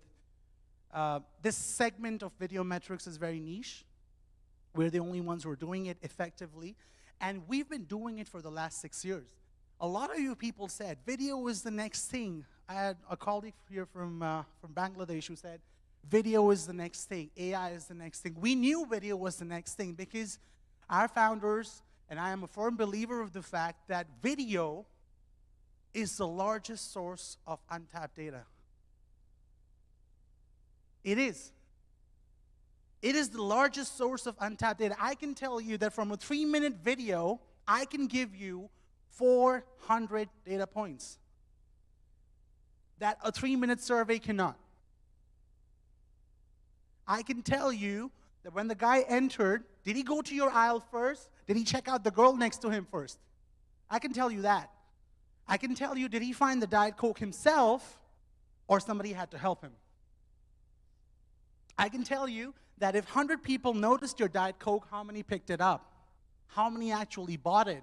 And if they bought it, why did they buy it? And if they didn't buy it, why did they not buy it? So what we do is the prequel of data marketing. We tell you where you should tell your digital agency to focus on. That's what we do, right? And which is why I chose this keynote speech, because I live, breathe, digest data day in and day out. I want to spend 2 minutes to talk about AI versus human intelligence, if I may. So, I'm sure many of you know Snapchat, TikTok, YouTube Shorts. Snapchat alone employs 90,000 people across the world, both first party and third party, people on their payroll, and they've outsourced it to, of course, India, to do content moderation. That means they have a very capable AI system that helps them detect, hate speech, nudity, whatever policies they have where you can't upload something on Snapchat or TikTok. And 60% of the times, AI works. 40% of the times, it does not work. And that's why you have 90,000 people across the world sitting and moderating content. Sitting and looking and saying, oh, you know what? This needs to be flagged. Oh, you know what? This is what needs to be flagged. You may have had so many instances where you take a video on Instagram for more than 15 seconds, and let's say there's some music playing in the background. If it's more than 15 seconds, Instagram will say that you're violating copyright because you didn't pay the guy whose music, is in your video. Now, that's done through AI. But that only happens 6 out of 10 times. So I believe the fact that AI is here to stay. And I believe the lady who gave me an example about Korea, if somebody told me that, would you like to get toothpaste, I'd tell them, deliver it, right? But at the same time, if somebody were to gauge my mood, I'd freak out. I'd freak out, right? Because my wife cannot gauge my mood. I've been with her for a very long time, and I can't gauge her mood, right? So that's one thing that I wanted to talk about. The next thing that we'll talk about is the history of data-driven marketing, because it's there, so we'll talk about it. So it started with CRMs. I think Alpha spoke about Zoho. We spoke about Salesforce. Salesforce started in the 2000s. used Salesforce for a very long time, not for billing and accounting and delivery, but for lead generation, for sales.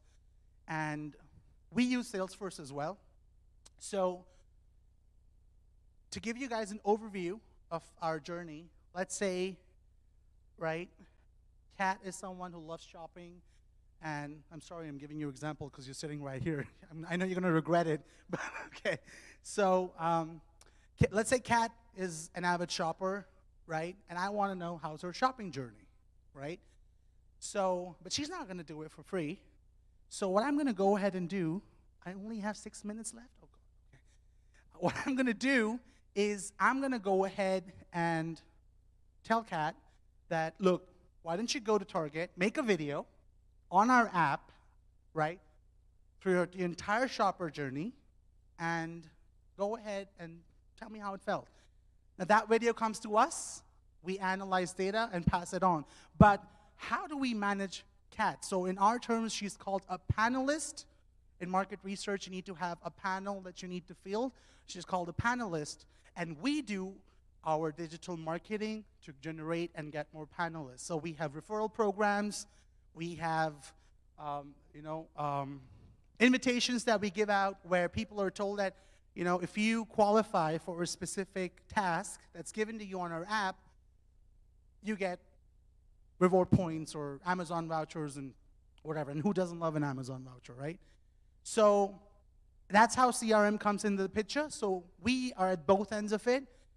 We do digital marketing ourselves to get more panelists like Kat on board who can make videos for us across the US, Europe, Asia Pacific, all of it. I'm going to wrap up because I only have 5 minutes and I'll see Emma's head popping up any moment now.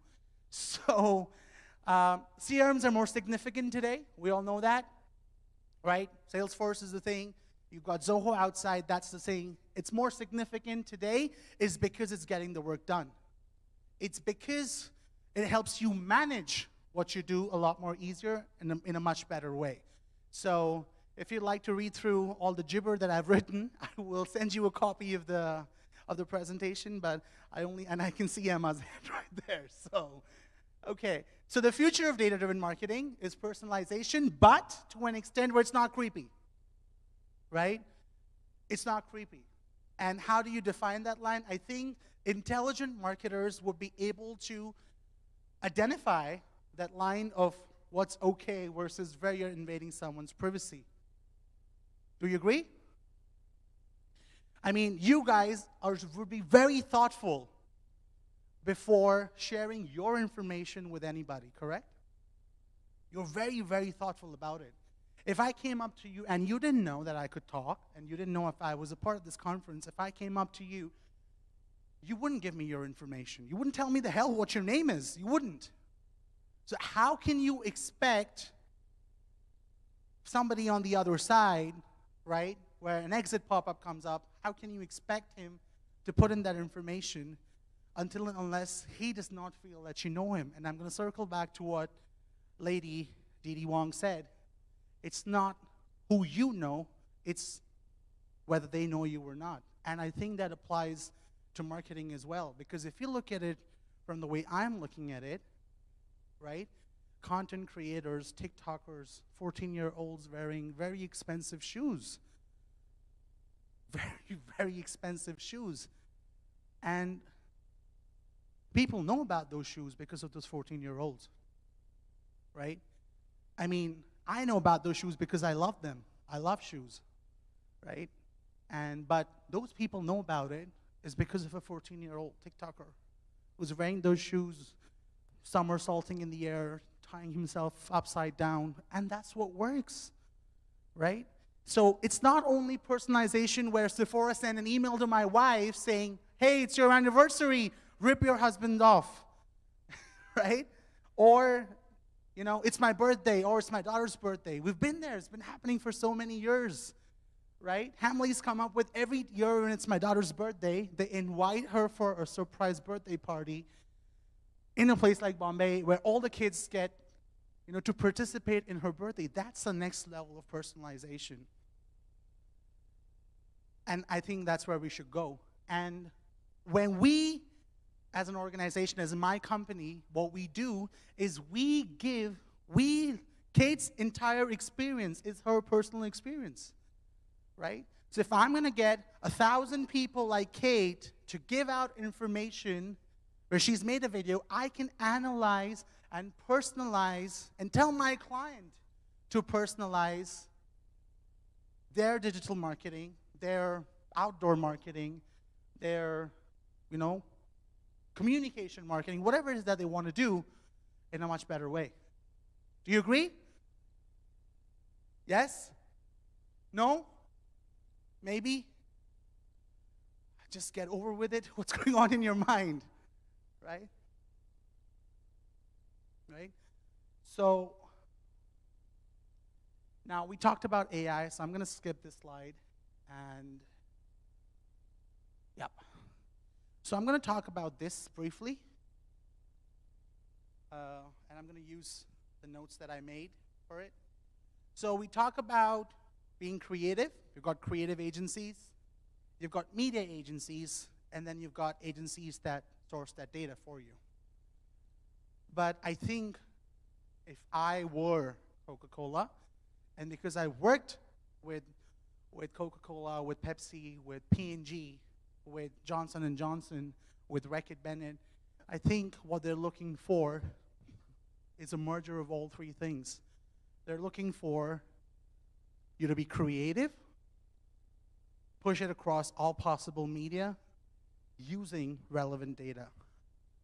Now, the challenge that we've had post-COVID is, let me tell you some stats that we had. So between March and August 2020, 1 in 5 consumers switched brands. Now, there could be various reasons, right? It was out of stock, or it was the cheapest thing to do, or whatever. But 1 in 5 consumers, 1 in 5 consumers switched brands, and 7 in 10 tried new digital channels. So now the biggest problem with data-driven marketing, or the biggest challenge with data-driven marketing, is relevance. Every digital agency here is trying to be relevant. That's why you're evolving, right? Every digital agency here wants to do something new. People spoke about it yesterday, you spoke about it, that there are new things that individuals have to do because clients' expectations are increasing. Similarly, your people, your users, their behavior is changing every day. Every day. My daughter likes BTS today. She'll probably like somebody else tomorrow, right? The reason BTS is still relevant, and I think they're the best marketed brand in the world. So is the Prime Minister of our country. He's a marketer himself. He's been able to market himself globally, which is why he's still here. Because every time something happened, he made himself relevant.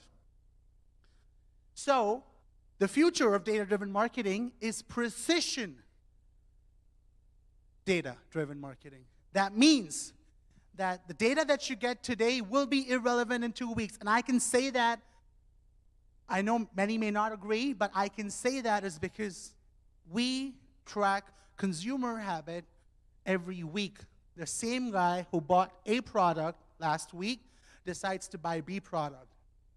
He was offline last week. That means he went to a store and got it. This week he wants it online.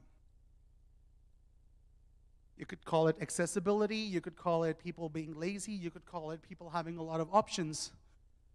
But if you look at it, it's all about having relevant data. BTS has their own app. They've got their own Twitter. They've got their own stuff. And every day, they make sure that they're in the game. They're relevant. My sister-in-law is old. She's about 40 years old.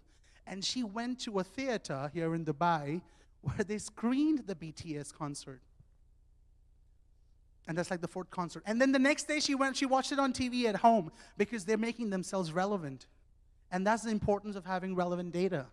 Now, if you talk about a boy band that's in its 30s, that's in its 20s, do you think it would appeal to a 40-year-old woman? No, it wouldn't. No one would think of it. But it does.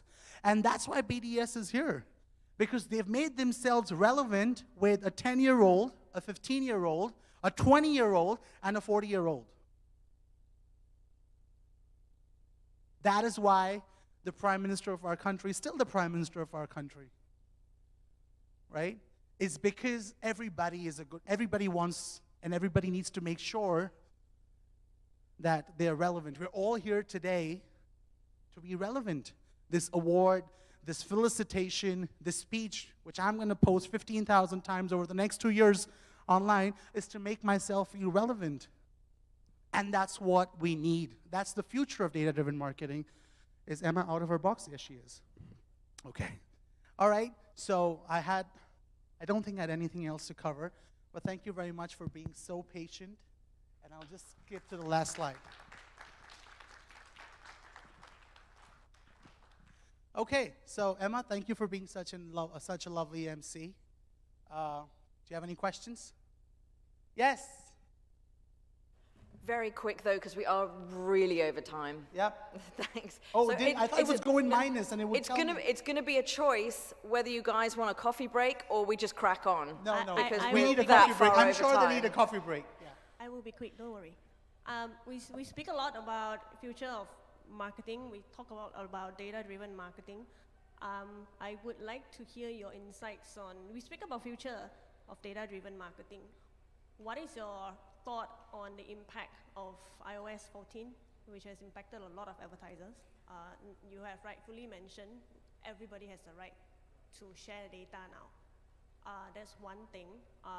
It will only impact further. And secondly is, of course, there has been a lot of talks about cookieless world. And also following up on the previous panel as well. There are a lot of our work that are surrounding data. But when we move into that cookieless world, when we can't track anything, a lot of the effort doesn't matter anymore. Correct. Right, so I would like to hear your insights. Okay, great question. I was actually speaking to Atish about it. I don't know if he's still here. We were talking about the exact same thing, about getting relevant data becoming challenging because companies want clean data. They don't want to get sued, especially in the US. And with iOS 14 coming in, which is going to ask you every time somebody wants to peep into your phone or put those cookies, God knows where they put them, right? I believe and I think that the only way to go about it, like for example, when we let our people make those videos, we're very clear in our communication to them. And when we very clearly tell them, this is what we're going to do with our data. I think the biggest problem here is fear, right? There's no clarity about where my data is going to go. But if you were to tell me, and this is my personal opinion, right? If you were to tell me that I'm going to use your data in this fashion, over here, I'm not going to freak you out, right? If you're shopping for toys, and I realize that you're shopping for toys, I will give you recommendations on toys. I think that's where we need to go to. Because to be honest with you, with what's going to happen with iOS 14, Android's going to get there at some point in time. And then we're going to be in this infinite loop where people are struggling for quality data, for opt-in data. To give you one example, and we can of course discuss it further, durable medical equipment is one of the largest Medicare costs in the US. Everybody knows Medicare in the US, you get insurance, right? You cannot go ahead and pitch someone that, Kat, do you have pain in your knees? She's gonna regret sitting here. Do you have pain in your knees? I can give you braces. Until and unless she opts in and tells you that, yes, I've got pain in my knees. To give you another example, if I were to tell you to make a video, I would tell you exactly how many people are going to watch it, what process it's going to go through, and how am I going to use your data. I will even tell you that I will use your data with Coca-Cola and its competitor Pepsi. And I think clarity and clear communication is the only way in which we can get the right kind of data. Because to be honest, we're in this situation today is because people don't know how their data is being used, right? If I came to you and I asked you for your business card, and I told you that, give me your business card, I'm going to send you a LinkedIn invitation, I'm going to send you an email, and we'll take it further, you'd be more comfortable, wouldn't you?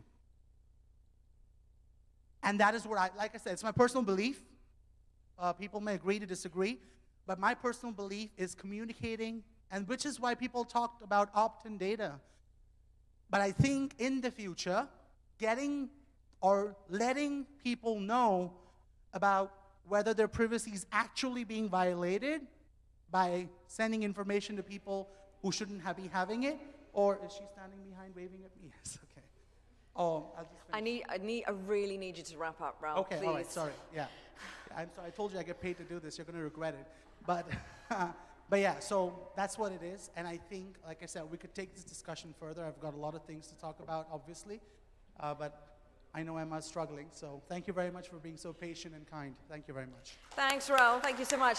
And we literally will have time to run out, grab a coffee, and come back because we are very much over time at this point, and we need to claw some back a little bit. So if you want to take 10 minutes to grab yourself a coffee and a snack and come back, and then we will get on with our next speaker, who's going to be talking about the evolution of programmatic digital out-of-home advertising. So just 10 minutes, folks, and then we'll start again. Thank you.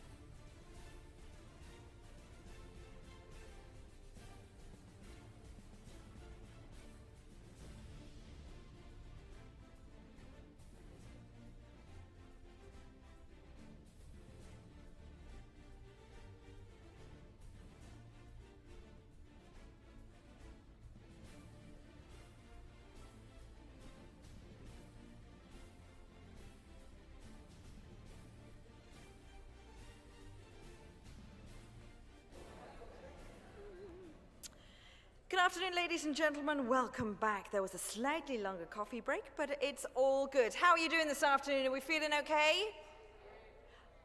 Are we feeling okay, guys? Yes, Wilson's alive at the back. It's good to know.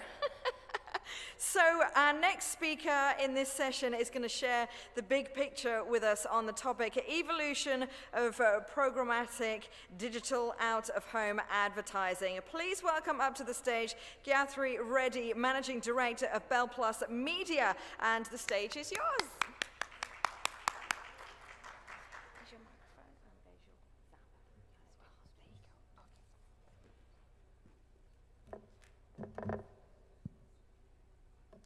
Hi, hello, good afternoon, everyone. I guess most of you are not back yet. That's okay. So this is Gayatri Reddy, a 26-year-old young entrepreneur, co-founder and managing director of Bell Plus Media Private Limited. So I'm here today to talk on the evolution of DOH in the field of advertising. And before we get into the technical part of that, let's see how we have evolved as a company in the DOH market. Okay, so well, the world around us is not the same, and everyone in it has got a different perspective for life. Yes, out of which few of them would love to lead a very safe, secure, simple, and subtle life, whereas the others, they would always love to take risks. They never wanted a risk-free life. They would never settle with what they have and what they are. Yes. And so I'm one among them who would never love to settle with what it is and keep looking out for exploring opportunities and keep evolving myself as a person and as a company in the DOH market.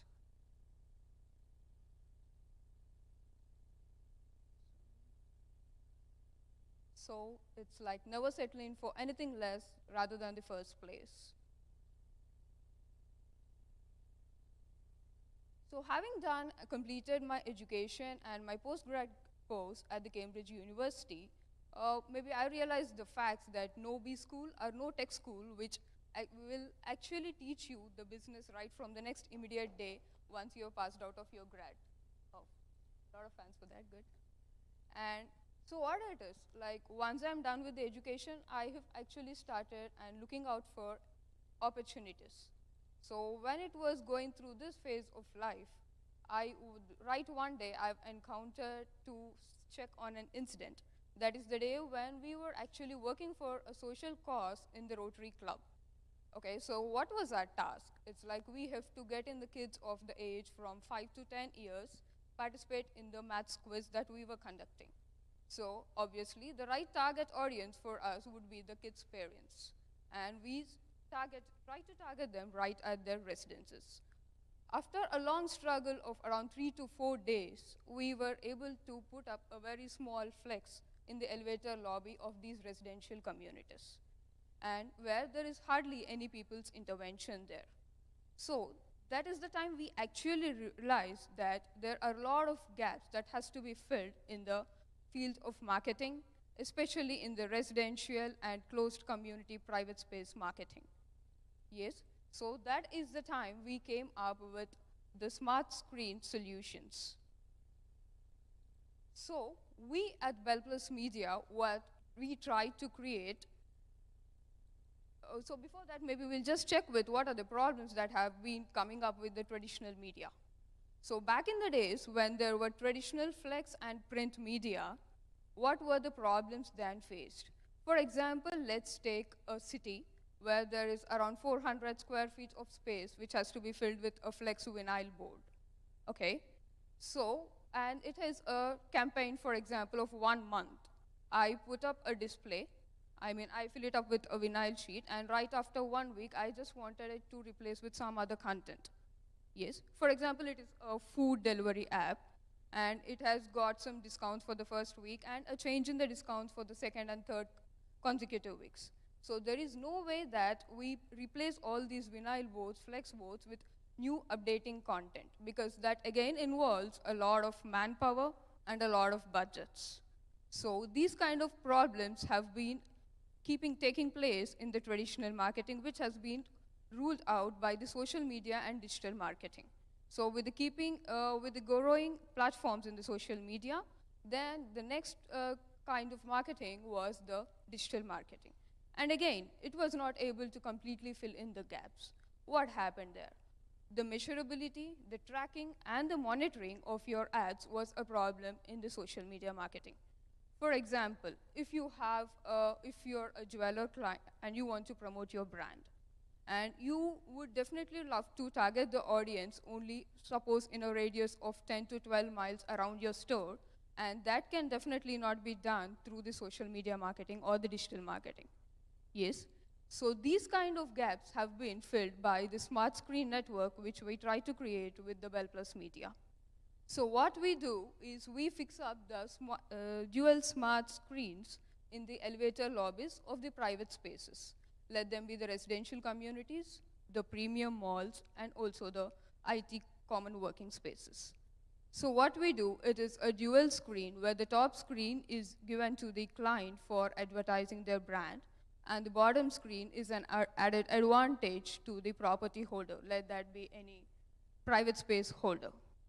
Yes, so what we try to do here is we came up with an amazing software where we created the pre-campaign and post-campaign benefits for the brand. So what comes under the pre-campaign benefits are, for example, if you want, maybe you will be the right person who wanted to talk to your brand rather than someone else taking up and doing that job for you. Yes? So what it is you can log into the portal, design your own template, like what kind you want it in terms of a video with an audio, or just the template, some kind of QR codes you want to put for the tracking. So you can you can design your own template and upload it for the inventory that you wanted to choose all across your city, all across your country, or across the world. So select the inventory, design your template, and get it uploaded from the client interface, which is an end-to-end interface without involving any other marketing agencies or any marketing vendors right there. Yes, that is one. And for example, let's take it with an example, you have a food delivery app, okay? All right, that has got a week-long campaign, and on the Mondays, it has got given some offers on pizzas, on Tuesdays on some Italian food, and Thursdays on some other food. So it needs to keep changing the data every day, which is not possible in any other traditional media. So we have created the software in such a way that all these templates, all these things which has to be done on the data lines and the timings can be set as per the software. Yes, and once the campaign is live and you get across through the payment portal, the campaign is live within not more than 5 minutes across all the screens in the world, post the campaigns. So doing the campaign is not a tough job, but once it is done, the monitoring, the tracking, and the operation of that was a challenge in most of the traditional media. So what we do here is once the campaign is done, or maybe right in the process of its happening, we provide the client with the reports, with the log reports. So what the reports exactly says, it gives you an analysis of the viewership count, how many people have seen that, how many number of times the ad has been played, how many women, how many men, and all these details, all the analysis of this is given to you in the proper log reports, which will help you analyze on how to further take your brand forward. Yes, and for example, if you're doing a campaign somewhere in the West and you can't physically go and check if the screen is on or if the flexboard is on, or if it's torn up, if there is some other brand which is getting promoted there, you need a proof of play for everything, right? So in this case, we have created the software in such a way that whenever the client wants to check with what is happening over the screen, he can just log into the portal and check with the screenshots or the live updates of what's happening over the screen. And in case of by any chance, if there was any screens down and if he has that doubt of play, he can just check with all the monitoring happening on the software. So we try to incorporate all this in our existing software. So this is the way we connect through the cloud software, through all the media assets placed all across the world. So we'll just check a quick walkthrough of how the inventory of the media assets is happening.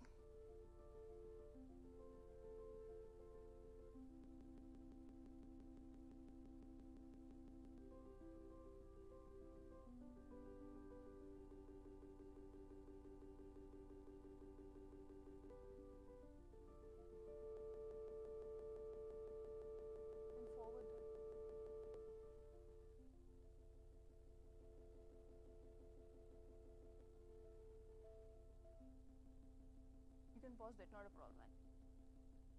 I guess there was some issue with the video. Yeah, you can pause it there. So this is the elevator lobby of a premium residential community in India. So where we have put up displays on the elevator lobbies, which is a dual screen, and Zomato, a food delivery app, is promoting its brand in the top screen, where it's divided the screen into how many ever templates it wanted with a QR code for the tracking and the branding, any video that has to be played. So the top screen is totally customized as per the requirement of the brand.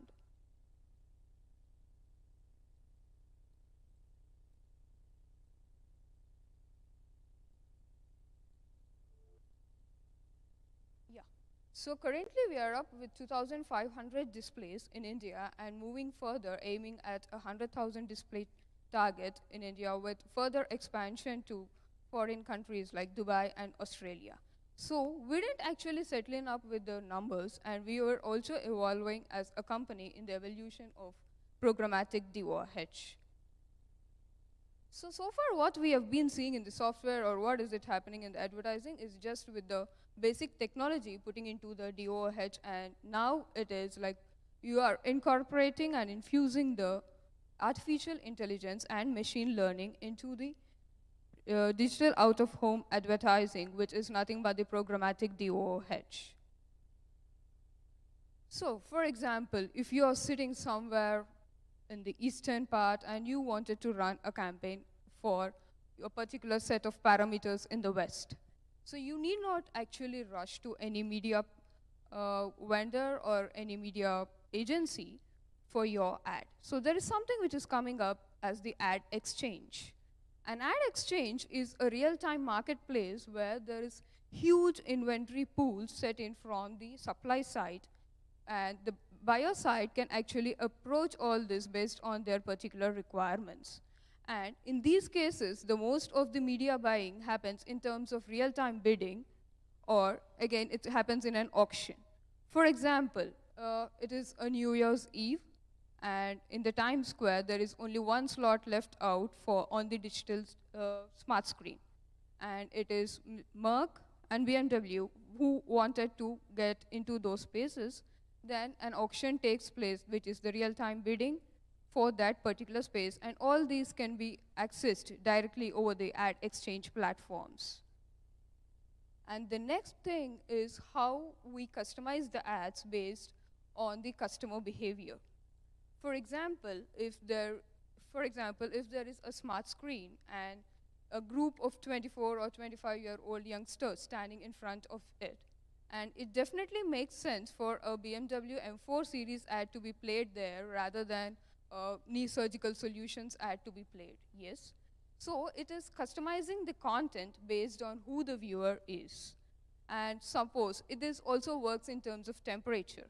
Suppose if it's a very hot summer, and a 10-year-old kid is standing in front of the display. So it should be something related to him. So something like an ice cream ad would do rather than playing up a jewelry or some automobiles ad in front of him.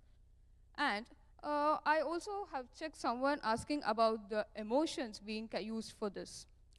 I'm not aware of the company exactly, but there is also a company which is working on the face recognition technology, which can give out the ads based on the person's emotions, based on the face he shows. For example, he is laughing or he shows a happy face. The ads which are related to that keeps playing, and we are more flexible to use the emotions with the face recognition technology for the artificial intelligence in segregating the ads. So, moving further, programmatic DOH will be a revolution, and advertising is no more done for the sake of advertising. Let's take it in an interactive and lifestyle kind of advertising from here on. Thank you. Thanks for the stage.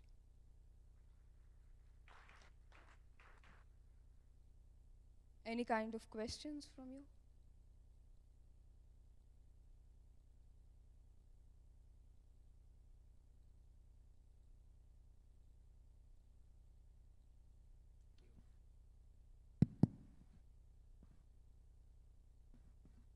Hi, thank you for that insightful inputs. I wanted to know, how many screens did you say was it in India? Sorry? How many screens are there in India?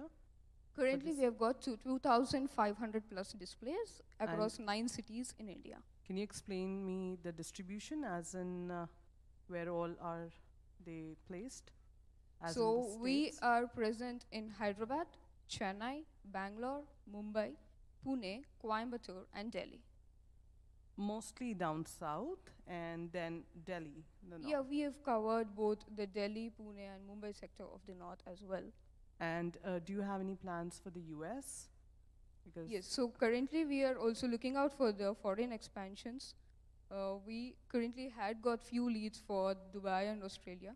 Definitely looking forward for US as well. All right, thank you. Hello. Yeah, hi. You mentioned that you're providing reports about the audience analysis. Can you tell me what tools do you use? How do you give this analysis? I can't imagine.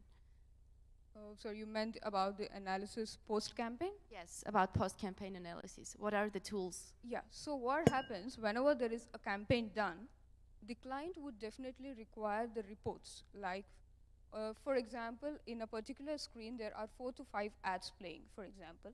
One from the food sector, one from the jewelry, and all those keep running in a loop. So the client would definitely require how many times it had played in a day, how many slots, how many times in the morning, afternoon, and evening, and the eyeballs that have seen that, out of which how many were the men, how many were the women. So these kind of log reports, which means the campaign reports, are provided for their analysis. So once, if you see, again, they target different cities and different properties.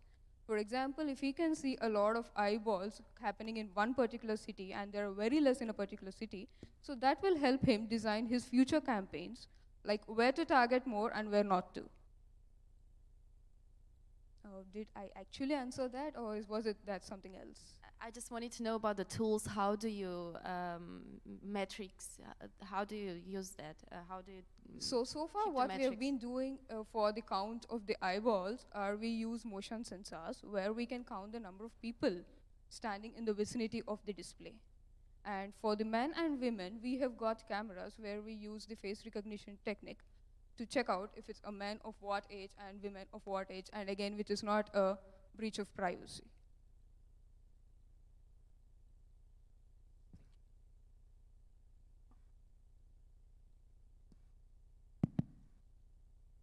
Hello, my name is Ayman. Thank you for the input. I just want to ask, so you don't create the content, but you just take the content and customize it to work for the target? Sorry? The content of the campaign. Yes. The content of the campaign, what it is, like, there are two things. In case if the brand wants us to design the content, we can do it. But again, it will be right if the brand designs the content, because they'll be right how to talk to their audience, yes? So once we give them a template, they can design the template which doesn't take more than 2 minutes. They can put any number of images with an audio, with a video, or if they want the complete screen with an image. All that is totally flexible, and he can choose or design his template on his own way. Once the design is over, he uploads all his content, which he had already had, the videos and the photos. And once he processes through the payment gateway, the campaign is live in all the displays. Great, thank you.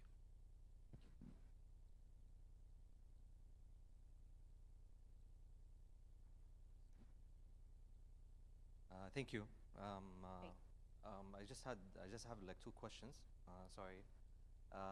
First of all, I work in the same industry. I work in the outdoor or out-of-home media in Saudi. We're considered to be the largest in Saudi. We do use measurability tools. However, we're very limited when it comes to measurability tools because of privacy and other security reasons. My question to you, do you use cameras for outdoor, or is it basically a sensor-based technology? Because in malls, I know in malls we can do a lot of things when it comes to malls, from beacon technology to nodes to different type of solutions. However, an outdoor is actually more complicated than that. Do you have any insight about outdoor and how can we actually measure traffic? So I'll tell you how it works. For example, if it is a mall where there are cameras already set up, so there is no issue with the privacy in case we are also putting up the cameras. And in case of the residential things, it works on a mutual basis.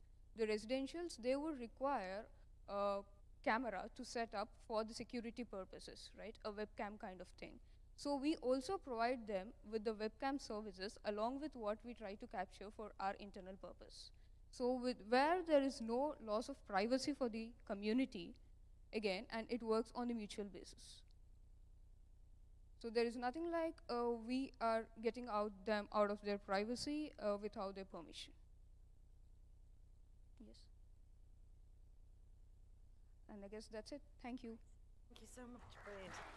Thank you so much. What a brilliant presentation, and thank you for your questions as well. We do have one last speaker to round off the day, and we're going to be looking at marketing with a purpose, the keys to building loyalty and creating value. Purpose-driven brands are rapidly gaining the attention of customers and doing exceptionally well in the marketplace, with customers preferring to do business with impact-making companies. A brand's marketing efforts must reflect its ethos to spark loyalty and trust. Please welcome up W.T. Ranga Acharya, founder of IAGMA.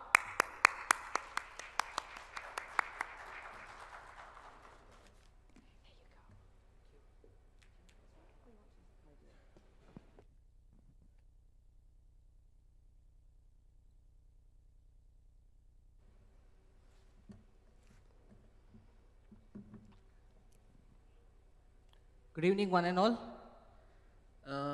Firstly, thank you for this opportunity. It's been a pleasure to be here from past 2 days and hear so many people talking about, making so many good relevant points. The good thing about being the last keynote speaker or presenter is, most of the time, 70% of the points are already covered. It is what I have to do is just need to pick certain things and start summarize stuff. So that is the best part. And next good thing is, it's already 20 minutes now. Another 20 minutes, everything will be wrapped up. So most of you would be thinking what we should be doing next. So even if I blabber and goof up, nothing will happen. It won't get into your head. Anyways, so I just brought up a couple of few creatives before getting into the topic, so that just will break the ice. And I want you to tell me what exactly you feel about these creatives. And mind you, most of the creatives, what you're seeing, are not the things which have made impact in a good way. For example, I take a sheet in the pool, right? If you try to say it aloud or while you're traveling, it sends the wrong signal. The purpose is there, but at times the intent misses. Next, this is a bit cliche. The idea is, it is a Dove product.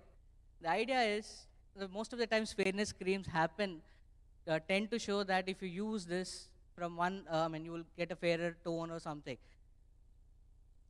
What they have put across has created a lot of, ifs and buts in the industry during that time. So again, a marketing fail here. Your ad here, advertise your small business with Bad Yogi magazine. The name of the brand itself is bad. Last but not the least is from India. Amul tentatively, generally, most of the times they do beautiful hoardings or creatives, but this time they fail. Yahan se, Wuhan se, yahan le aaye, which means from Wuhan they wanted to say that in literally in Hindi, English, I will try to translate in English, that from Wuhan, they have got Indians safely to India. But it has translated into from Wuhan, they have got it to India. They have forgot to mention about who, whether the virus or the people. Amul homecoming snack. To tap it up, that's the tagline. Anyways, so now the point or the topic that I'm here is marketing with a purpose, the keys to building loyalty and creating value. Over the period of 2 days, it has been established that everything that we do as a part of marketing or branding is for creating awareness, and end result is to get ROI or the leads, correct? So, before understanding how we can generate value or thereby getting loyalty or building loyal customer base, what we need to understand today is this: from how marketing has evolved and where it is today. Unless and until we don't know where we are standing, I don't think we will be able to even generate value, get clients, and make them loyal, right? So, I mean, most of the times you must be facing this question. People will be asking, we don't understand marketing, we don't believe in marketing, right? This happened to me a lot. So, generally what I do is, please take a seat, this will take some time. So, I'll make them sit and ask them, what is your name? So, marketing of a person starts from the day they are born, right? They cry to make an impact that, see, I'm here, I'm there in this world now. Then someone names them. That becomes your brand. So it is day in, day in, you are living marketing, right? The Darwin theory itself says that survival of the fittest, evolution, the process, the thing has progressed. Survival of the fittest is nothing but every animal or every living being, they have tried to brand it themselves to the nature. So marketing itself is there in the core DNA of this universe, correct? Agree or not? So that's the beauty of marketing. So now, what happened is, people talk about the ascendance of marketing has taken up from, today it is digital, tomorrow it could be with the help of AI, machine learning. But when did marketing actually start in terms of scientific knowledge? It is the barter system. What I have something, and what you have, if there is a need and wants met or demand and supply is met, that is the barter system. That is when the marketing has started. That is where the evolution has started, from product-centric, where supply, demand was key, to customer-centric. By the time 1960s came, most of the advertisements that if you can look back, the ads or the prints, they were run on emotional quotient, right? This is all to get more, build more awareness, and generate more leads. Then it was human-centric. Human-centric, see, we have heard about B2B, B2C, B2B2C, but today it is all about peer-to-peer. The person who's sitting next to you is a salesperson by himself. I won't buy something unless and until I don't, see, first of all, when I search, go onto Google, I search, as someone was rightly the point was made today, and I look for the reviews. And who are giving these reviews? My peers, my colleagues, right? So a person sitting next to you is the influencer or is a salesperson who would be selling your product. You would, unless and until you don't trust something or someone, today you won't purchase the product. So human-centric, after the advent of digital marketing, has become very apparent that I would look for the reviews, I would want to take second opinions, there is a community way of promotions, and most to do the organic search, correct? Then, because thanks to COVID, at least I don't know about other parts of the world, but at least in India, print is slowly dying. Thanks to OTT, most of the advertisement on TV, you can't advertise because people are using OTTs, the Netflix or the Amazons, you can't advertise. There's hardly few OTT channels where you can advertise. So the electronic or the most TV advertisements, which used to be the core center, today, entire marketing is in a big cliche. That is where the integration is required. This integration is required because unless and until you do a 360 degree of marketing, things will not work.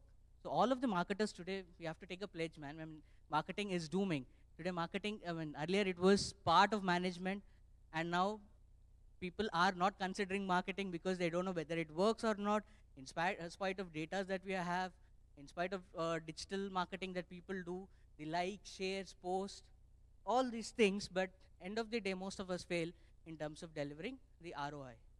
So when you integrate it with the AI, machine learning, blockchain, the digital, of course, and also the traditional fundamentals of marketing, that is when the marketing purpose of reaching the right audience will hit. That too with a strategy. All this while marketing was looked up as a part of management. Today it is a strategy. Unless and until you don't strategize certain things, it is difficult to get the desired results.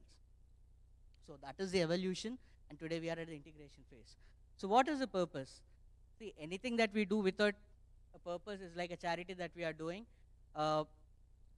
Housewife / house husband, this been from a old creative that we took. Today it is gender equality. So once Steve Jobs said, our client doesn't know what they want. And by the time we create something what they want, they would be looking for something else. Today also, the client or the customers, they don't know what they want, but they want something. At the same time, if you rewind back 10, 20 years back, even at that time also they didn't know what they want, but the options were limited. The loyalty was more. Today, the options are empty number, plenty are there. So the loyalty has become very less, because today I might want to purchase one product, tomorrow if it is not there, it is not available, or I want to try something new, I would shift my loyalties. So that is where, constantly, instead of looking to build loyalty, we need to look to create value. If you create value, the loyalty will automatically get built. Okay, the strategy here, or the key essence, how to create a value, I would have classified into these three things: image, identity, and integrity. So there are three I's of marketing, or three I's of branding. Unless and until you build a proper image, people will not know about you, correct? And once you build an image, if they don't identify the same way how you have built the image, they will never purchase your product. And once they have purchased the product, if the integrity question is there, for example, in 2008, if I remember correctly, there was a passenger called Dave who was traveling. He was traveling in United Airlines. Unfortunately, what happened is he saw everything from the window. His guitar, the crew were unable to handle it properly. They were very chilled out, relaxed. His guitar broke. The moment he landed back in the airport, he has complained it to United Airlines, saying that my guitar has been broken. Can you replace it? Because lack of proper, they didn't handle it properly. United Airlines didn't give a hit. He waited for almost a year. Then, thanks to social media and YouTube, he made a song, United Breaks Guitars, and posted it on YouTube. This made United Airlines to change their social media policy and also improve their customer service. So the moment when someone talks about, I have a product, this is what it gives, but if you don't follow it up with them or follow it up with that product, the entire image of your company or the product is gone for a toss. So as such, today, getting clients itself is very difficult, or customers or consumers is very difficult. If you talk about the industry across, not like an agency person talking. So once you get the customer, it is very important to retain them. That is when what kind of value services that you give comes into picture. The value services could be quality, it could be the customer service, or going out of the way. If there are certain goof ups that we do, going out of the way and trying to help your clients customers or consumers, sticking to your word is what makes the entire things work. So I don't want you to read this. I mean, but yeah, together we can do what, I mean, so far what we have discussed, whether it is covered or not, the quality of the product does matter. Unless and until the quality of the product is not good, whichever product that you build, you know, you will have a one-time customer. After that, they will not. Then image, company brand and affiliation, access to the solution, experience, blah, blah, blah. But end of the day, the bottom line is, most of the people think the moment someone talks about value, it is the price. No. It is the other benefits that you give it to your customer is the value that you are bringing into picture. Price is the only, it might be just a small variant in terms of having a client or retaining them, but the value or after service makes a lot of difference. So how to create more value? First of all, we have to respect our competitors, understand how they are behaving, how the market is shaping up, find a common grounds and see what best you can give to your audience. Now, how to earn loyalty? A satisfied customer is the best business strategy of all. So this is how you get loyalty. Get value, create value, and you will get loyalty. So I'll give you a couple of case studies. I have another 15 minutes, so I'll try to wrap it up in 10 minutes.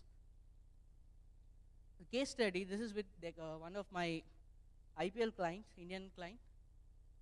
IPL 2, we approached them and we wanted to create an impact, create a promotional value through social media way back in 2009 and 10.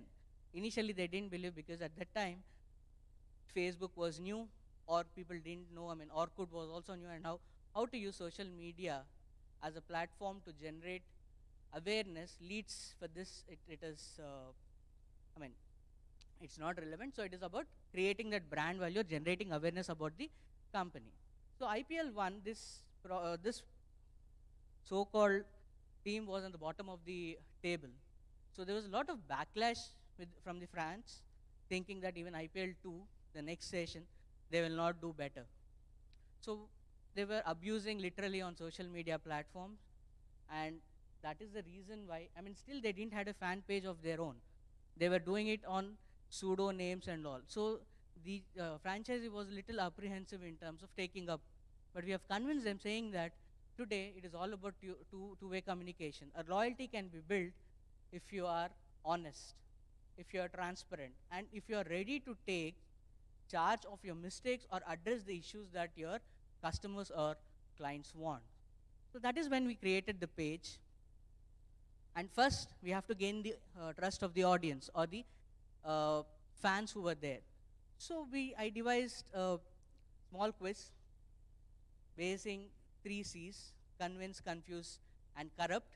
So we'll slash corrupt today and say convince, confuse, and so convert. Okay? This quiz had 10 questions in it.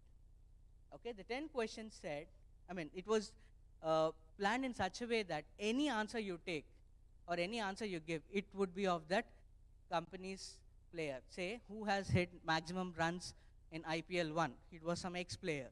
So the answers, all the options were also of the said team. In that way, 10 questions we prepared.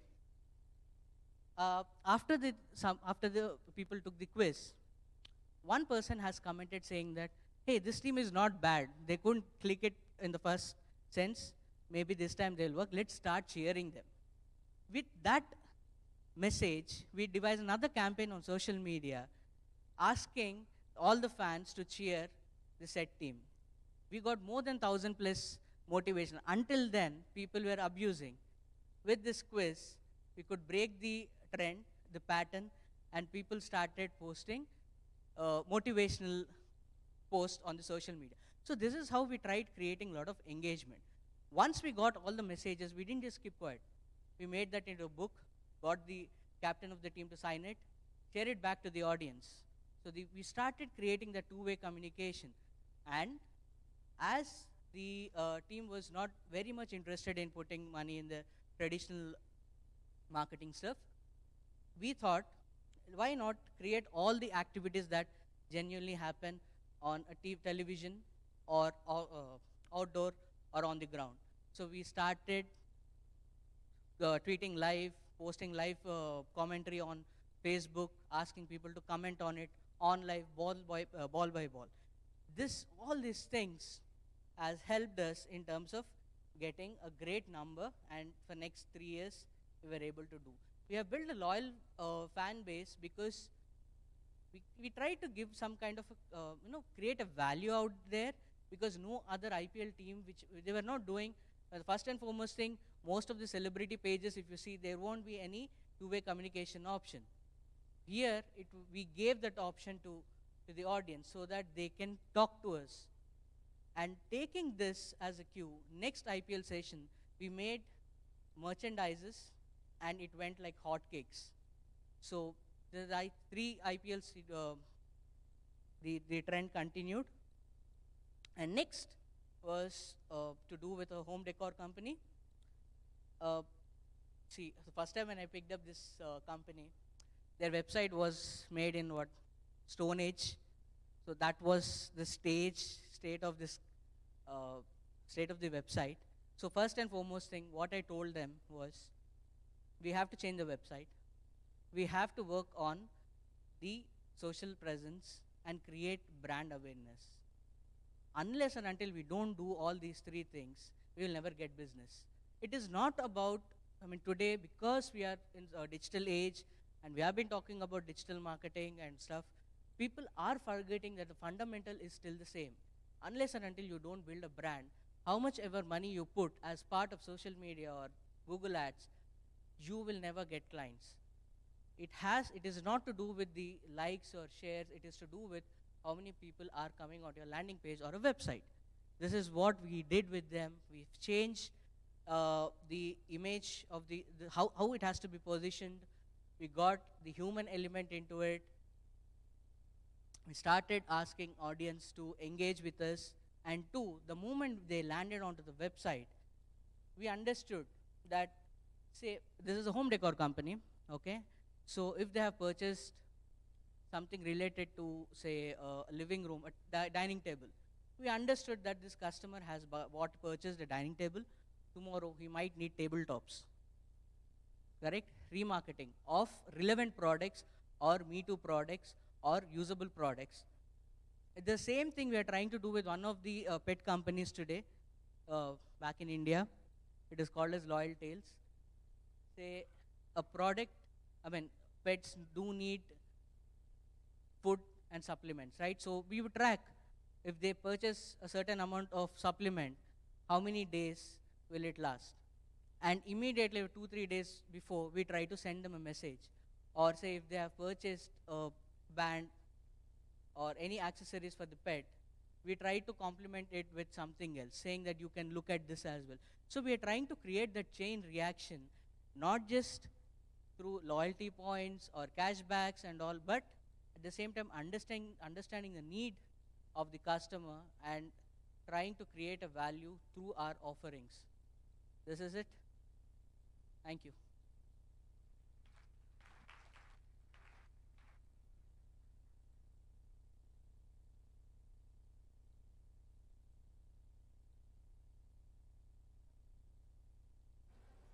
Any questions from the audience?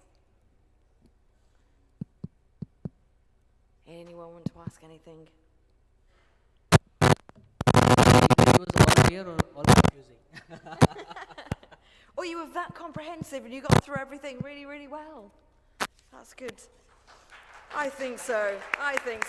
Thank you so much for a great presentation. Thank you so much. So that is the end of our presentations for today. Thank you so much to all our speakers and panelists. An amazing job. Once again, I think we've learnt a whole heap and done some I learned some amazing things. Up next, we are, of course, going to give awardees their awards for their contributions, and I'd like to ask our presenter to come up to the stage, which is Dr. Soranaja Thasma, who is the Director of Business and Quality Assurance at ProRelics Research.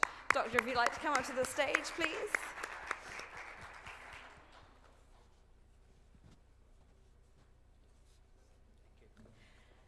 Thank you so much, and we will get our awards underway. And our first awardee today for the Best Leaders Award is Lady Didi Wong.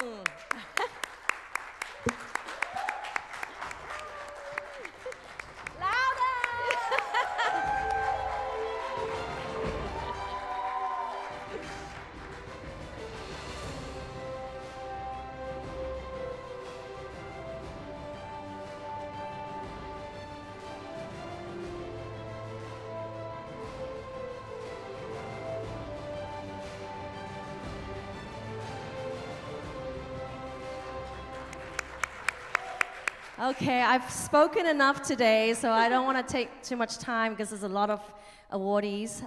Thank you just so much for everybody's support and great kind words to me. And when I meet you and you give me a nice smile and give me some beautiful words of support, I just really want you to know that I am grateful to be here, and thank you for the team to arrange all of this. And it takes a lot of work to put on a conference, I know. So really, thank you so much, everybody. Thank you so much. Congratulations on your awards. And I love the fact that you changed your outfit and the shoes. Amazing things. The things we notice, I love it. Let's get our Best Companies Awards going. And first up, we say congratulations to Converse. You got anyone from Converse? No? Doesn't look like it. In that case, we will move on and say congratulations to Lead Magnet.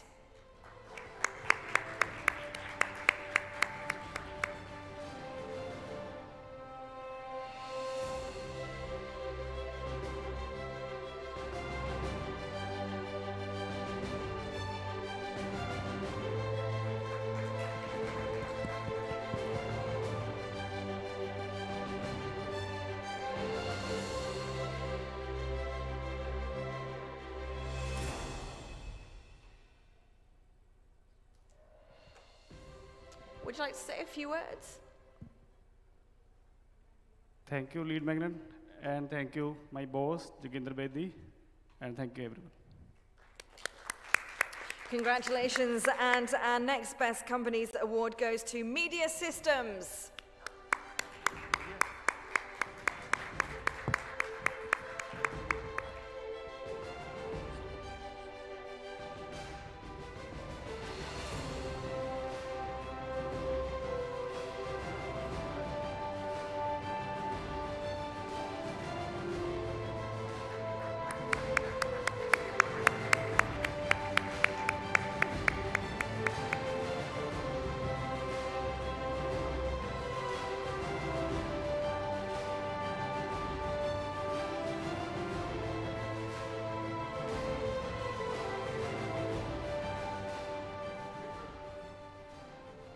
Thank you very much. Thanks for this opportunity to be here, to meet so many people, real gurus of this sphere. Thank you, Jatin, very much, and sorry for torturing you these days. Thank you, Emma, for your energy. And also, I'd like to thank all the speakers, all the panelists. We have learned a lot, gained a lot of knowledge, and we're going to go back home to Armenia and share all this with our team. Thank you very much. Thank you so much, and congratulations.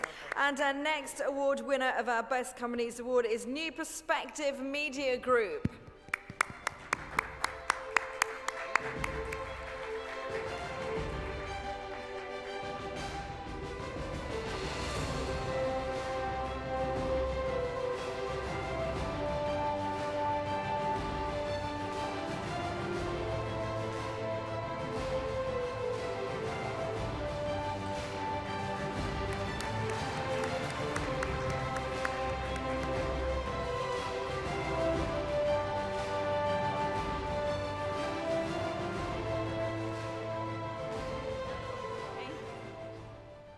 On behalf of New Perspective Media Group, thank you so much for the award, and congratulations to all the winners and participants of this wonderful event.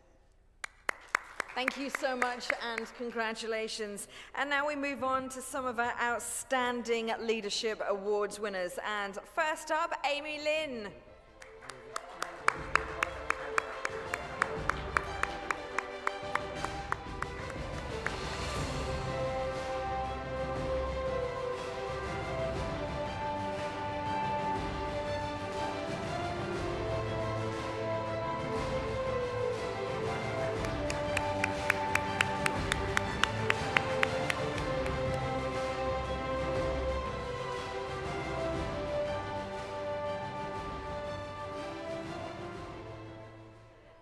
All right. First of all, I want to thank my mom for being here. She flew all the way from LA to come with me, so thank you. And of course, I wouldn't be where I am today without her for her support. And secondly, I want to thank my mentor, Lady Didi Wong, sitting over there. I think many of you have met her. So I want to thank you for nominating me to be one of the speakers and for your support and for being the role model and leading by example. And then lastly, I want to thank the team for putting together this wonderful event. So please, if you can be with me, so welcome, thank them give them a big round of applause. Thank you. And really quickly, since this is a leadership award, I just want to share 3 pillars that I think for leaders who, actually, all of us are natural leaders. Who here actually believes that you're leaders? Raise your hands. Yes? So actually, all of you guys should be raising your hands because we are all true leaders. When I talk about leaders, it's not just your title, right? So a lot of people think, oh, I'm not in a management role, I'm not a leader role, then I'm not a leader. The truth is, we're all leaders. We just have to learn how to bring that side of you out. So what I want to do, I want to share really quickly, just share 3 pillars of what it means to be a great leader. Number 1 is, in order for you to be a great leader, you have to be a good follower. You have to be able to follow people who's done what you want to do, right? So give you an example is by hiring a coach, hiring a mentor in that field. There's a word called success leaves clues. So don't reinvent the wheels. Just follow someone who's been there and then have them show you how to get to where you want to go. And that's the reason why before I wanted to become a speaker, what did I do? I hired a speaking coach. I started working with Didi, and here I am, 2 years later, staying on speaking with you guys on stage. That's number 1. Second thing is, in order for you to lead others, you have to first lead yourself. When I talk about leading yourself is you gotta know where you wanna go, your visions, your goals for you, as well as for your companies. And it takes a lot of courage to go after your dreams and goals. And you don't need to know how you're gonna get there. As leaders, you just need to know you will. Because there's people following you, so you better know where you're going. And then lastly, number 3, the third pillar is a great leader is someone who believes in him or herself. However, an exceptional leader is someone who believes in others who are following them. So when I first started in the speaking journey, I didn't believe in myself. But if it wasn't for Didi's belief in me, I wouldn't be here speaking to all of you. So, and this is what I'm doing here now today, is paying it forward. Now I'm being an example to my clients by speaking on stage, by showing them, if I can do it, any of you guys can do it. We're no different, we're all the same, right? Like I said earlier. So the best way to do it is to show them, not tell them. Thank you. Thank you so much, Amy. Fantastic words indeed, and congratulations. And the next winner of our Outstanding Leadership Award is Ayman Al-Yaha.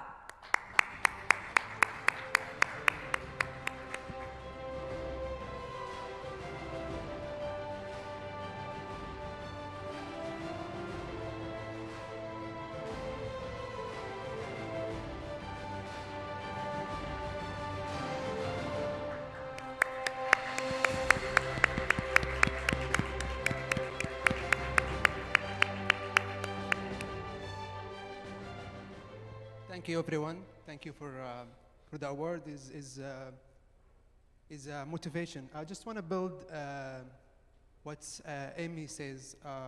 I think it is all about how you communicate to people, and the first of all is how to communicate to yourself, leading yourself again. So thank you so much for everything. Thank you, congratulations. Our next award recipient is Gayatri Reddy.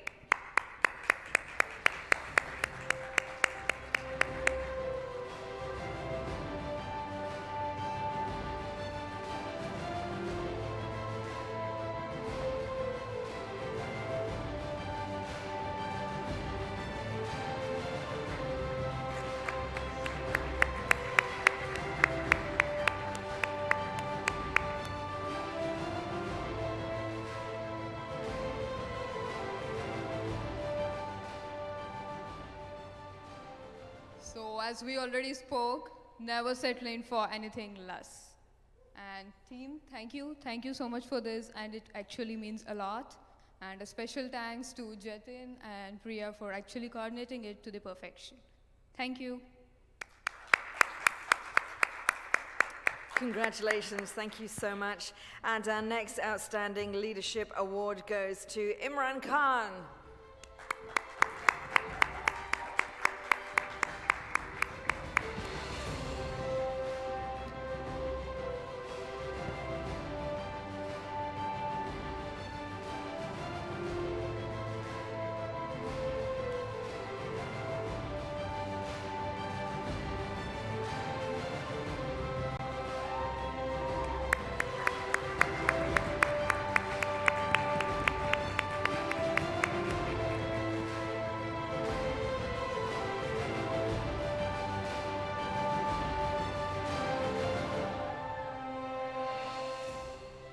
Thank you, everyone. Thank you to the organizers and Team Gratify who helped me to get there. Thank you. Congratulations, Imran. And our next award winner is Nurhan Osama.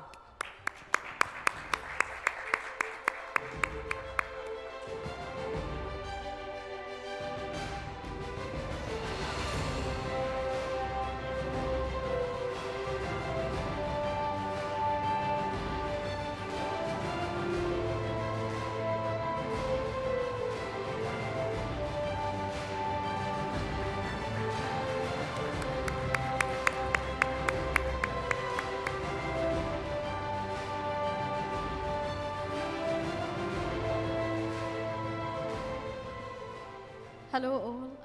I just want to thank you all for all this and the opportunity that made me come to here. Also, I want to thank you, my fiancé, Karim. He is supporting me all the time, and he is a reason that I am here today. Thank you all.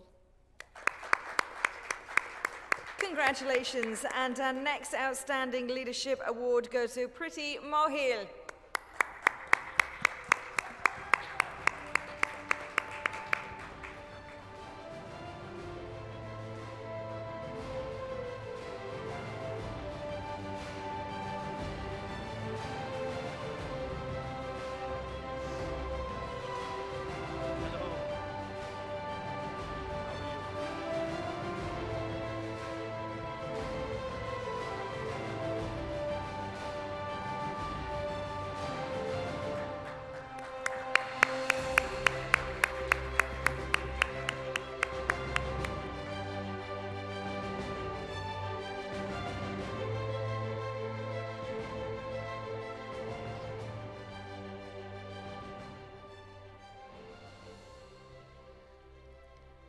I'm truly humbled to be recognized here after so many years of putting in my effort in the marketing industry, especially in the pharma and healthcare.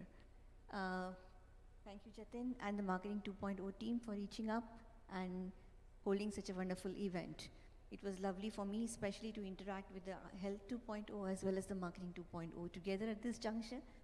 I thank you mainly to my entire team, my colleagues and co-founders who stuck up with me for so many years, and my husband who supported me throughout the journey.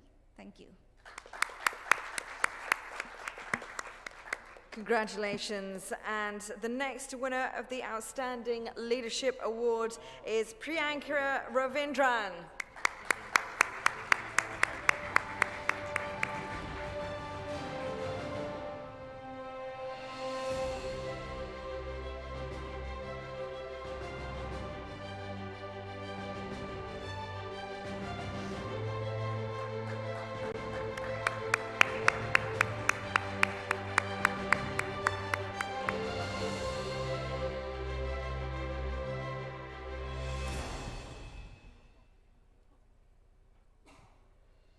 I'd like to thank my team back in India, Team Beetroot, for holding the fort while I came gallivanting to Dubai to win this recognition.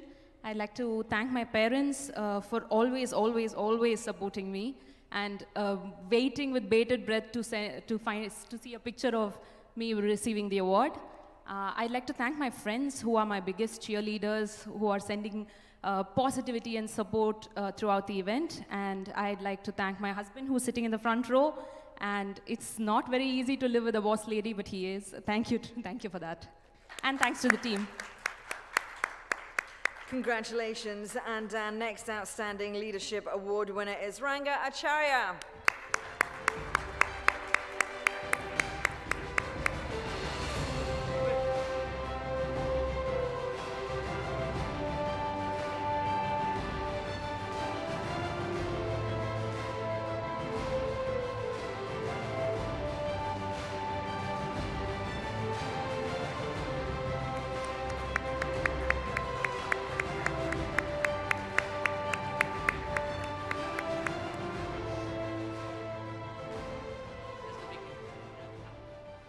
Thank you, one and all. Thanks, Jatin, Marketing 2.0, you, and Kulin, who I think is not traveling. I would like to thank my family, my mother, my childhood hero, my still hero, my father, and my strength, my wife, my team who's sitting in Hyderabad, still working now, and last but not the least, my mentor, VVK Mohan Budali, who has been very instrumental in shaping me up. Thank you. Thanks a lot. Have a good day. Congratulations. Thank you so much. And our next award goes to Raul Handa.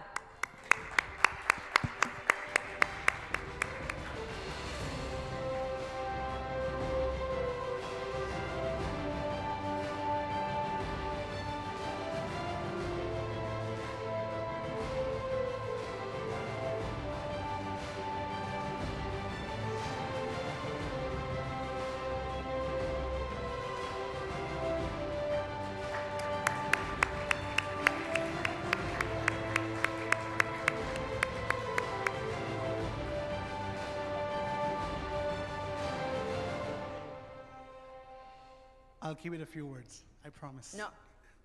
I promise. First of all, thank you, Emma, for being so patient. Thank you, Doctor.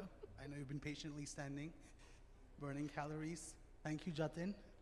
Definitely lost some weight. Thank you, Colleen. I don't know if he's here. I'd like to thank my wife. She's definitely in front, not behind, my success. Our co-founders, Arif, Amishi, Amit, my entire team, my daughter as well, because she's been instrumental in, she's been very patient, teaches me how to be patient. And I think all of us are leaders, and we shouldn't underestimate ourselves because that is our mother's jobs. So thank you very much. Thank you so much, Raul. And next Outstanding Leadership Award goes to Tashinga Nyahunda.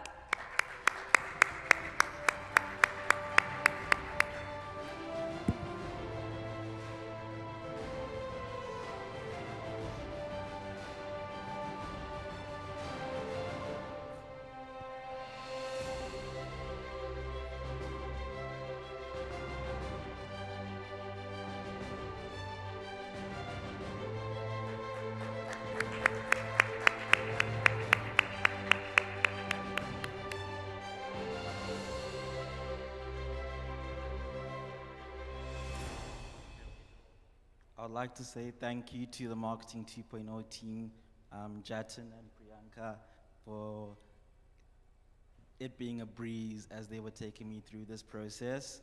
I'd like to thank my team in South Africa for giving me the opportunity to lead them, and my parents for always allowing me to take risks. And lastly, I'd like to thank everyone who's ever given me an opportunity. And my message would be, give young people opportunities as much as possible because they needed to prove themselves. Thank you.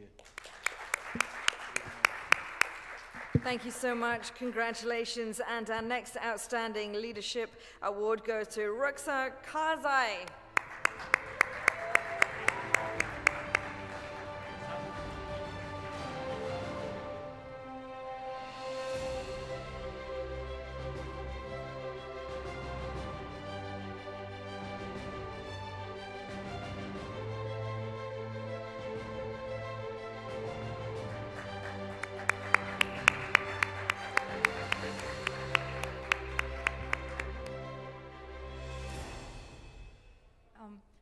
I want to start by thanking Marketing 2.0, especially Jatin, for being so patient.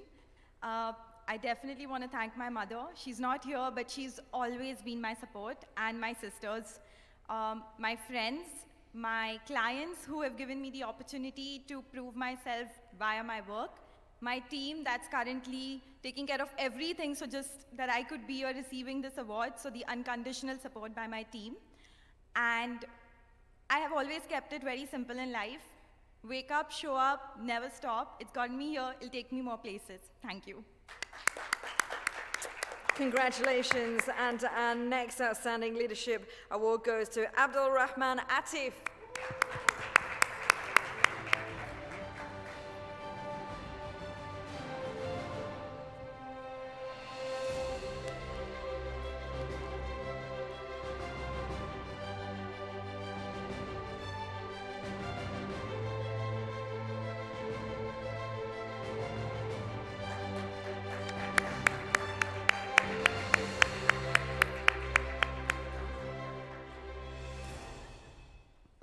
Alhamdulillah, thanks a lot for this amazing organization.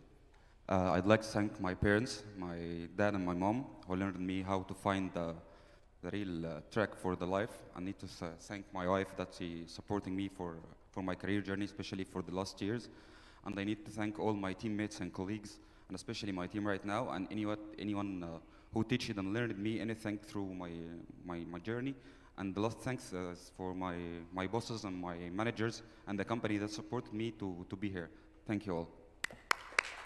Congratulations. And now we've got some more of our Best Companies Awards to give out. And first up, BizScope.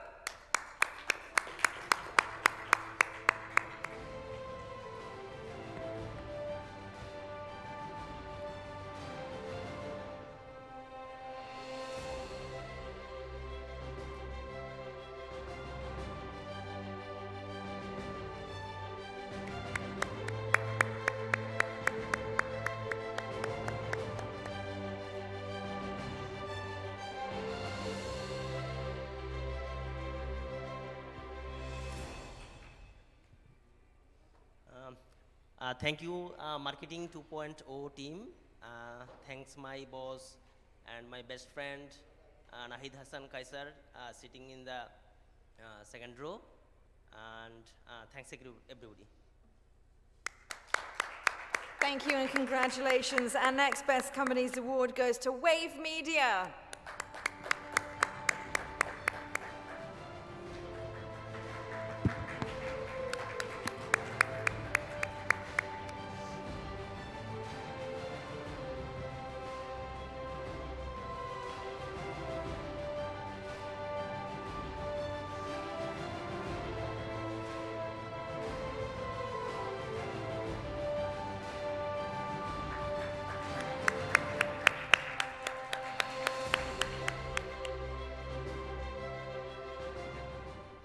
On behalf of Wave Media, I would like to thank Marketing Conference 2.0. Thank you for this amazing event. Thank you for the panel. We learned a lot. And I hope to see you next year with another award. Looking forward for it. Putting it out there, putting it out there. That's what we like to hear. And our final Best Companies Award of this evening goes to Converse.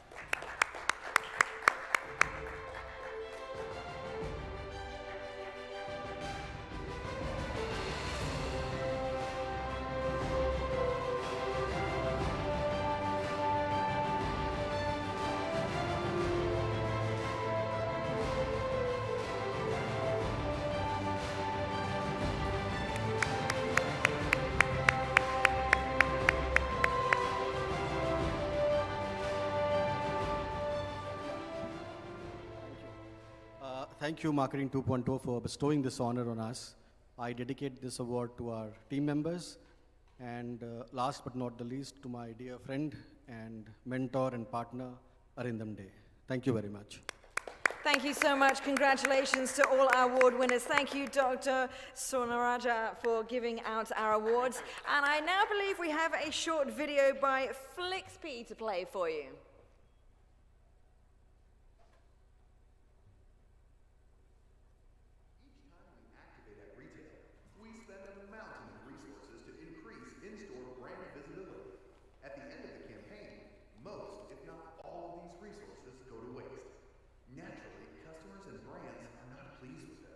Which is why teams of talented engineers and designers from companies all over the world have tackled this challenge.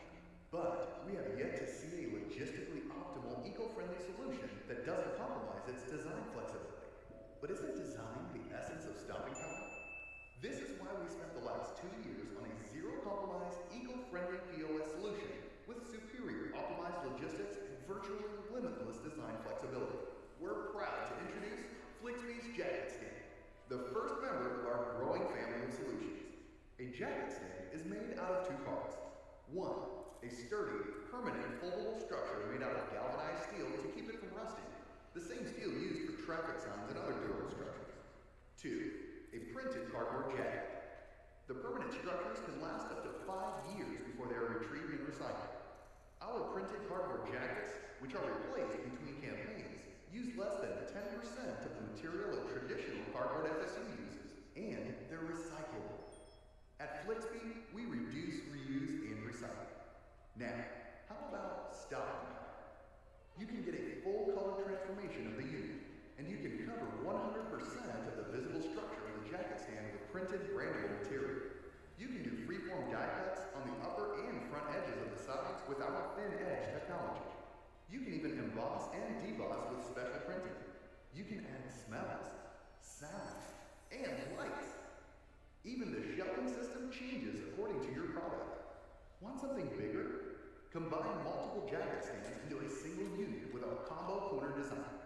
You can combine 2, 3, 4, or more jacket stands this way. Our permanent structure can be deployed and jacketed in under 3 minutes without a single tool or adhesive. Everything just locks into place. In-store deployment has never been this easy. Up to 10 of our jackets can fit in a 50 by 40 centimeter box, meaning 90 can fit on a single pallet. No more backaches. Need to change campaigns? Easy. Order new jackets and deploy them in a matter of days. At Flixby, we don't compromise. Flixby, sustainable POS innovation. Thanks to Flixby for that little presentation there. Lovely stuff. And that, ladies and gentlemen, brings us to the end of day 2 of the Marketing 2.0 conference. Hope you've learned a lot, made loads of connections. Thank you so much, and we'll see you back here again tomorrow for our 3rd and final day. Have a wonderful evening.